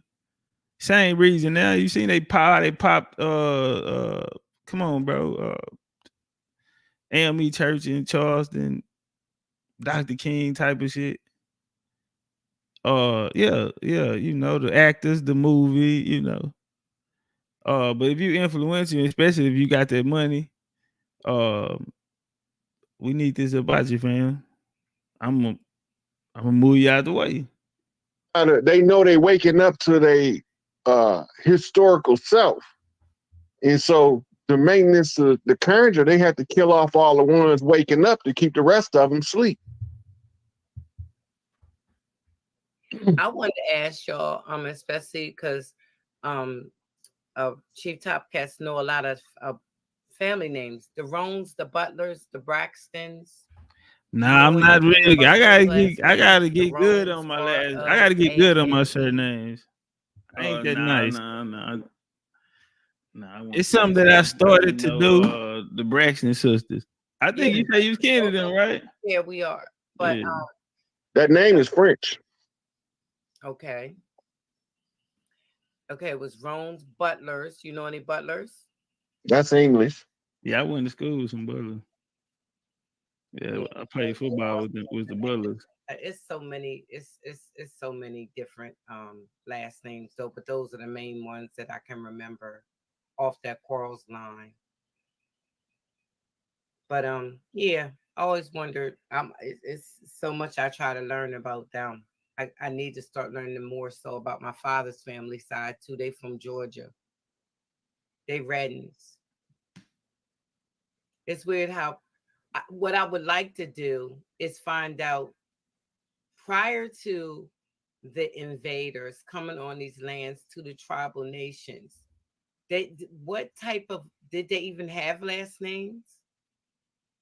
They didn't, or did they just have whatever your tribe was your name, your considered your last name? But most So of oh my bad, turn on, you got it.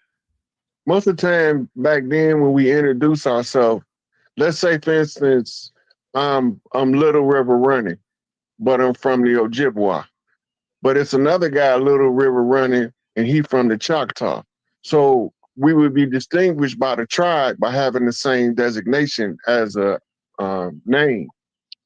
In modern times, your tribal name is your nickname because your nickname is based on a defining characteristic. If you go back to how we name children, we used to have naming ceremonies because we had to determine the character of the child. And then you have some tribes that name them at birth, but they name it change because they got ceremonies you do. And sometimes the child will tell you who they was in the last life, and that's the name you have to name them. That's how Tupac ended up become Tupac. His mama kept asking him what's his name, and finally he told her. I often said that when you're a child, you could see you still have some sight from the last life, and then as you grow older, it fades away. Well, you know, Big Mom and her sister and them, they gonna say that was granddaddy that came back. You know what I'm saying? They gonna, yeah, you 1 year old, 2 years old. They say, yeah, just like granddaddy. That granddaddy Jack coming back. Yeah. Yep. Because that was what they when our women say marking a child, they mean that you giving them the character of another person in the family. So you mark that child to be just like so and so, right? But that's just saying that when you mark that child, you told so and so to come back through this child, right? Then they used to sit the babies down in front of 2, 3 big mamas, well, Big Mama and 2 of the aunties that was her support team, and they sit there and watch that child. And they like, you know who that is? That's so and so. Show is because he hold his mouth just like him. Yeah, he walked just like him. Yeah, my grandma always give me like that. She was like, "Boy, I thought she was my brother walking up." You know, brother passed away a while ago. She always saying that. Right, You walk just like him. I'm looking at you on the camera. I thought that was my brother coming to the door.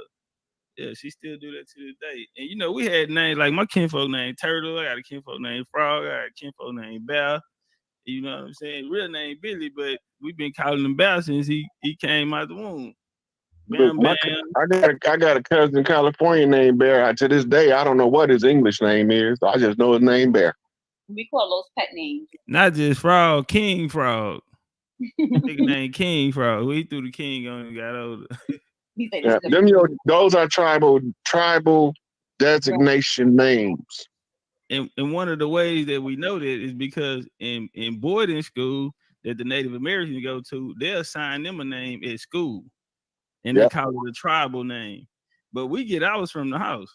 Yeah, absolutely. I agree with you, Topcatz. I Well, agree. Real quick, y'all. I done had Ra, Boo Boo, Bina. That's a fact. That is a fact. I had a question about, and this is my last question because I know it's getting late. We've been on here for a while. But I had a question about, like my last question, I promise, right? About land. Because that's so important. So like, all right, so like at the beginning of the 20th century, like the early 1900s, right? Records show that, you know, we owned over 14 million acres of land in totality, right? That's a lot of land to have, right? And we know that eventually things like that was lost, whether it was through eminent domain, USDA lending policies, forced sales, right? Through co-owned land called heirs property, because you can, you know, a lot of people who are descendants and didn't even know that they are heirs to that property, right? And then they sell it, not knowing it. And you hear so many people say, "Oh, my family owned land here in so and so or whatever." I know now, and don't quote me, I could be wrong, y'all can correct me, right? But if I'm not mistaken, there's a few southern states in particular that have passed the Heirs Property Act. I think like North Carolina was one. I think The Louisiana. Sea Island, South Carolina. Okay. Perfect. I just wanted you guys to speak, or one of you, to speak, just share with the audience the importance of holding on to land, right, and not selling it for $1.15, right? And the importance. Just speak to that about the heirs property, and the inheritance and how that looked like. Well, a lot of those people losing their heirs property, and with the heirs property, it only take one person out the family to sign it. Now, this was a method that they used with the chiefs. I used the Choctaw as an example. When they came in and wanted to negotiate with those different Choctaw towns, they only went to one chief.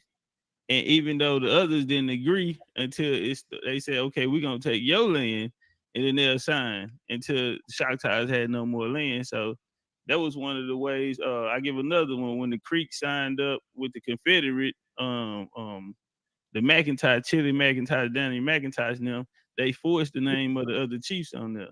So, like Opethel La Hoya is one of them that they forced the name. So, and they end up raiding their village, and that's how the Creek ended up going up to Kansas, joining USCTs and fighting against the Confederates, actually defeating them, and made the last general of the Confederate surrender, which was Stan Wadey, who was a mixed race Cherokee. But that's, that, like, even today. So my auntie bought all the land in Louisiana. So the family members still were heirs to it, but she bought it out for them, and she told me, she say, if them Negroes will sell it to me, they'll sell it to them white folk. So she had to go down there and buy all of it. Yeah. And that land been in our family out almost 200 years now. Topcatz, when you said Al Quarrel, you know my cousin Al, Big Al. Big Al, I grew up with Big Al. I have a big Al. Al Quarles and Rashard Quarles. I grew up with Quarles. They from my hood down here. Okay. Yeah, they from my neighborhood. Terrible too. Yeah, you got some bad kinfolk. Yeah, they terrible. They act just like me. You hear me? We grew up together. And me. Hey, she mentioned eminent domain. The eminent domain is what they use to institute the squatters' right. Right? Then this was part of a military strategy to take the land from the people who it belonged to. They use paperwork to do that. Paperwork can't transfer land in the tribal structure. The land can only be transferred from mother to daughter to granddaughter, or from mother to father to granddaughter. The father is only an interim governor of the land until a daughter is old enough to take on the responsibility of a tribal mother. Then the land transfers according to what the collective tribal mothers had designated for that clan. When they came over here with the eminent domain, that's what they use. When you go listen to Martin Luther King talking about they brought the European peasantry over here and undergirded them with an economic floor, who do you think taught them how to farm the land over here? This is how they... Right. Yeah, so this is how they instituted the sharecropping agreement. Because the sharecropping agreement was designed to lock you into a perpetual debt until you lose your property rights. And we got to throw in the union as well. They established a union in there. 1869, they had the first Negro workers convention where they was gonna come down south and organize the work, because after the proclamation in 63 and 65, they the special general field order 365. Now you have all this labor class down there, and them niggas coming out of the north came down there to come get some of that action. And so they came in to set up the labor laws and who gonna get what and what's gonna get what. Basically still running the same play and system that was in place. And then later, coming into the late 1800s to the 20th century, we're gonna see them establish through these labor conventions. They're gonna establish the unions and basically control the labor. So that's how you seen back then with a lot of the strikes, when they had a lot of the immigrants working at the ports and shit, like gangs in New York and all that, and the mafia was running the ports or whatever, you feel me, controlling the labor classes. That's how they were able to put white folks and niggas against each other. White folks and niggas ain't never had no problem. They never had a problem. Hold on, let me do this. White folks and niggas ain't had no problem. They ain't had no problem till the 20th century. The 1900s. Why they talk about this racism and all of this, and the white man did it, and he was powerful. Y'all heard Madonna the other day, just like he wanted to suck that man off. You feel me? Like he wanted to suck that man off. But the truth is, they didn't have no. But my family, white folks was poor. White folks were poor. This is real. Poor whites of the antebellum South. How a misunderstood social class, right? White was a social class, became a point of controversy in slavery debates. Coming out of the University of Tennessee in Knoxville, fam. Let me get out of here. But what took place is there was a series of debates that was had about the conditions of these white folks in the South. Guess who picked it up? Republicans. Republicans fed them, put them on welfare, fam. Why niggas like Madonna running around here talking about how powerful this white man was? Nigga, get his nuts out your mouth. Get his nuts out your butt, fam. Take that dick out your booty, fam. Get up off your knees, fam. You tripping, you thugging too hard. No, you don't know what happened. You'll make a good slave, I tell you that much. A nigga who don't know what's going on, boy, you'll be excellent. And you think the white boy can fight and you ain't never seen him fight? Tell me you in the white women without telling me you in the white women, fam.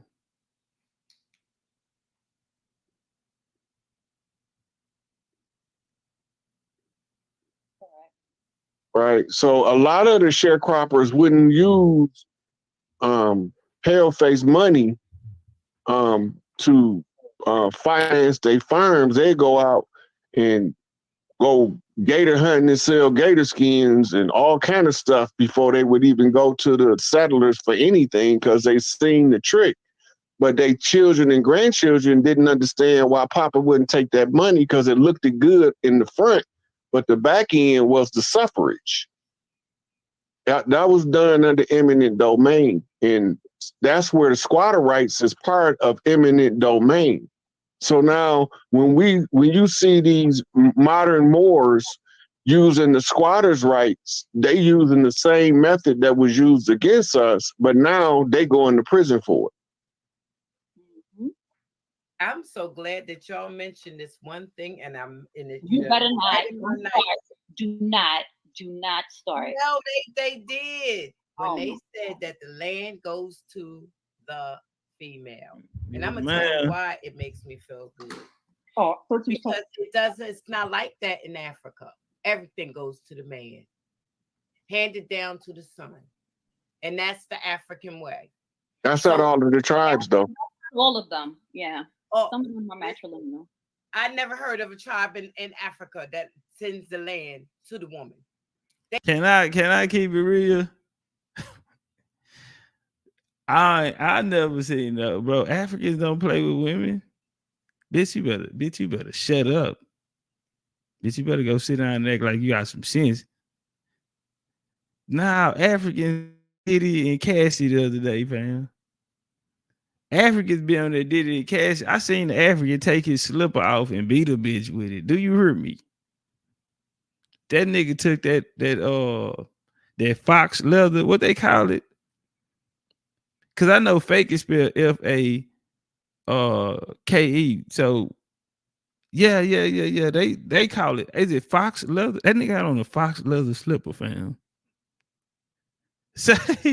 Say, you know the one with the strong smell on it, man. That nigga had on a fox leather slipper. I seen a nigga beat a bitch with a wooden slipper, like a straw. You know, like the straw hat. He had that material and the straw slides on. Beat a bitch with a straw slide. He was,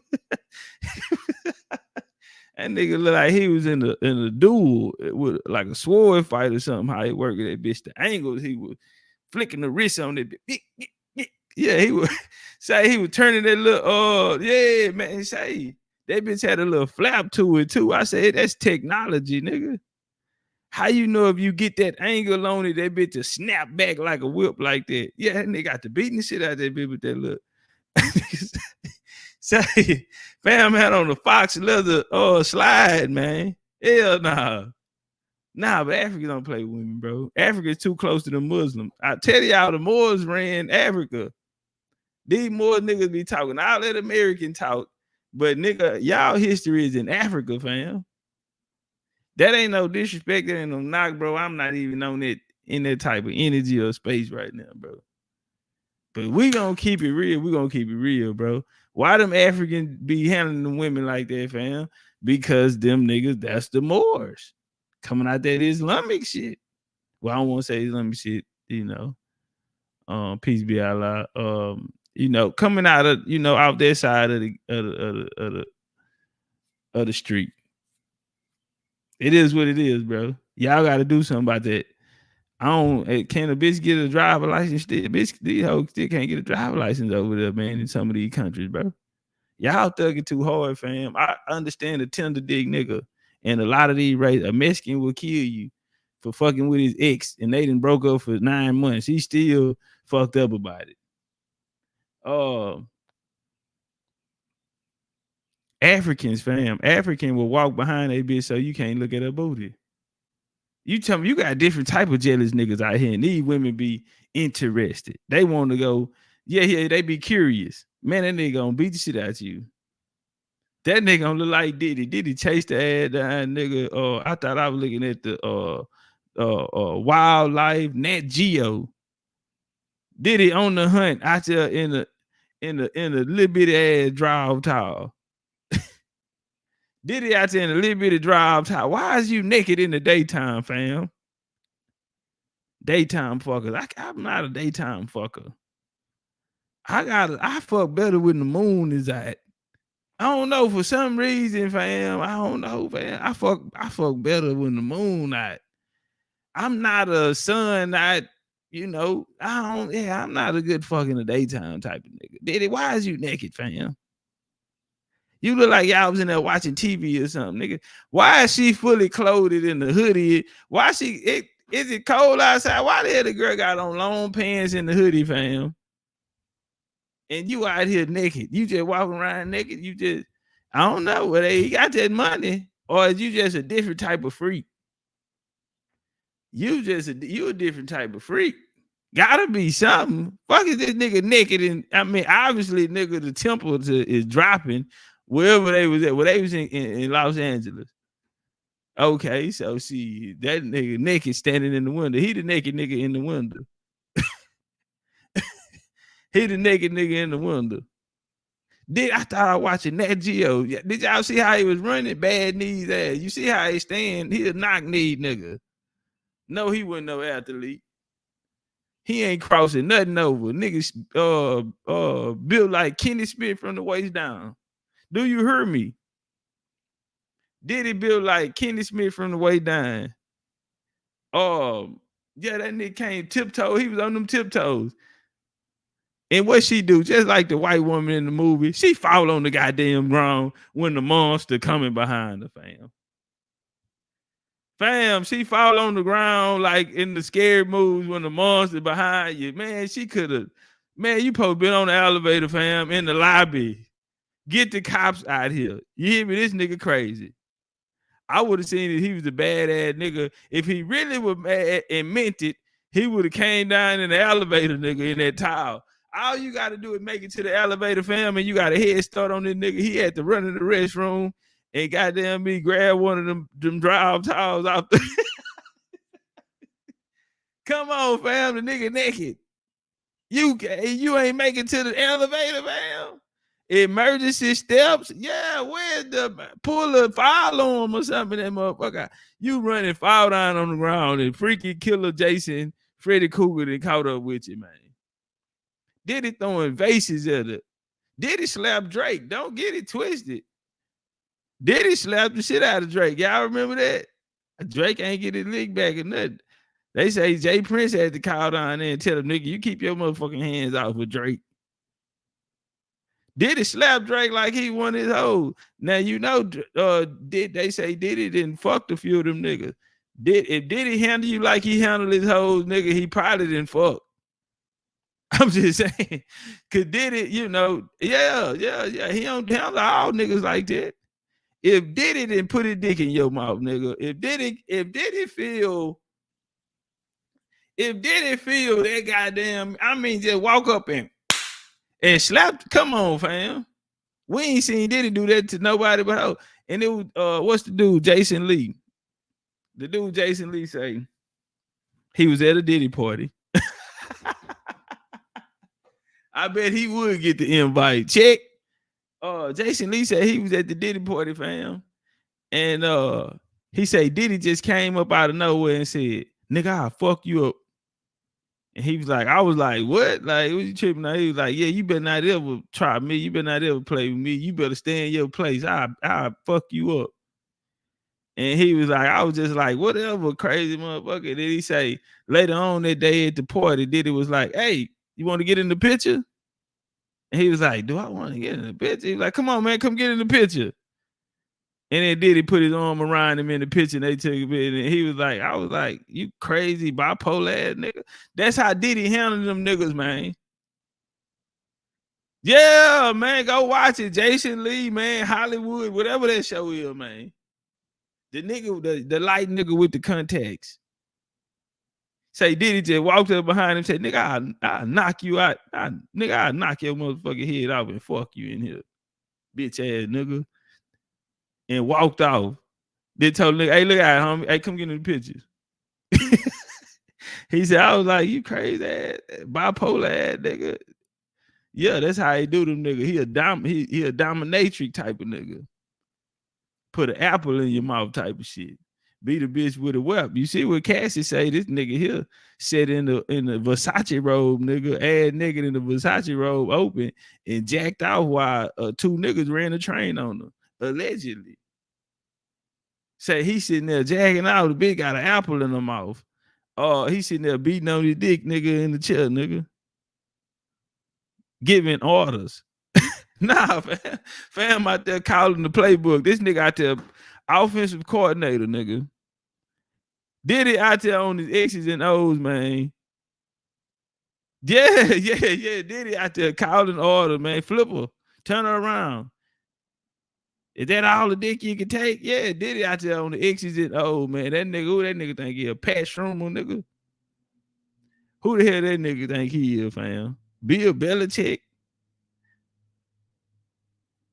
Let's walk, y'all thugging. They come and if the man, even if the man dies, the husband or something, the brothers come and take the land from her. Right.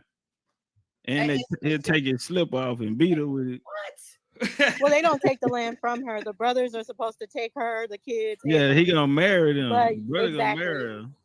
But y'all, I gotta go. Peace and love, everybody. Y'all have a good night. Good night, sister. It's I understand, and that's a big difference than everything handing down to the woman, the granddaughter, the great grandchild. The women of it's completely different. If we were African, it would not be that because they would still. Those who say, "Do me, come on now, man. Listen, I think we all got our answer the other day when Soulja Boy tweeted to Meek Mills, "Didn't Diddy fuck you in your ass?" I think we all got our answer. When Meek Mill replied, he never denied. I'll just say that, fam. I'll just say that, fam.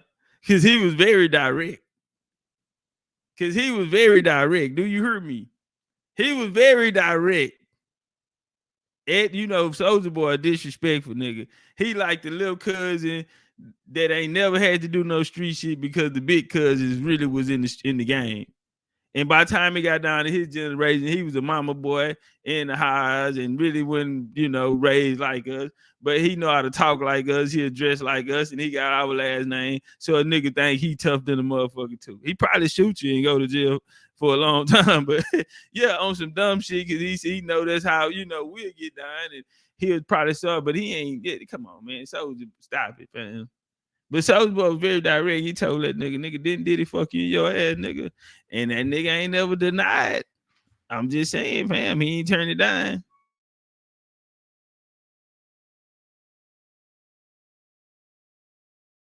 Yeah, he came back talking about the vlogs of paying all this money to bring him down. He about to start his own podcast. So fam, you gonna wait till you get your podcast to address this, to answer this goddamn question? This man just asked you a question, fam. He asked you, did he go in your raw, or did he put on a goat skin condom, fam?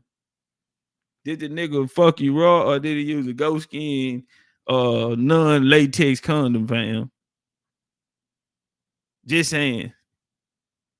Just saying, man. And you gonna just act like the world, like, nigga, that shit went viral, nigga. Hey, that ain't what you talking about. Oh, these niggas, they mad because I would the blogs mad I won't pay them. Well, fam, you need to pay somebody. You don't just sit there and let nobody say. And then you hopping like a bunny for this white boy, man. I can't even think of the dude's name, bro. They had you out there, and then your response to that was, you was bunny hopping because that's something that y'all used to make the killers, the murderers do in prison. Really, fam? So why you out here doing it? If y'all go make the whole ass nigga do it, yeah, if they lose a bet, the murderers in the prison had to do the bunny hop. So he was just showing the guy Ruben how the bunny hop goes. See, Ruben over there giving orders. He a dominator. He sound like Puffy. That nigga said hop faster, goddammit. And yeah, no, you ain't hopping enough. Get on them tiptoes. I want to see that calf muscle poke out. Now the guy Ruben started giving orders, fam. He gave you orders, fam, and you did it. How you on? Yeah, you did it. And your response was, oh, no, that's something we used to make the killers do back in. You try to make it like it's some type of, say, fam, you need to pay a PR team. You get a PR team out here right now because they fuck it up. And Soulja Boy want to know, didn't Puff fuck you in the ass, fam? And come in your booty? Did Puff cream pie you, fam? We don't know. We trying to, come on, fam. You taking too long. They'll be holding the same traditions from there to here. You understand how I'm saying it? I know exactly what you're saying. And it's a big difference. Yeah. They some of the tribes over there are matriarchal. A lot of tribes are, but they will be suppressed in all forms of media in order to suppress the mother's authority in the family. If you go back to Shaka, his mama made him the king while his daddy was still living. I'm trying to remember that story, and I don't remember that. See, everybody don't agree with everybody, Sometimes, it's just the way the cookie crumble type of shit. Frida was like, everybody don't agree, hey, it is what it is. She the one told him. She told him when he was a little boy he was gonna grow up to be the king of the Zulu and unite all of the Zulu nations under one chief. Shaka Zulu, European, fam. Shaka Zulu, European and African. Shaka Zulu, European and African. Y'all want me to do a drop on Shaka Zulu? We're gonna have to get back on our African tribes, bro. We're gonna have to get back out there. See, I wanted to do. See, we walked Ghana down. We walked all the 1960 decolonization of Africa players down. I can get on Shaka. See what Shaka talking about. Shaka, another nigga out there with them colorful designs on. Y'all see them tribes in Africa wearing that, bro? Come on, man. It's too much. You're doing too much. You're doing too much, man. Don't worry about it. We'll take it. We'll take care of it. Yeah, but she knew who his daddy was. His daddy was already the king, and his father was the king before him. But you got to remember, she was his concubine. She wasn't his senior wife.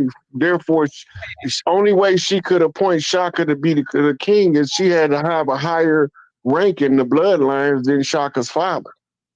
Well, the way they made the story, remember the witches came, and when she got pregnant, they had already gave him the ability to be that he was going to be the king. I love that story. I looked at that so many And times.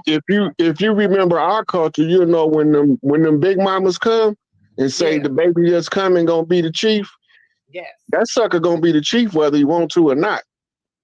Yeah, that was amazing. I love that story.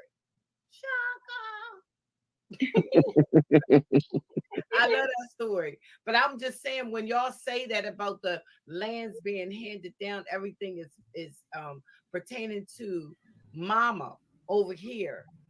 I mean, seriously, do you really think that if we were African, it would be that way? I just don't think so. I've never even heard of over in Africa things are handed down to the woman. I've never heard of it. And from my understanding, they just don't have no respect I'm like they I'm do. I'm I'm gonna send you some reference material. Please do. You ever heard of it, Chief Topcatz? I don't even know. Man, I'm sorry. I was pulling something up. I didn't hear what you said. Did you ever heard of that? What was that? I'm sorry. I was That pulling the something up. woman. Okay, what I was trying to say was I was appreciating the fact that you and Chief Rock Hayes had brung up Chief Pontiac had brung up that the lands are passed down to the females in the Indian tribal ways, but in Africa everything is handed to the man. Yeah, they male dominated. We that's why Big Mama is the cornerstone of the family. Big Daddy, how great as he was, that's why he can go have a family on the other side of town or around the corner. Nah, but I ain't never heard over in Africa they handed anything down to some woman. They always hand it to the first son. I mean, the first son is so that even the mama's alive and that was her husband. The first son say, "This my land, this my dad's land, this my father's, this my father that." Even while the mom's living. They go back to who controlling our narratives that we getting about the motherland, because a lot of the um, The only thing tribes yeah. push the women back for the men to step out front and fight the wars that was being thrust up on the people. So it looked like the men was dominating, but it don't matter. Go to the woman king, even though she wasn't the ruler, he respected her opinion more than he did his wife, I because say my bad. he understood that certain women have certain gifts from the spirit that you can't deny in the flesh. I believe that, but I'm just saying. Well, I say this here too, though, Sister Freedom. A lot of those African tribes get that through Islam, because West Africa was predominantly Islamic. So that had a lot to play with it. That had a lot to play in it as well. Yeah, a lot of them was converted before we ever got information about them. We looking at post-Islamic invasion, and all of that is when they started pushing the women back for their protection. But Africa used to be a matriarchal land, just like the Americas, before they started getting invaded by these warring factions from outside. Right. The tribes. These different religions had a lot to do with that change. So the Moors went into West Africa, and they took Islam in there. They left the Iberian Peninsula, and the Moors left, and The black ones or the white or those not the black Moors. That's why the tribes out there are Islamic. That's why the Portuguese 1452 under the Dum Diversa, they went into Portugal, but that's why the Moors were there. That's why they was writing out the Ajami script, right, which is an Islamic script. And that's when Christianity came in 1841. That's when they ushered in Christianity in the Bible. That's why when they created Liberia, the Americo Liberians went over. They brought Christianity with them. Daniel Coker brought the AME Church with them, and they sent Edward Blyden, one of the fathers of Pan-African, who grew up in the Jewish church. He went there under the Methodists and created Islam under his party, and they and brought the first college to Liberia, which he came down into Tuskegee in the late 1800s, and went back and took that blueprint there, which was a vocational school, and brought a lot of ways there. Mhm. Yes, but he brought in Islam to throw off, the Christianity connection there. I had wanted to play something on the land. This is my auntie right here talking to me about the land. Let me know if y'all can hear this. This is about like a minute and 30 seconds.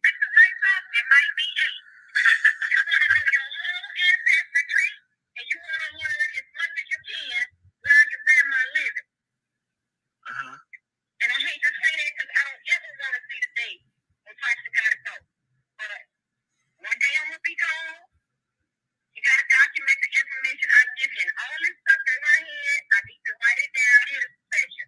I had to show my birth certificate, the mama birth American descendants of slaves. ADOS is supposed to receive the reparation. Well, how do we know they ADOS? My auntie say ADOS out here talking about they supposed to receive the reparation. Well, how do we know they ADOS? Guess what my auntie say? Them motherfuckers gonna have to show their genealogy. So when I'm out here beating the shit out of these niggas, guess what methodology I'm using? I'm getting it from the highs. Oh, I made those. I'm gonna sit it up. Oh yeah, prove it. Put them up, chunk them up. I bet you can't prove it. Cause my people them got me right, fam. Listen, this is my OG right here, this big homie. Listen to it. Your ancestry line. And they got a proof. You see? If they can hit you, you see? American descendants of slaves. ADOS is supposed to receive the reparation. Well, how do we know they ADOS? Well, they got to come and show us their ancestry line. And they got to prove to us who they are. All right, now watch this here. Cause there's a lot of people out there who will swear to God that's what they were standing on, and that's the line they was pushing already, right? In some type of way, I got it from them. Nigga, you stole my shit. Cause we go back, nigga, run the tape. I always say play the tape. Why would I take your shit, nigga? This is my people now. I got this from the highs, Jack. She ain't done. So you can tell when a nigga stole my shit, when a nigga trying to come behind me with it. And see, it's not a message just for one people. It's a message that fit everybody. You feel me? But it's simple. It's very basic and fundamental. It's very basic and fundamental. But I got this from the house. Obviously, your people weren't talking like that because you were not talking like that before you heard me talk like that. Guess who I heard talk like that? My tribe, nigga. That's how they talk in my tribe, fam. That's how they talk in my tribe, fam. So obviously, your tribe wasn't talking like that, nigga, until you heard me. And now you want to run around like my shit is universal and it's for everybody, and this is just the way the game go. Nah, fam, put some respect on my auntie game, homie. Cause that's where I got it from. Go put some respect on my auntie game, homie. And nigga, just with that message, I changed the face of the reparation movement. I changed what these niggas was even going after. Go scroll down Twitter, fam, and go look what these people on there talking about. That's all I'm gonna tell you to do, bro. Go scroll down Twitter or something, man, and go listen to them folks. All right then, nigga. And nigga, all you see is legendary Big Chief. That's all you need to know, nigga. Jaguar shit. That's all you need to know. Let's walk. Hold on, and guess how she knows? She not guessing. She not guessing how these people think or how they'll try to handle you if you don't know who you are and what you come from. See, it ain't just a hobby.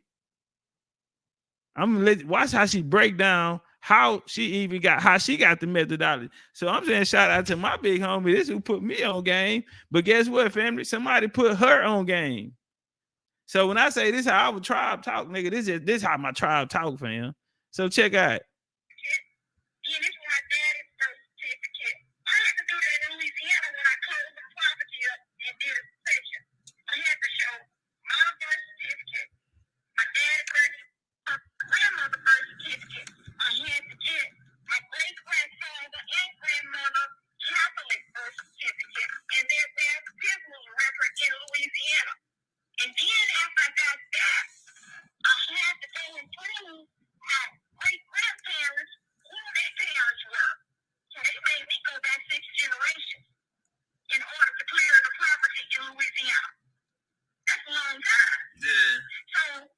Yeah, 6 generations is crazy. Shit, you only need 10. They only really count 10. So anything on top of the 10, you know, you putting extras on it. But you know, in genealogy, the way that they try to package it out to you, they only go by 10 generations. They only count 10 generations. Man, I'm going all the way up, man. I got grandparents so old. I'm talking about, you know, 10 generations, you know, look like a little nigga. You know what I'm saying? Let's walk.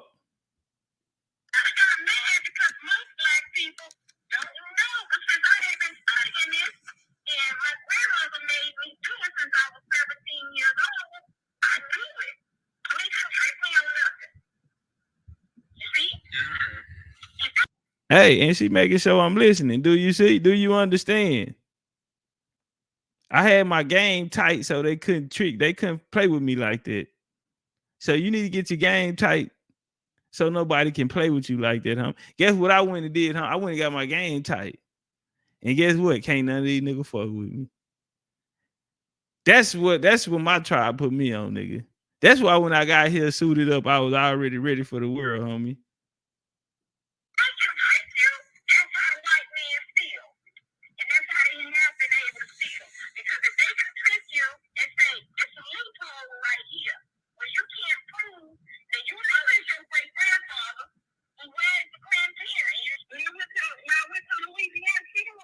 Hey, don't she sound like she from North Carolina?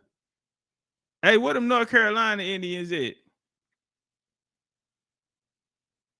Do we got some North Carolina Indians in the house right now? They go real online right there. Look at it. Hey, don't she sound like she could be from North Carolina, man? Country. Got that little yeah. You know that's from the South. You know that's that Southern. That Southern spiel. Keep talking to him, ain't it? Let these niggas know. So now she finna give you the game. So y'all hear her giving me the game. Now she finna tell me who gave her the game and how she got the game, right?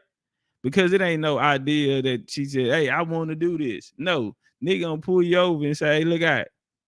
Close the door behind you. You want me to go get my sister them? You want to go get my brother them? You want me to go get the cut? Nah. Just you. You come here. Nah, because everybody right there playing. Nah, look at it. Just you. You come here. Close the door. And they gonna give you the game. That's how she done me. Pulled me out the Christmas party, homie. It's Christmas, it's going down, bro. Everybody enjoying themselves. She pulled me over to the side. Hey, let me holler at you. Who you talking about? Wait, want to go get it? Nah, let me holler at you. How you been? I'm good. You know what I'm saying? You okay? Yeah. Come here. Yeah, I'm okay.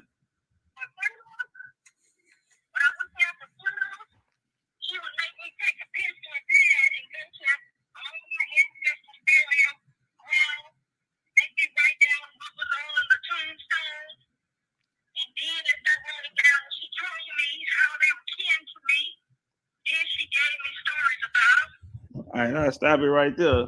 But she was 17. She almost she in her 60s right now. Mm-hmm. And this the person that brought me on to my auntie almost in her 70s.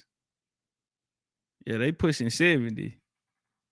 But she say, you know, in Louisiana, her grandma make her go out there to the family burial site and go write down all of the names. And when she write all the names down, she gonna walk her down, tell them how they kin to her, give them stories about them. Guess what her job was to do? To take this information and to pass it down. Guess who she passed it to? Yeah, you're right. You looking at them. How my little ghetto ass get it? I don't know, fam. Cause she told me come here one day, man, at the Christmas party. Hey, come look out, come here. What's going on? And she gave it to me, and I'm square business when I get on that field. I got a lot riding on this shit. I got eyes on me, nigga, who I can't afford to let see me lose, nigga. Or cut no corners in this shit. If you're gonna do it, you better be the best, because guess who you represent? The name on the back of your shirt, fam. You represent the tribe. You represent the chieftain. Now go get in them niggas' chest, fam. You know, my whole methodology and my approach. If you listening to it, you can hear, you can hear I sound just like her, but that's how I got my methodology, But like she said, she had to go back 6 generations, or state of Louisiana was gonna take the land. We hadn't had a land succession in over 100 years to pass it over to the next generation. So she had to go back 6 generations to prove, just to get transfer the land to our generation. But it went through the women. That's what I wanted to point out. It ain't my uncles fighting for it, but it's the women in the family. One of the sisters brought up in the comments that the settlers would only speak to men when they came. That's because they was patriarchs that came. The patriot is the patriarch. And the women knew what was going on, and that's why all of the chiefs were used. If you go back and look, the chiefs was telling them way back in when, we don't have final say, the clan mother do, right? And they disregard them like, okay, well, whatever. And then when they come back, they got some scheme, right? If you notice, they used to always say that we signed our name with an X. But when you go somewhere and somebody wants you to sign something, where do they put on there to show you where to sign? They put an X. Put an X, right. Why is the name blank behind the X? Because they wasn't signing. So they was saying the X was the name signature they used because they was illiterate, which was BS. They didn't agree with transferring land to foreign invaders. So they had to use the eminent domain, the sharecroppers agreement, and the squatters' rights in order to rustle the land from the people. And because we was already had problems with each other, we was fighting with each other, they was exploiting us by offering our enemies, which was warring clans. We didn't fight to the death, but they started offering them implements of death, the firearms, in order to fight them, for them to assist the tribe to fight the other tribe. And then they have the English would get one guns, the French would get the other's guns, and then they sick them on each other and step back. That's why Elijah Muhammad said everywhere he go, he find peaceful people, start a conflict between them, and offer them a solution. And always add to the end of that for a fee, because it's going to cost you when they offer the solution. You just don't know what it's going to cost you till it's too late. Yeah. We want to thank you, Rod, and thank you a lot for coming on. You always run to the rescue. And here come legendary chief to top it off. This was like the icing on the cake. Hey, I said for him too, didn't I? Yes, you did. He been asking for you from the beginning. Yeah, okay. I had to come through, man. I seen it. I was over here in my genealogy, and I seen it. I said, "Oh, they on." I'm finna go up there and go holler at the queens. Yeah, for sure. She called me earlier, Topcatz. She said, "You coming on, Rod?" I was scheduled to do Black Magic tonight, but he had to reschedule for Monday to get his scheduling caught back up. To my brother Rich. Yeah. So then when I on brother Rich, man, I don't think he know who I am though. Look, so when Sister Freedom called me, I was like, "Topcatz gonna be there? Call Topcatz, see what he doing." Yeah. I went in his chat and I said, Rod said he might come on tonight. Right. I saw that too. Yeah, and then I tried to put it in there like 3 times. I had saw it. Yeah. I was trying to make sure. Excuse me, I'm so sorry. I was trying to make sure that you seen that. But if you get a chance, let him know, man. Tell him I want to come on, man, and drop some wisdom, man. Especially because he really curious about about us knowing we're from that we was already here. He curious about that. I mentioned it to you. You mentioned it to him. gonna wait till we on the show though. I mentioned to him. Y'all see Okay. You, Topcatz, and Dane. That's gonna be fire. Yeah, Dane said I gotta get you in, brother. Right? Hey, but the thing that he may not tell you anything. Dots. I don't. And I think I went. Cracked the window. Okay. Hurt the city. One building could have been shown. They start going. And the way I was talking around. That's what you had. Have you closed that? Excuse me. They're talking about you pretend. Oh, that was the Umar. They was talking about Umar. That's gonna be. She ran all. I ain't know Freedom was cool with Umar like that. I don't until this system fall. And I ain't know we're they gonna do this cool. again. I don't know when, but we're gonna make some progress. So yeah, for the people watching. This is ready. We ready. We trying to put our sister thing together now. We don't know yet where we're gonna meet, but we trying to meet, but we can do like a little small event. We've been talking about a lot of little stuff though. I've been purposely avoiding events as much as possible. Telling me to call you too. Who? Who Dots? Yeah, she be like, Freedom. She be like, call Rod, see what he doing. Always been on the front line, right? And it's always been on the Who Dots? Yeah, she be like, Freedom. She be like, call Rod, see what he doing. Freedom. Ask him to come hang out with us. Freedom. Check your thing.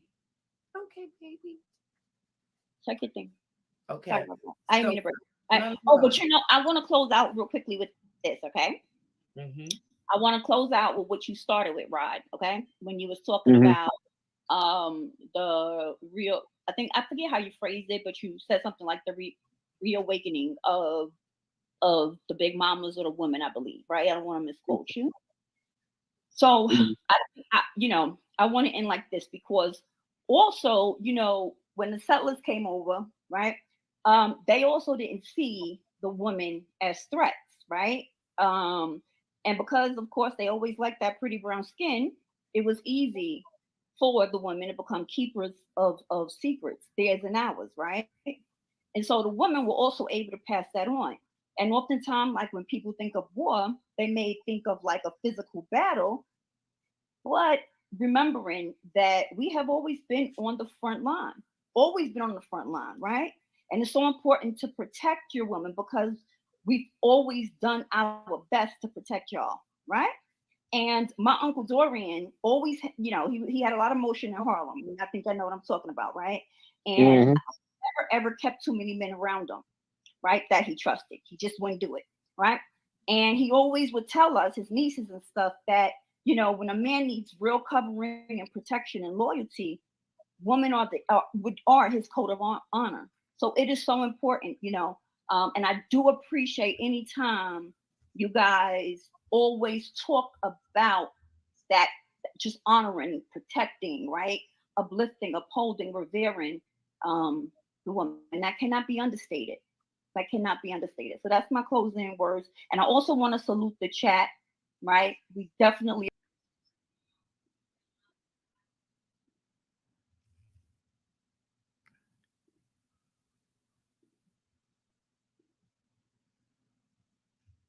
Hey, we got anybody want to jump on the panel? Anybody out there got some news they can use? Y'all want to put a panel together? Let me know. If not, we close down the show. You feel me? I'm finna go get my PF chain where it's here. I'm about to go eat. If y'all want to hold the show down, I'll let y'all up. Y'all can do y'all thing. If not, I'll catch y'all next time. Oh, check it out. Hey, tomorrow we got a Mexico meet. If you're going to Mexico, we got a meeting Sunday, 6 p.m. Central Time. 6 p.m. Central Time, Mexico 2024 meeting. You got to be there because we ain't got but like 2 meetings after that. So tomorrow, we're going to get ready and then we're going to come back, I think that first weekend in June. And then that's going to be the last meeting until it's time, the day before we all start pulling out in July. You know what I'm saying? So This gonna be the meeting for it's gonna be the meeting for May, and we're gonna have one in June, and the next one will be in July, right when we're about to leave. So you don't want to miss it. Look at Alpha Emperor. You got that Jaguar joint yet, Alpha? Alpha, did you get the Jaguar joint yet? Guitar say you like PF Chain. What you be ordering from there though, Guitar? I only order one thing from there. I only order one dish. I can't tell you what everything else tastes like. I only order one thing, and I get their cheesecake and they strawberry lemonade. You feel me? Strawberry lemonade, man, best in the business, man. It's better than Charlie's. Creek said that low mean. I don't know. I ain't never had it. I ain't never had that one. Let me see. Yeah, I only eat Mongolian beef. I only eat the Mongolian beef. Spicy.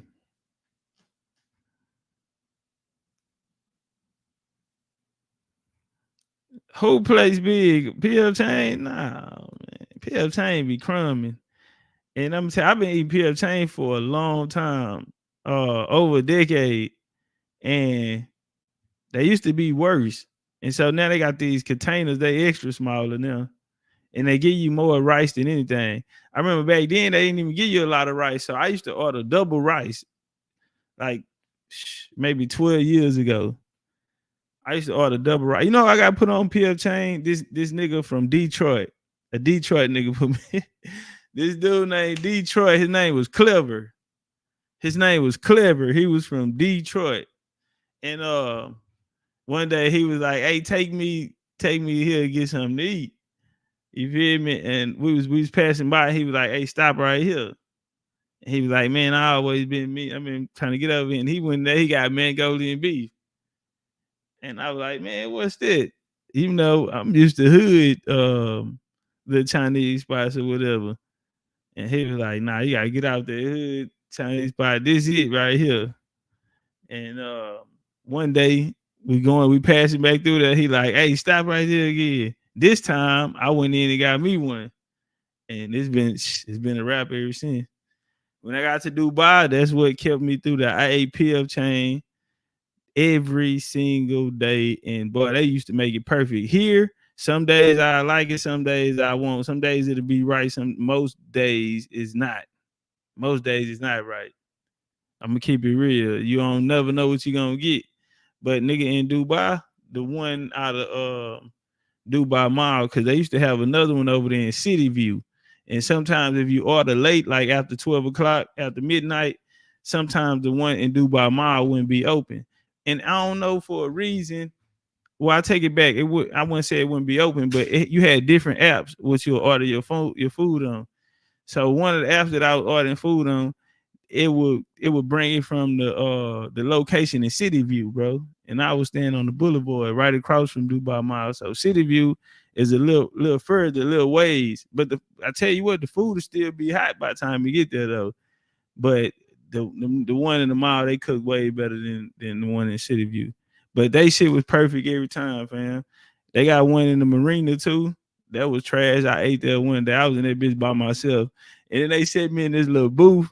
And you know, the little COVID situation and all that too. They set me in this little booth. I'm in there by myself. It had a window in there though. You could see like the little marina strip or whatever. It was live. It was live though. I put my feet out in them whole seat. You gonna put me here by myself, and then it's like a little bind thing where it block you off from everyone else. You know what I'm saying? They had you sitting like individual seats blocked off, and they'll put these little joints up around you, so you locked in by yourself. Yeah, I put my feet in them whole chair. Nigga, I got real comfortable. Do you hear me? Yeah, and I'm looking out the little window. I say, this all right right here.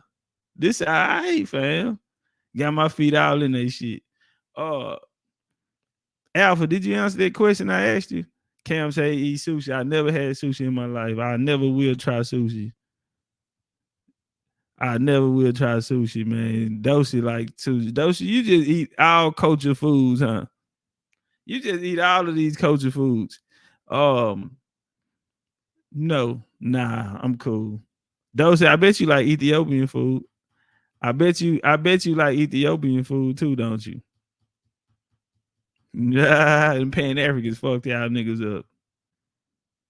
Them Pan African did a number on y'all. Look at Girlie, she likes sushi too.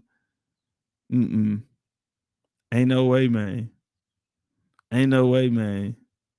She said, yeah, you missed the answer. Yeah, I missed it. Tell me again. Tell me again. I'm trying to visualize this shit. So what's going on? Woman, what you say was going on again? I'm trying to get a visual on this shit. She said, my godmother from India grew up in Ethiopia. So what they got to do with you though, fam? What they got to do with you though? So you just took me all the way around the corner. My godmother, so not your biological, is from India and grew up in Ethiopia. But what they got to do with your taste buds, fam? You have no blood relations in that. What they got to do with your palates? What they have to do with your palates, fam? Alpha, I'm waiting. Sister Freedom in the building. What up, though? Jarrell say he eat fried sushi. That's an aphrodisiac. Look at that. Dosey gonna come back with some shit like that. Well, you know, it's an aphrodisiac. It gets you going.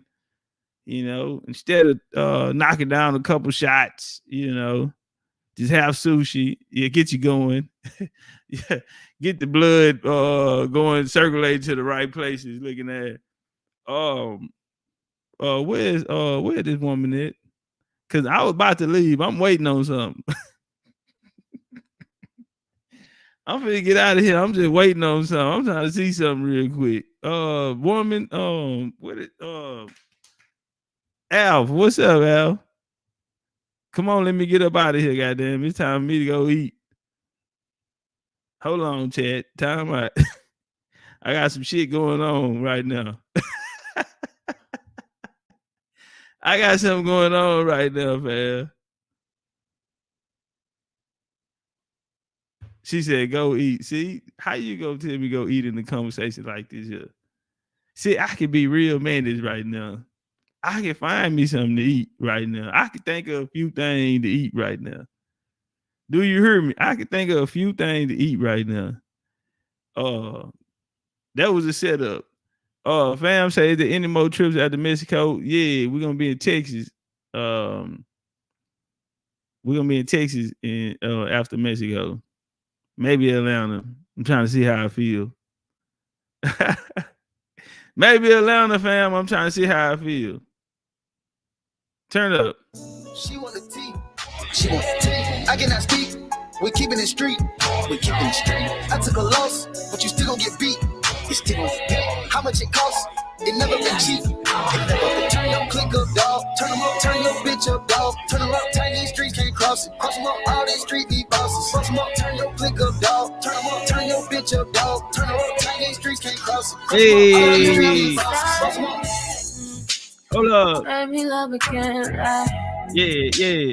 Notice I can stand you up.